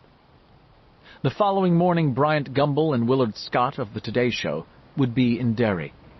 During the course of the program, Gumbel would interview Andrew Keene. "Whole standpipe just crashed over and rolled down the hill," Andrew said. It was like, wow, you know what I mean? Like Steven Spielberg, eat your heart out, you know? Hey, I always got the idea, looking at you on TV, that you were, a lot bigger. Seeing themselves and their neighbors on TV, that would make it real. It would give them a place from which to grasp this terrible, ungraspable thing. It had been a freak storm. In the days following, the death count would rise in the wake of the killer storm. It was, in fact, the worst spring storm in Maine history. All of these headlines, as terrible as they were useful. They helped to blunt the essential strangeness of what had happened, or perhaps strangeness was too mild a word. Insanity might have been better. Seeing themselves on TV would help make it concrete, less insane. But in the hours before the news crews arrived, there were only the people from Derry, walking through their rubble-strewn, mud-slicked streets with expressions of stunned unbelief on their faces. Only the people from Derry, not talking much, looking at things, occasionally picking things up and then tossing them down again, trying to figure out what had happened during the last 7 or 8 hours. Men stood on Kansas Street, smoking, looking at houses lying upside down in the barrens. Other men and women stood beyond the white and orange crash barriers, looking into the black hole that had been downtown until 10 that morning. The headline of that Sunday's paper read, "We will rebuild, vows Derry Mayor." And perhaps they would. But in the weeks that followed, while the city council wrangled over how the rebuilding should begin, the huge crater that had been downtown continued to grow in an unspectacular but steady way. 4 days after the storm, the office building of the Bangor Hydroelectric Company collapsed into the hole. 3 days after that, the Flying Dog House, which sold the best kraut and chili dogs in eastern Maine, fell in. Drains backed up periodically in houses, apartment buildings, and businesses. It got so bad in the Old Cape that people began to leave. June 10th was the first evening of horse racing at Bassey Park. The first pace was scheduled for 8 p.m., and that seemed to cheer everyone up. But a section of bleachers collapsed as the trotters in the first race turned into the home stretch, and half a dozen people were hurt. One of them was Foxy Foxworth, who had managed the Aladdin Theater until 1973. Foxy spent 2 weeks in the hospital, suffering from a broken leg and a punctured testicle. When he was released, he decided to go to his sister's in Somersworth, New Hampshire. He wasn't the only one. Derry was falling apart.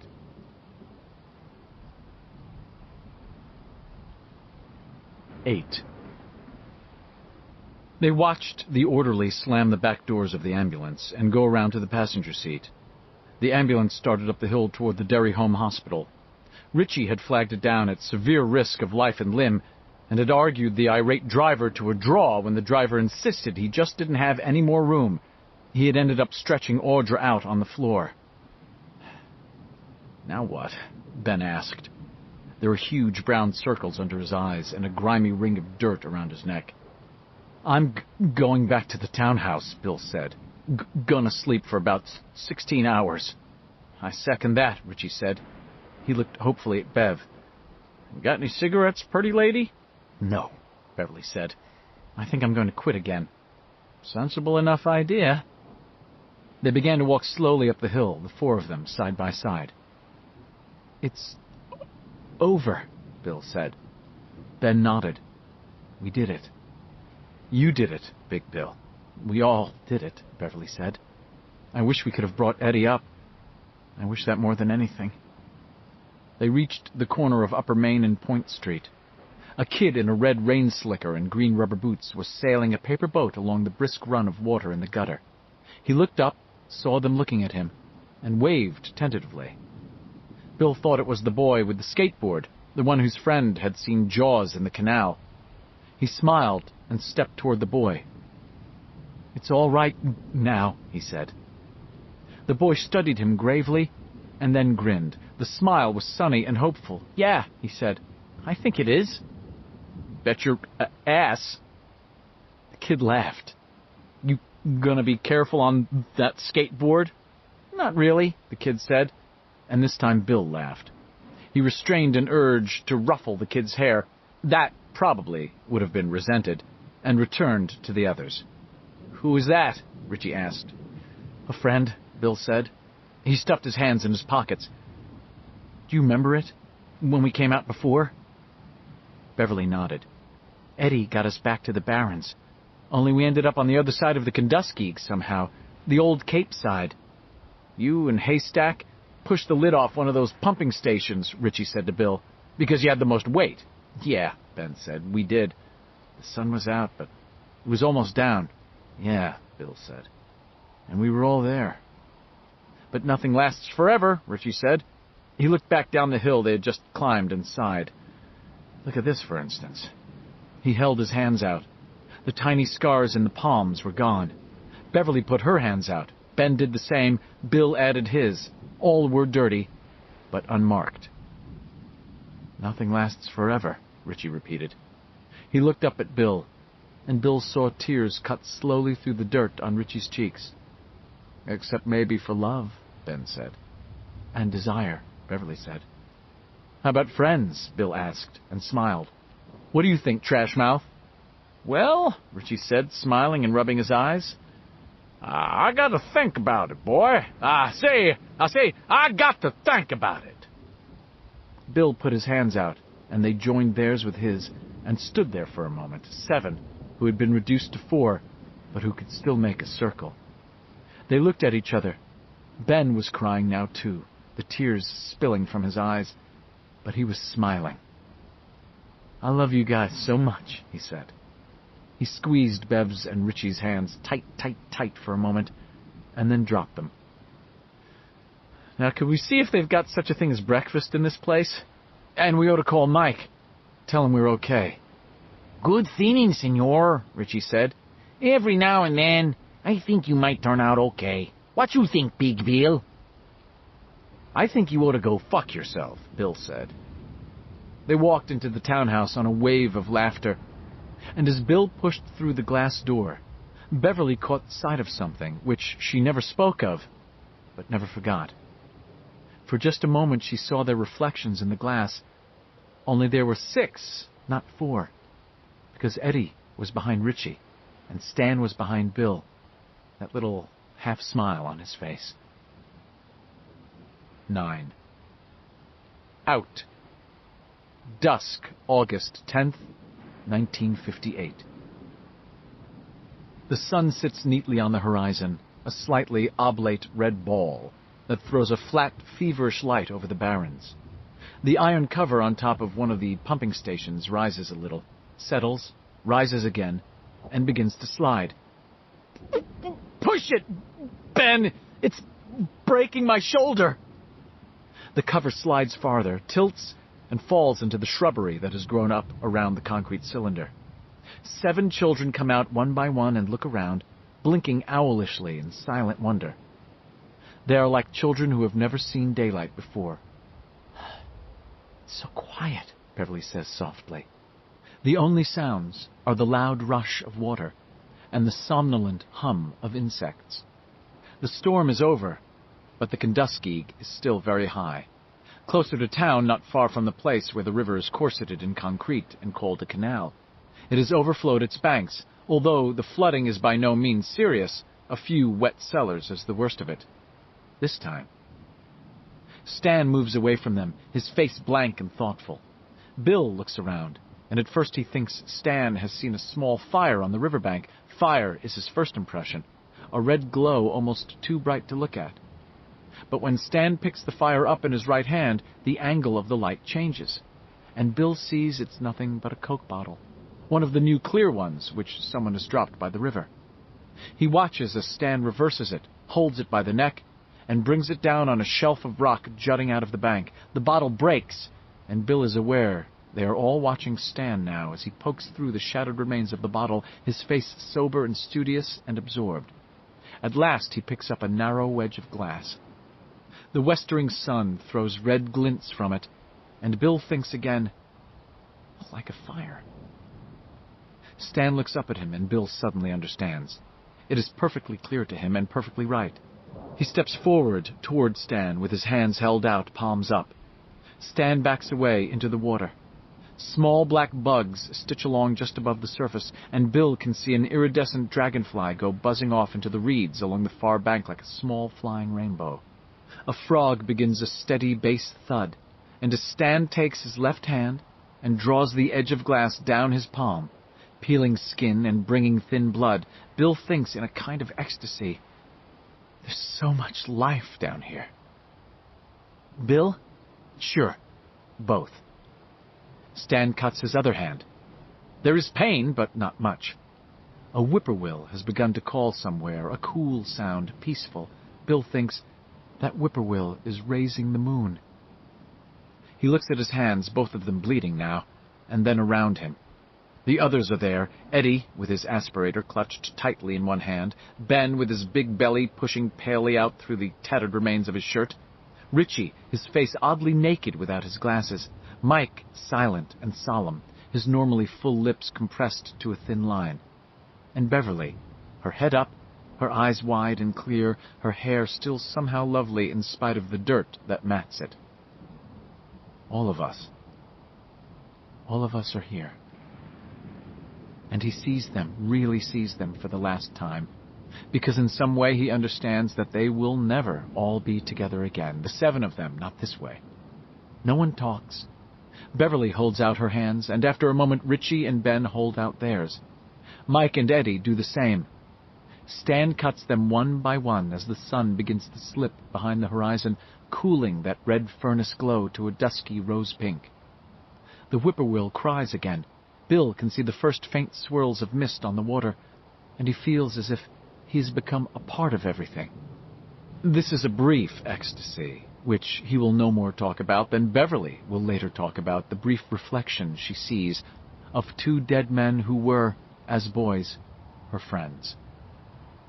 A breeze touches the trees and bushes, making them sigh, and he thinks, this is a lovely place, and I'll never forget it. It's lovely, and they are lovely. Each one of them is gorgeous, The whippoorwill cries again, sweet and liquid, and for a moment Bill feels at one with it, as if he could sing and then be gone into the dusk, as if he could fly away, brave in the air. He looks at Beverly, and she's smiling at him. She closes her eyes and holds her hands out to either side. Bill takes her left, Ben her right. Bill can feel the warmth of her blood mixing with his own.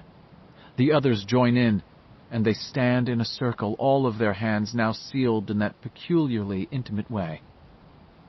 Stan is looking at Bill with a kind of urgency, a kind of fear. Swear to me that you'll come back, Bill says. Swear to me that if it isn't dead, you'll come back. Swear, Ben said. Swear, Richie. Yes, I swear, Bev. Swear it, Mike Hanlon mutters. Yeah, swear, Eddie, his voice a thin and reedy whisper. I swear too, Stan whispers, but his voice falters and he looks down as he speaks. I swear. That was it. That was all.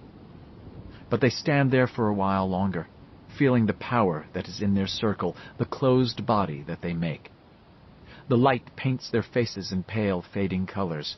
The sun is now gone, and sunset is dying.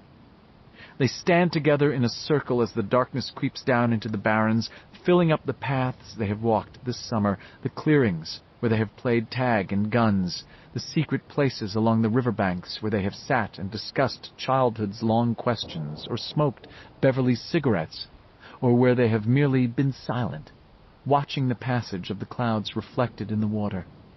The eye of the day is closing. At last Ben drops his hands. He starts to say something, shakes his head, and walks away.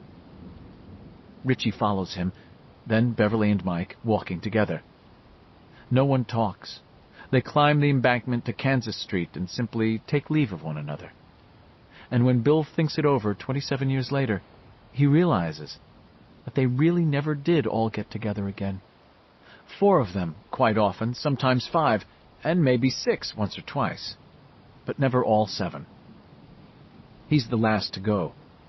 He stands for a long time with his hands on the rickety white fence, looking down into the barrens as, overhead, the first stars seed the summer sky. He stands under the blue and over the black, and watches the barrens fill up with darkness. I never want to play down there again, he thinks suddenly, and is amazed to find the thought is not terrible or distressing, but tremendously liberating. He stands there a moment longer and then turns away from the barrens and starts home, walking along the dark sidewalk with his hands in his pockets, glancing from time to time at the houses of Derry, warmly lit against the night. After a block or 2, he begins to walk faster, thinking of supper. And a block or 2 after that, he begins to whistle. Derry, the last interlude. The ocean, in these times, is a perfect fleet of ships, and we can hardly fail to encounter many in running over. It is merely crossing, said Mr. Micawber, trifling with his eyeglass. Merely crossing. The distance is quite imaginary. Charles Dickens, David Copperfield. June 4th, 1985. Bill came in about 20 minutes ago and brought me this book. Carol found it on one of the tables in the library and gave it to him when he asked for it. I thought Chief Rademacher might have taken it, but apparently he didn't want anything to do with it. Bill's stutter is disappearing again, but the poor man has aged 4 years in the last 4 days. He told me he expects Audra to be discharged from Derry Home Hospital, where I myself yet tarry, tomorrow, only to take a private ambulance north to the Bangor Mental Health Institute. Physically, she's fine, minor cuts and bruises that are already healing. Mentally, you raise your hand and it stays up, Bill said. He was sitting by the window, twiddling a can of diet soda between his hands. Just floats there until someone puts it down again. Her reflexes are there, but very slow. The EEG they did shows a severely repressed alpha wave. She's catatonic, Mike. I said, I've got an idea. Maybe not such a good one. If you don't like it, just say so. What? I'm going to be here in Bangor another week, I said. Instead of sending Audra up to Bangor, why don't you take her to my place, Bill? Spend a week with her. Talk to her, even if she doesn't talk back. Is she continent? No, Bill said bleakly. Can you, would I change her?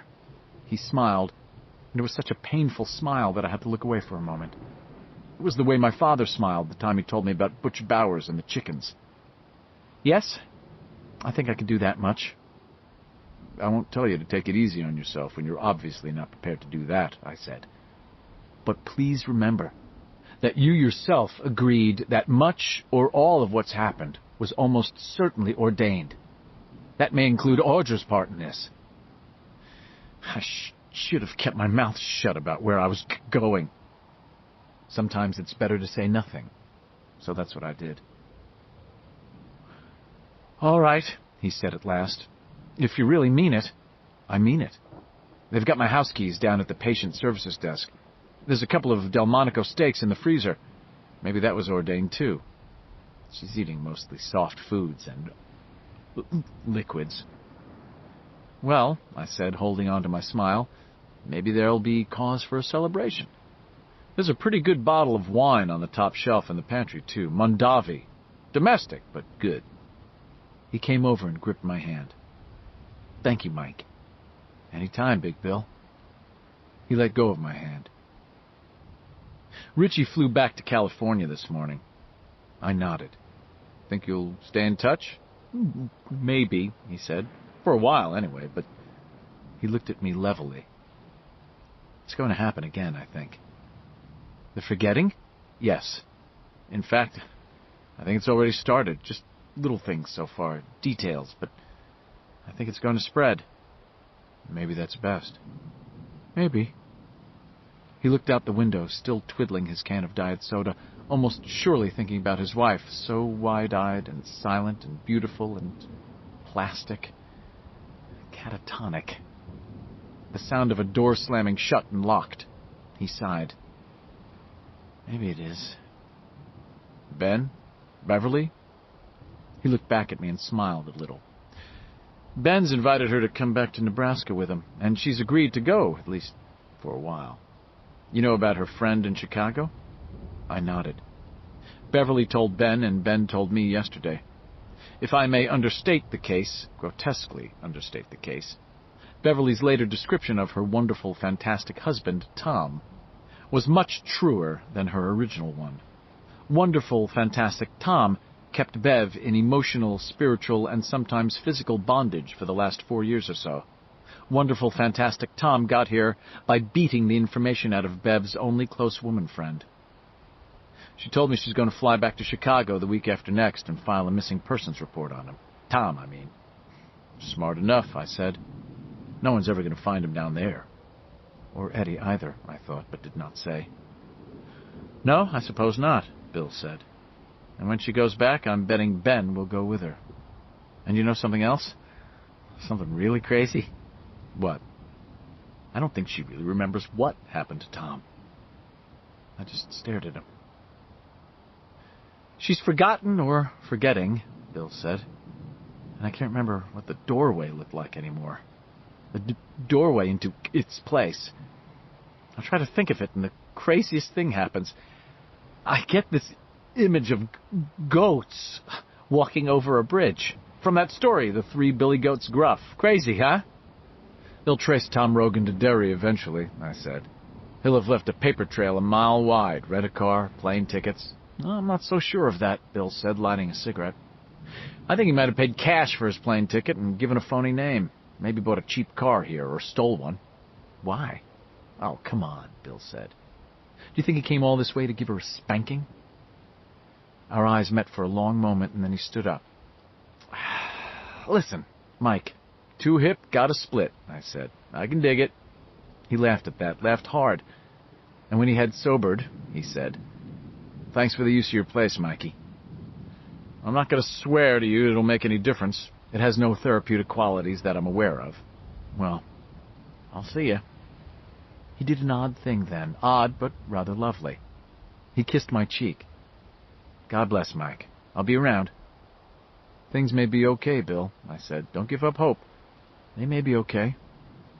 He smiled and nodded, but I think the same word was in both of our minds. Catatonic. June 5th, 1985. Ben and Beverly came in today to say goodbye. They're not flying. Ben's rented a great big Cadillac from the Hertz people, and they're going to drive, not hurrying. There's something in their eyes when they look at each other, and I bet my pension plan that if they're not making it now, they will be by the time they get to Nebraska. Beverly hugged me, told me to get well quickly, and then cried. Ben also hugged me, and asked for the third or fourth time if I would write. I told him I would indeed write, and so I will. For a while, at least, because this time it's happening to me as well. I'm forgetting things. As Bill said, right now it's only small things, details. But it feels like the sort of thing that's going to spread. It could be that in a month or a year, this notebook will be all I'll have to remind me of what happened here in Derry. I suppose the words themselves might begin to fade, eventually leaving this book as blank as when I first picked it up in the school supplies department at Freeze's. That's an awful thought, and in the daytime it seems wildly paranoid. But do you know, in the watches of the night, it seems perfectly logical. This forgetting, the prospect fills me with panic, but it also offers a sneaking sort of relief. It suggests to me more than anything else that this time they really did kill it, that there is no need of a watchman to stand and wait for the cycle to begin again. Dull panic, sneaking relief. It's the relief I'll embrace, I think, sneaking or not. Bill called to say he and Audra had moved in. There is no change in her. "I'll always remember you." That's what Beverly told me just before she and Ben left. I think I saw a different truth in her eyes. June 6th, 1985. Interesting piece in the Derry News today on page 1. The story was headed, "Storm Causes Henley to Give Up Auditorium Expansion Plans." The Henley in question is Tim Henley, a multi-millionaire developer who came into Derry like a whirlwind in the late 60s. It was Henley and Zittner who organized the consortium responsible for building the Derry Mall, which, according to another piece on page 1, is probably going to be declared a total loss. Tim Henley was determined to see Derry grow. There was a profit motive, yes indeed, but there was more to it than that. Henley genuinely wanted to see it happen. His sudden abandonment of the auditorium expansion suggests several things to me. That Henley may have soured on Derry is only the most obvious. I think it's also possible that he's in the process of losing his shirt because of the destruction of the mall. But the article also suggests that Henley is not alone, that other investors and potential investors in Derry's future may be rethinking their options. Of course, Al Zittner won't have to bother. God retired him when downtown collapsed. Of the others, those who thought like Henley are now facing a rather difficult problem. How do you rebuild an urban area which is now at least 50% underwater? I think that, after a long and ghoulishly vital existence, Derry may be dying, like a nightshade whose time to bloom has come and gone. Called Bill Denbrough late this afternoon. No change in Audra. An hour ago I put through another call, this one to Richie Tozier in California. His answering machine fielded the call with Creedence Clearwater Revival music playing in the background. Those machines always fuck up my timing somehow. I left my name and number, hesitated, and added that I hoped he was able to wear his contact lenses again. I was about to hang up when Richie himself picked up the phone and said, "Mikey, how you be?" His voice was pleased and warm, but there was an obvious bewilderment there as well. He was wearing the verbal expression of a man who has been caught utterly flat-footed. "Hello, Richie," I said. "I'm doing pretty well." "Good. How much pain you having?" "Some. It's going away. The itch is worse. I'll be damn glad when they finally decide to unstrap my ribs. By the way, I liked the Creedence. Richie laughed. Shit, that ain't Creedence. That's Rock and Roll Girls from Fogerty's new album, Center Field, it's called. You haven't heard any of it? Uh-uh. You gotta get it, it's great, it's just like... He trailed off for a moment and then said, "It's just like the old days." "I'll pick it up," I said, and I probably will. I always liked John Fogerty. Green River was my all-time Creedence favorite, I guess. "Get back home," he says. Just before the fade, he says it. What about Bill? He and Audra are keeping house for me while I'm in here. Good, that's good. He paused for a moment. "You want to hear something fucking bizarre, old Mikey?" "Sure," I said. I had a pretty good idea what he was going to say. "Well, I was sitting here in my study, listening to some of the new Cashbox hot prospects, going over some ad copy, reading memos. There's about 2 mountains of stuff backed up, and I'm looking at roughly a month of 25-hour days. So I had the answering machine turned on, but with the volume turned up so I could intercept the calls I wanted and just let the dimwits talk to the tape. And the reason I let you talk to the tape as long as I did was because at first you didn't have the slightest idea who I was." "Jesus, that's right. How did you know that?" "Because we're forgetting again. All of us this time." "Mikey, are you sure?" "What was Stan's last name?" I asked him. There was silence on the other end of the line, a long silence. In it, faintly, I could hear a woman talking in Omaha, or maybe she was in Ruthven, Arizona, or Flint, Michigan. I heard her, as faint as a space traveler leaving the solar system in the nose cone of a burned-out rocket, thank someone for the cookies. Then Richie said, uncertainly, "I think it was Underwood, but that isn't Jewish, is it?" It was Eurus. "Eurus!" Richie cried, sounding both relieved and shaken. Jesus, I hate it when I get something right on the tip of my tongue and I can't quite pick it off. Someone brings out a Trivial Pursuit game, I say, "Excuse me, but I think the diarrhea's coming back, so maybe I'll just go home, okay?" But you remember anyhow, Mikey, like before. No, I looked it up in my address book. Another long silence. Then, "You didn't remember?" "Nope." "No shit?" "No shit." "And this time it's really over," he said, and the relief in his voice was unmistakable. "Yes, I think so." That long-distance silence fell again. All the miles between Maine and California. I believe we were both thinking the same thing. It was over, yes, and in 6 weeks or 6 months we will have forgotten all about each other. It's over, and all it's cost us is our friendship and Stan and Eddie's lives. I've almost forgotten them. You know it? Horrible as it may sound, I've almost forgotten Stan and Eddie. Was it asthma Eddie had, or chronic migraine? I'll be damned if I can remember for sure. Although I think it was migraine. I'll ask Bill. He'll know. "Well, you say hi to Bill and that pretty wife of his," Richie said with a cheeriness that sounded canned. "I will, Richie," I said, closing my eyes and rubbing my forehead. He remembered Bill's wife was in Derry, but not her name, or what had happened to her. "And if you're ever in L.A., you got the number. We'll get together and mouth some chow." "Sure." I felt hot tears behind my eyes. "And if you get back this way, the same thing goes." "Mikey?" "Right here." "I love you, man." "Same here." "Okay. Keep your thumb on it. Beep, beep, Richie." He laughed. Yeah. Stick it in your ear, Mike. I say, in your ear, boy." He hung up, and so did I. Then I lay back on my pillows with my eyes shut and didn't open them for a long time.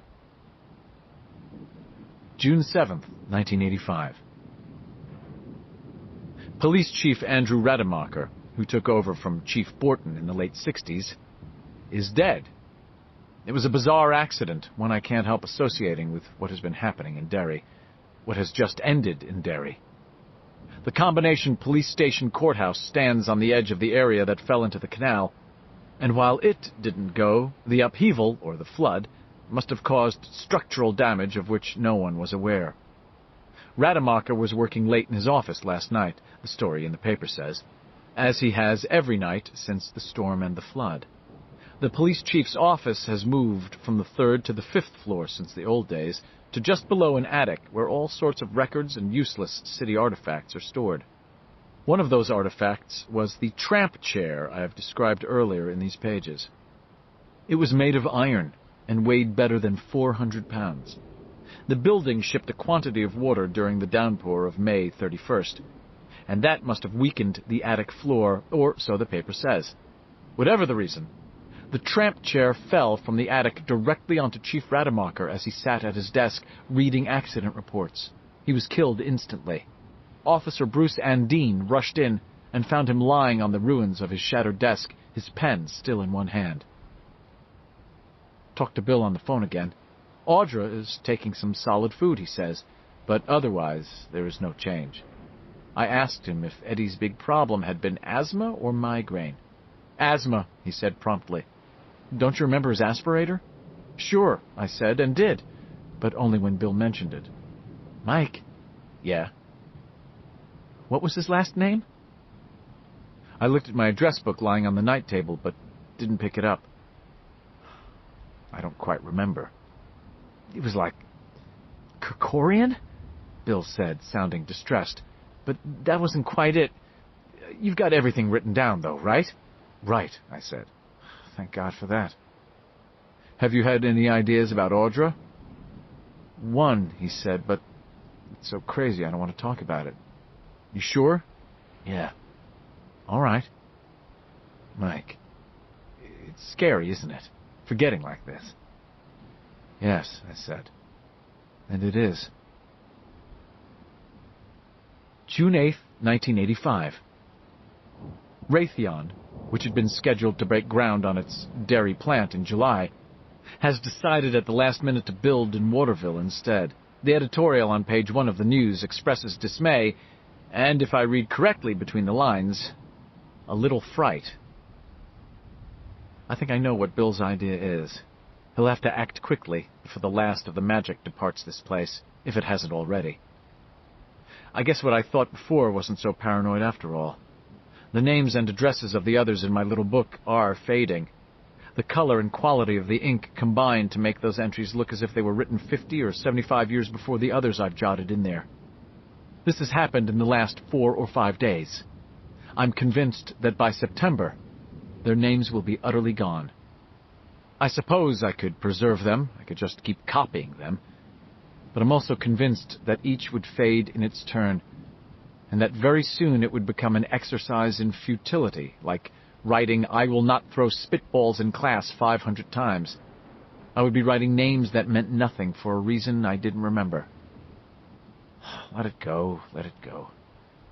Bill, act quickly, but be careful.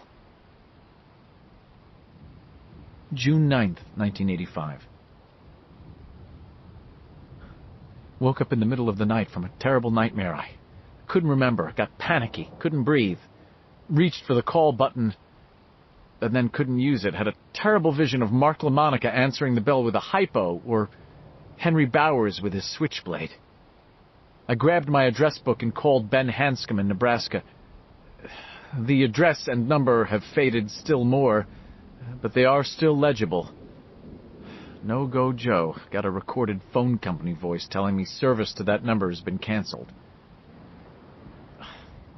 Was Ben fat? Or did he have something like a club foot? Lay awake until dawn. June 10th, 1985. They tell me I can go home tomorrow. I called Bill and told him that. I suppose I wanted to warn him that his time is getting shorter all the time. Bill is the only one I remember clearly, and I'm convinced that I'm the only one he remembers clearly, because we are both still here in Derry, I suppose. All right, he said. By tomorrow, we'll be out of your hair. You still got your idea? Yeah. Looks like it's time to try it. Be careful. He laughed and said something I both do and don't understand. You can't be careful on a skateboard, man. How will I know how it turned out, Bill? You'll know, he said, and hung up. My heart's with you, Bill, no matter how it turns out. My heart is with all of them, and I think that, even if we forget each other, we'll remember in our dreams. I'm almost done with this diary now, and I suppose a diary is all that it will ever be, and that the story of Derry's old scandals and eccentricities has no place outside these pages. That's fine with me. I think that, when they let me out of here tomorrow, it might finally be time to start thinking about some sort of new life, although just what that might be is unclear to me. I loved you guys, you know? I loved you so much.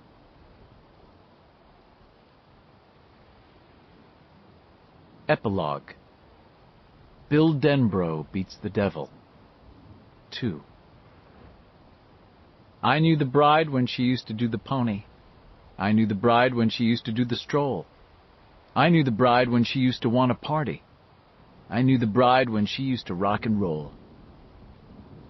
Nick Lowe. You can't be careful on a skateboard, man. Some kid. 1. Noon of a summer day. Bill stood naked in Mike Hanlon's bedroom, looking at his lean body in the mirror on the door. His bald head gleamed in the light which fell through the window and cast his shadow along the floor and up the wall. His chest was hairless, his thighs and shanks skinny but overlaid with ropes of muscle. Still, he thought, it's an adult's body we got here, no question about that. There's the potbelly that comes with a few too many good steaks, a few too many bottles of Kirin beer, a few too many poolside lunches where you had the Reuben or the French dip instead of the diet plate. Your seat's dropped too, Bill, old buddy. You can still serve an ace if you're not too hungover and if your eye's in, but you can't hustle after the old Dunlop the way you could when you were 17. You got love handles and your balls are starting to get that middle-aged dangly look. There's lines in your face that weren't there when you were 17. Hell, they weren't there in your first author photo. The one where you tried so hard to look as if you knew something, anything. You're too old for what you've got in mind, Billy boy. You'll kill both of you. He put on his underpants. If we'd believed that, we never could have done whatever it was we did. Because he didn't really remember what it was they had done, or what had happened to turn Audra into a catatonic wreck. He only knew what he was supposed to do now, and he knew that if he didn't do it now, he would forget that too. Audra was sitting downstairs in Mike's easy chair, her hair hanging lankly to her shoulders, staring with rapt attention at the TV, which was currently showing Dialing for Dollars. She didn't speak, and would only move if you led her. This is different. You're just too old, man. Believe it. I won't. Then die here in Derry. Big fucking deal. He put on athletic socks. The one pair of jeans he had brought, the tank top he'd bought at the shirt shack in Bangor the day before. The tank was bright orange. Across the front it said, "Where the hell is Derry, Maine?" He sat down on Mike's bed, the one he had shared for the last week of nights with his warm but corpse-like wife, and put on his sneakers, a pair of Keds, which he had also bought yesterday in Bangor. He stood up and looked at himself in the mirror again. He saw a man pressing middle age, dressed up in a kid's clothes. You look ludicrous. What kid doesn't? You're no kid. Give this up. Fuck. Let's rock and roll a little, Bill said softly, and left the room. 2. In the dreams he will have in later years, he is always leaving Derry alone at sunset. The town is deserted. Everyone has left. The theological seminary and the Victorian houses on West Broadway brood black against a lurid sky, every summer sunset you ever saw rolled up into one. He can hear his footfalls echoing back as they rap along the concrete.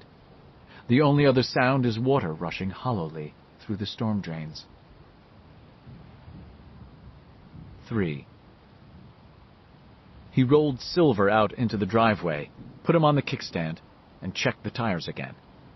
The front one was okay, but the back one felt a little mushy. He got the bike pump that Mike had bought and firmed it up.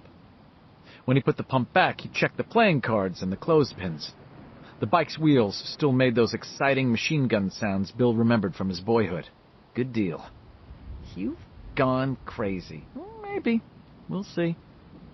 He went back into Mike's garage again, got the 3-in-1, and oiled the chain and sprocket.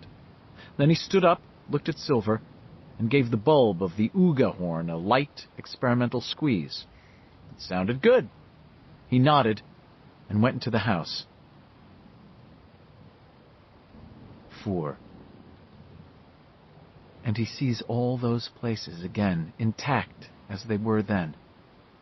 The hulking brick fort of Derry Elementary, the kissing bridge with its complex intaglio of initials, high school sweethearts ready to crack the world open with their passion, who had grown up to become insurance agents and car salesmen and waitresses and beauticians. He sees the statue of Paul Bunyan against that bleeding sunset sky and the leaning white fence which ran along the Kansas Street sidewalk at the edge of the Barrens. He sees them as they were, as they always will be in some part of his mind. And his heart breaks with love and horror. Leaving Derry, he thinks. We are leaving Derry. And if this was a story, it would be the last half-dozen pages or so. Get ready to put this one up on the shelf and forget it. The sun's going down and there's no sound but my footfalls and the water in the drains. This is the time of... 5. Dialing for dollars had given way to Wheel of Fortune. Audra sat passively in front of it, her eyes never leaving the set. Her demeanor did not change when Bill snapped the TV off. "Audra," he said, going to her and taking her hand. "Come on." She didn't move. Her hand lay in his, warm wax. Bill took her other hand from the arm of Mike's chair and pulled her to her feet. He had dressed her that morning much as he had dressed himself. She was wearing Levi's and a blue shell top. She would have looked quite lovely, if not for her wide-eyed, vacant stare. "Come on," he said again, and led her through the door, into Mike's kitchen and eventually outside. She came willingly enough, although she would have plunged off the back porch stoop and gone sprawling in the dirt if Bill had not put an arm around her waist and guided her down the steps. He led her over to where Silver stood heeled over on his kickstand in the bright summer noonlight. Audra stood beside the bike, looking serenely at the side of Mike's garage. "Get on, Audra." She didn't move. Patiently, Bill worked at getting her to swing one of her long legs over the carrier mounted on Silver's back fender. At last, she stood there with the package carrier between her legs, not quite touching her crotch. Bill pressed his hand slightly to the top of her head, and Audra sat down. He swung onto Silver's saddle and put up the kickstand with his heel. He prepared to reach behind him for Audra's hands and draw them around his middle, but before he could do it, they crept around him of their own accord like small, dazed mice. He looked down at them, his heart beating faster, seeming to pump in his throat as much as in his chest. It was the first independent action Audra had taken all week, so far as he knew. The first independent action she had taken since it happened. Whatever it had been. "Audra?" There was no answer. He tried to crane his neck around and see her, but couldn't quite make it. There were only her hands around his waist, the nails showing the last chips of a red polish that had been put on by a bright, lively, talented young woman in a small English town. "We're going for a ride," Bill said, and he began to roll Silver forward toward Palmer Lane, listening to the gravel crunch under the tires. "I want you to hold on, Audra. I think I may go sort of fast, if I don't lose my guts." He thought of the kid he had met earlier during his stay in Derry, when it had still been happening. "You can't be careful on a skateboard," the kid had said. Truer words were never spoken, kid. "Audra, you ready?" No answer. Had her hands tightened the tiniest bit across his middle? Probably just wishful thinking. He reached the end of the driveway and looked right. Palmer Lane ran straight to Upper Main Street, where a left turn would take him onto the hill running downtown. Downhill. Picking up speed. He felt a tremor of fear at the image, and a disquieting thought. "Old bones break easy, Billy boy," ran through his mind almost too quickly to read, and was gone. But it wasn't all disquiet, was it? No. It was desire as well. The feeling he'd had when he saw the kid walking along with the skateboard under his arm. The desire to go fast. To feel the wind race past you without knowing if you were racing toward or running away from. To just go. To fly. Disquiet and desire. All the difference between world and want. The difference between being an adult who counted the cost and a child who'd just gone on it and went, for instance. All the world between. Yet not that much difference at all. Bedfellows, really. The way you felt when the roller coaster car approached the top of the first steep grade, where the ride really begins. Disquiet and desire. What you want and what you're scared to try for. Where you've been and where you want to go. Something in a rock and roll song about wanting the girl, the car, the place to stand and be. Oh, please, God, can you dig it? Bill closed his eyes for a moment, feeling the soft, dead weight of his wife behind him, feeling the hill somewhere ahead of him, feeling his own heart inside him. Be brave. Be true. Stand. He began to push Silver forward again. "You want to rock and roll a little, Audra?" No answer. But that was all right. He was ready. "Hold on, then." He began to pedal. It was hard going at first. Silver wobbled alarmingly back and forth, Audra's weight adding to the imbalance. Yet she must be doing some balancing, even unconsciously, or they would have crashed right away. Bill stood on the pedals, hands squeezing the handle grips with maniacal tightness, his head turned skyward, his eyes slits, the cords on his neck standing out. "Gonna fall splat right here in the street, split her skull and mine." "No, you ain't. Go for it, Bill. Go for it. Go for the son of a bitch!" He stood on the pedals, revolving them, feeling every cigarette he'd smoked over the last 20 years in his elevated blood pressure and the race of his heart. Fuck that too, he thought, and the rush of crazy exhilaration made him grin. The playing cards, which had been firing isolated shots, now began to click-clock faster. They were new, nice new bikes, and they made a good loud sound. Bill felt the first touch of breeze on his bald pate, and his grin widened. "I made that breeze," he thought. "I made it by pumping these damn pedals." The stop sign at the end of the lane was coming up. Bill began to brake, and then, his grin still widening, showing more and more of his teeth, he began to pump again. Ignoring the stop sign, Bill Denbrough swept to the left onto Upper Main Street above Bassey Park. Again, Audra's weight fooled him, and they almost overbalanced and crashed. The bike wavered, wobbled, then righted itself. That breeze was stronger now, cooling the sweat on his forehead, evaporating it, rushing past his ears with a low, intoxicating sound that was a little like the sound of the ocean in a conch shell, but was really like nothing else on earth. Bill supposed it was a sound the kid with the skateboard was familiar with. But it's a sound you'll fall out of touch with, kid, he thought. Things have a way of changing. It's a dirty trick, so be prepared for it. Pedaling faster now, finding a surer balance and speed. The ruins of Paul Bunyan on the left, like a fallen colossus. Bill shouted, "Hi-yo, Silver! Away!" Audra's hands tightened around his middle. He felt her stir against his back. But there was no urge to turn and try to see her now. No urge. No need.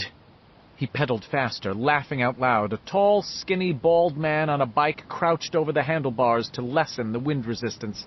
People turned to look as he raced alongside Bassey Park.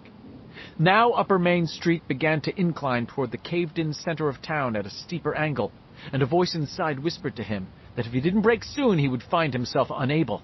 he would simply go sweeping into the sunken remains of the three-way intersection like a bat out of hell and kill both of them. Instead of braking, he began to pedal again, urging the bike to go even faster. Now he was flying down Main Street Hill, and he could see the white and orange crash barriers, the smudge pots with their smoky Halloween flames marking the edge of the cave-in. He could see the tops of buildings which jutted out of the streets like the figments of a madman's imagination.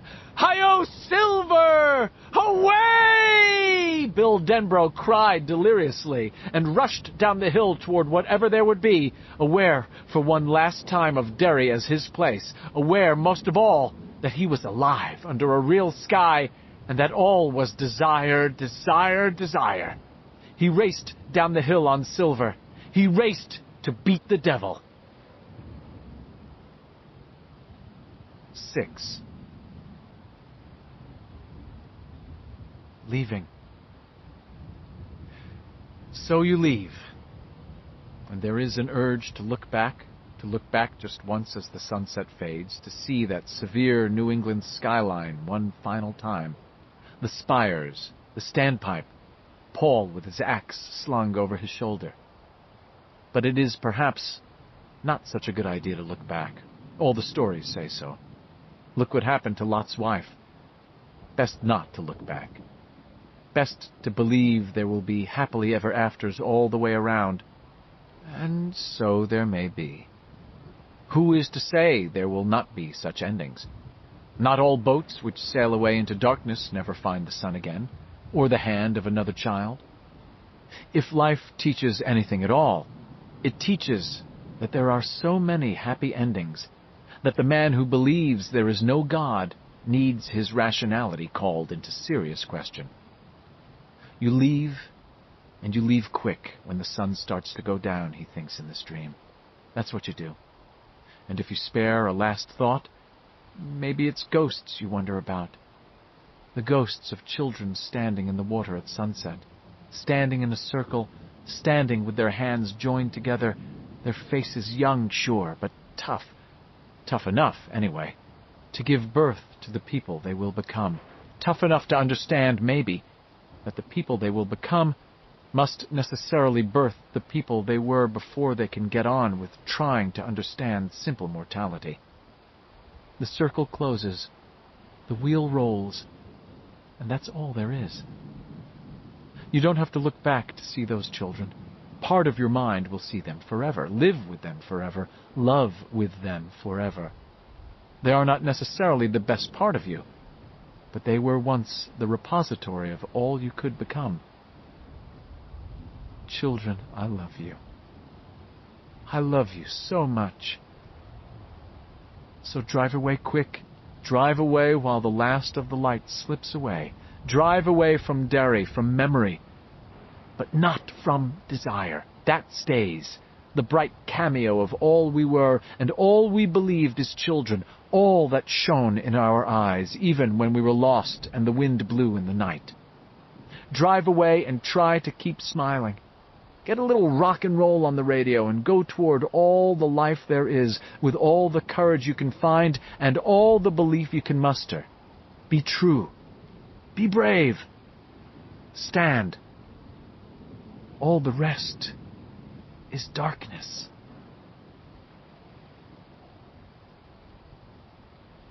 Seven. Hey!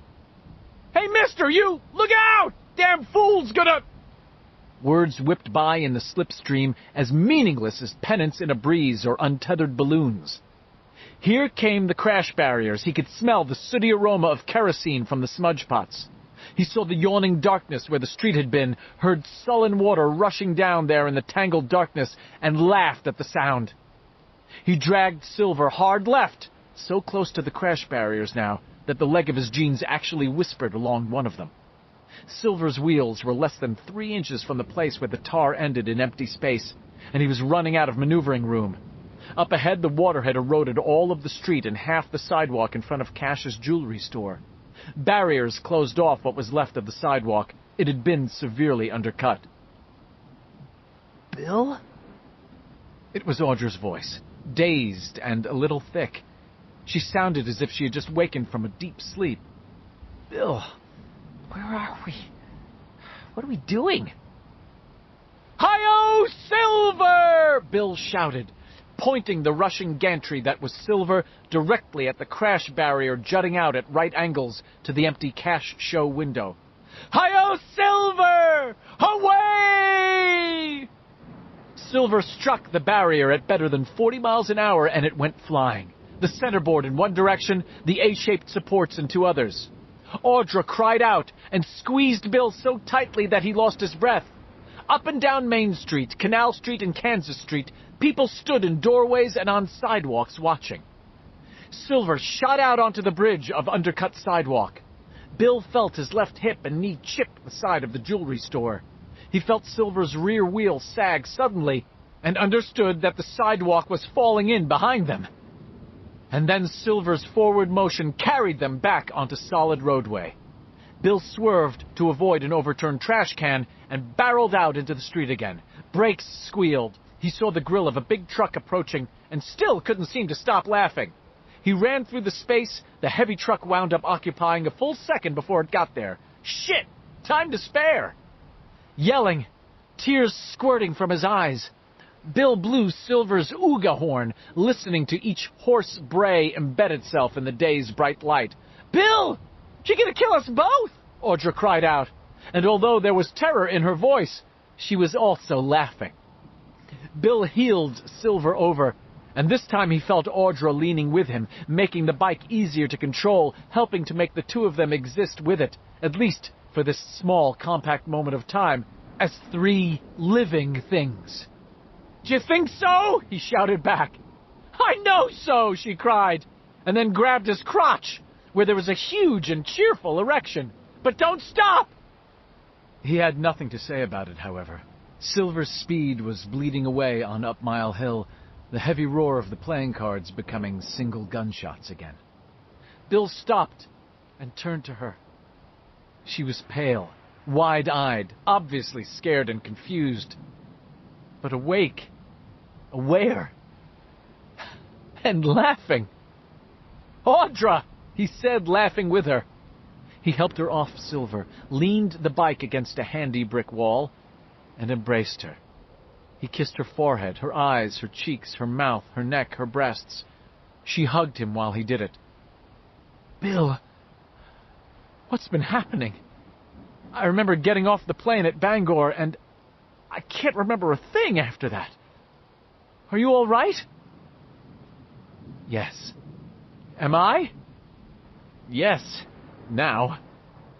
She pushed him away so she could look at him. "Bill, are you still stuttering?" "No," Bill said and kissed her. "My stutter is gone." "For good?" "Yes," he said. "I think this time it's gone for good." "Did you say something about rock and roll?" "I don't know. Did I?" "I love you," she said. He nodded and smiled. When he smiled, he looked very young, bald head or not. "I love you too," he said. "And what else counts?"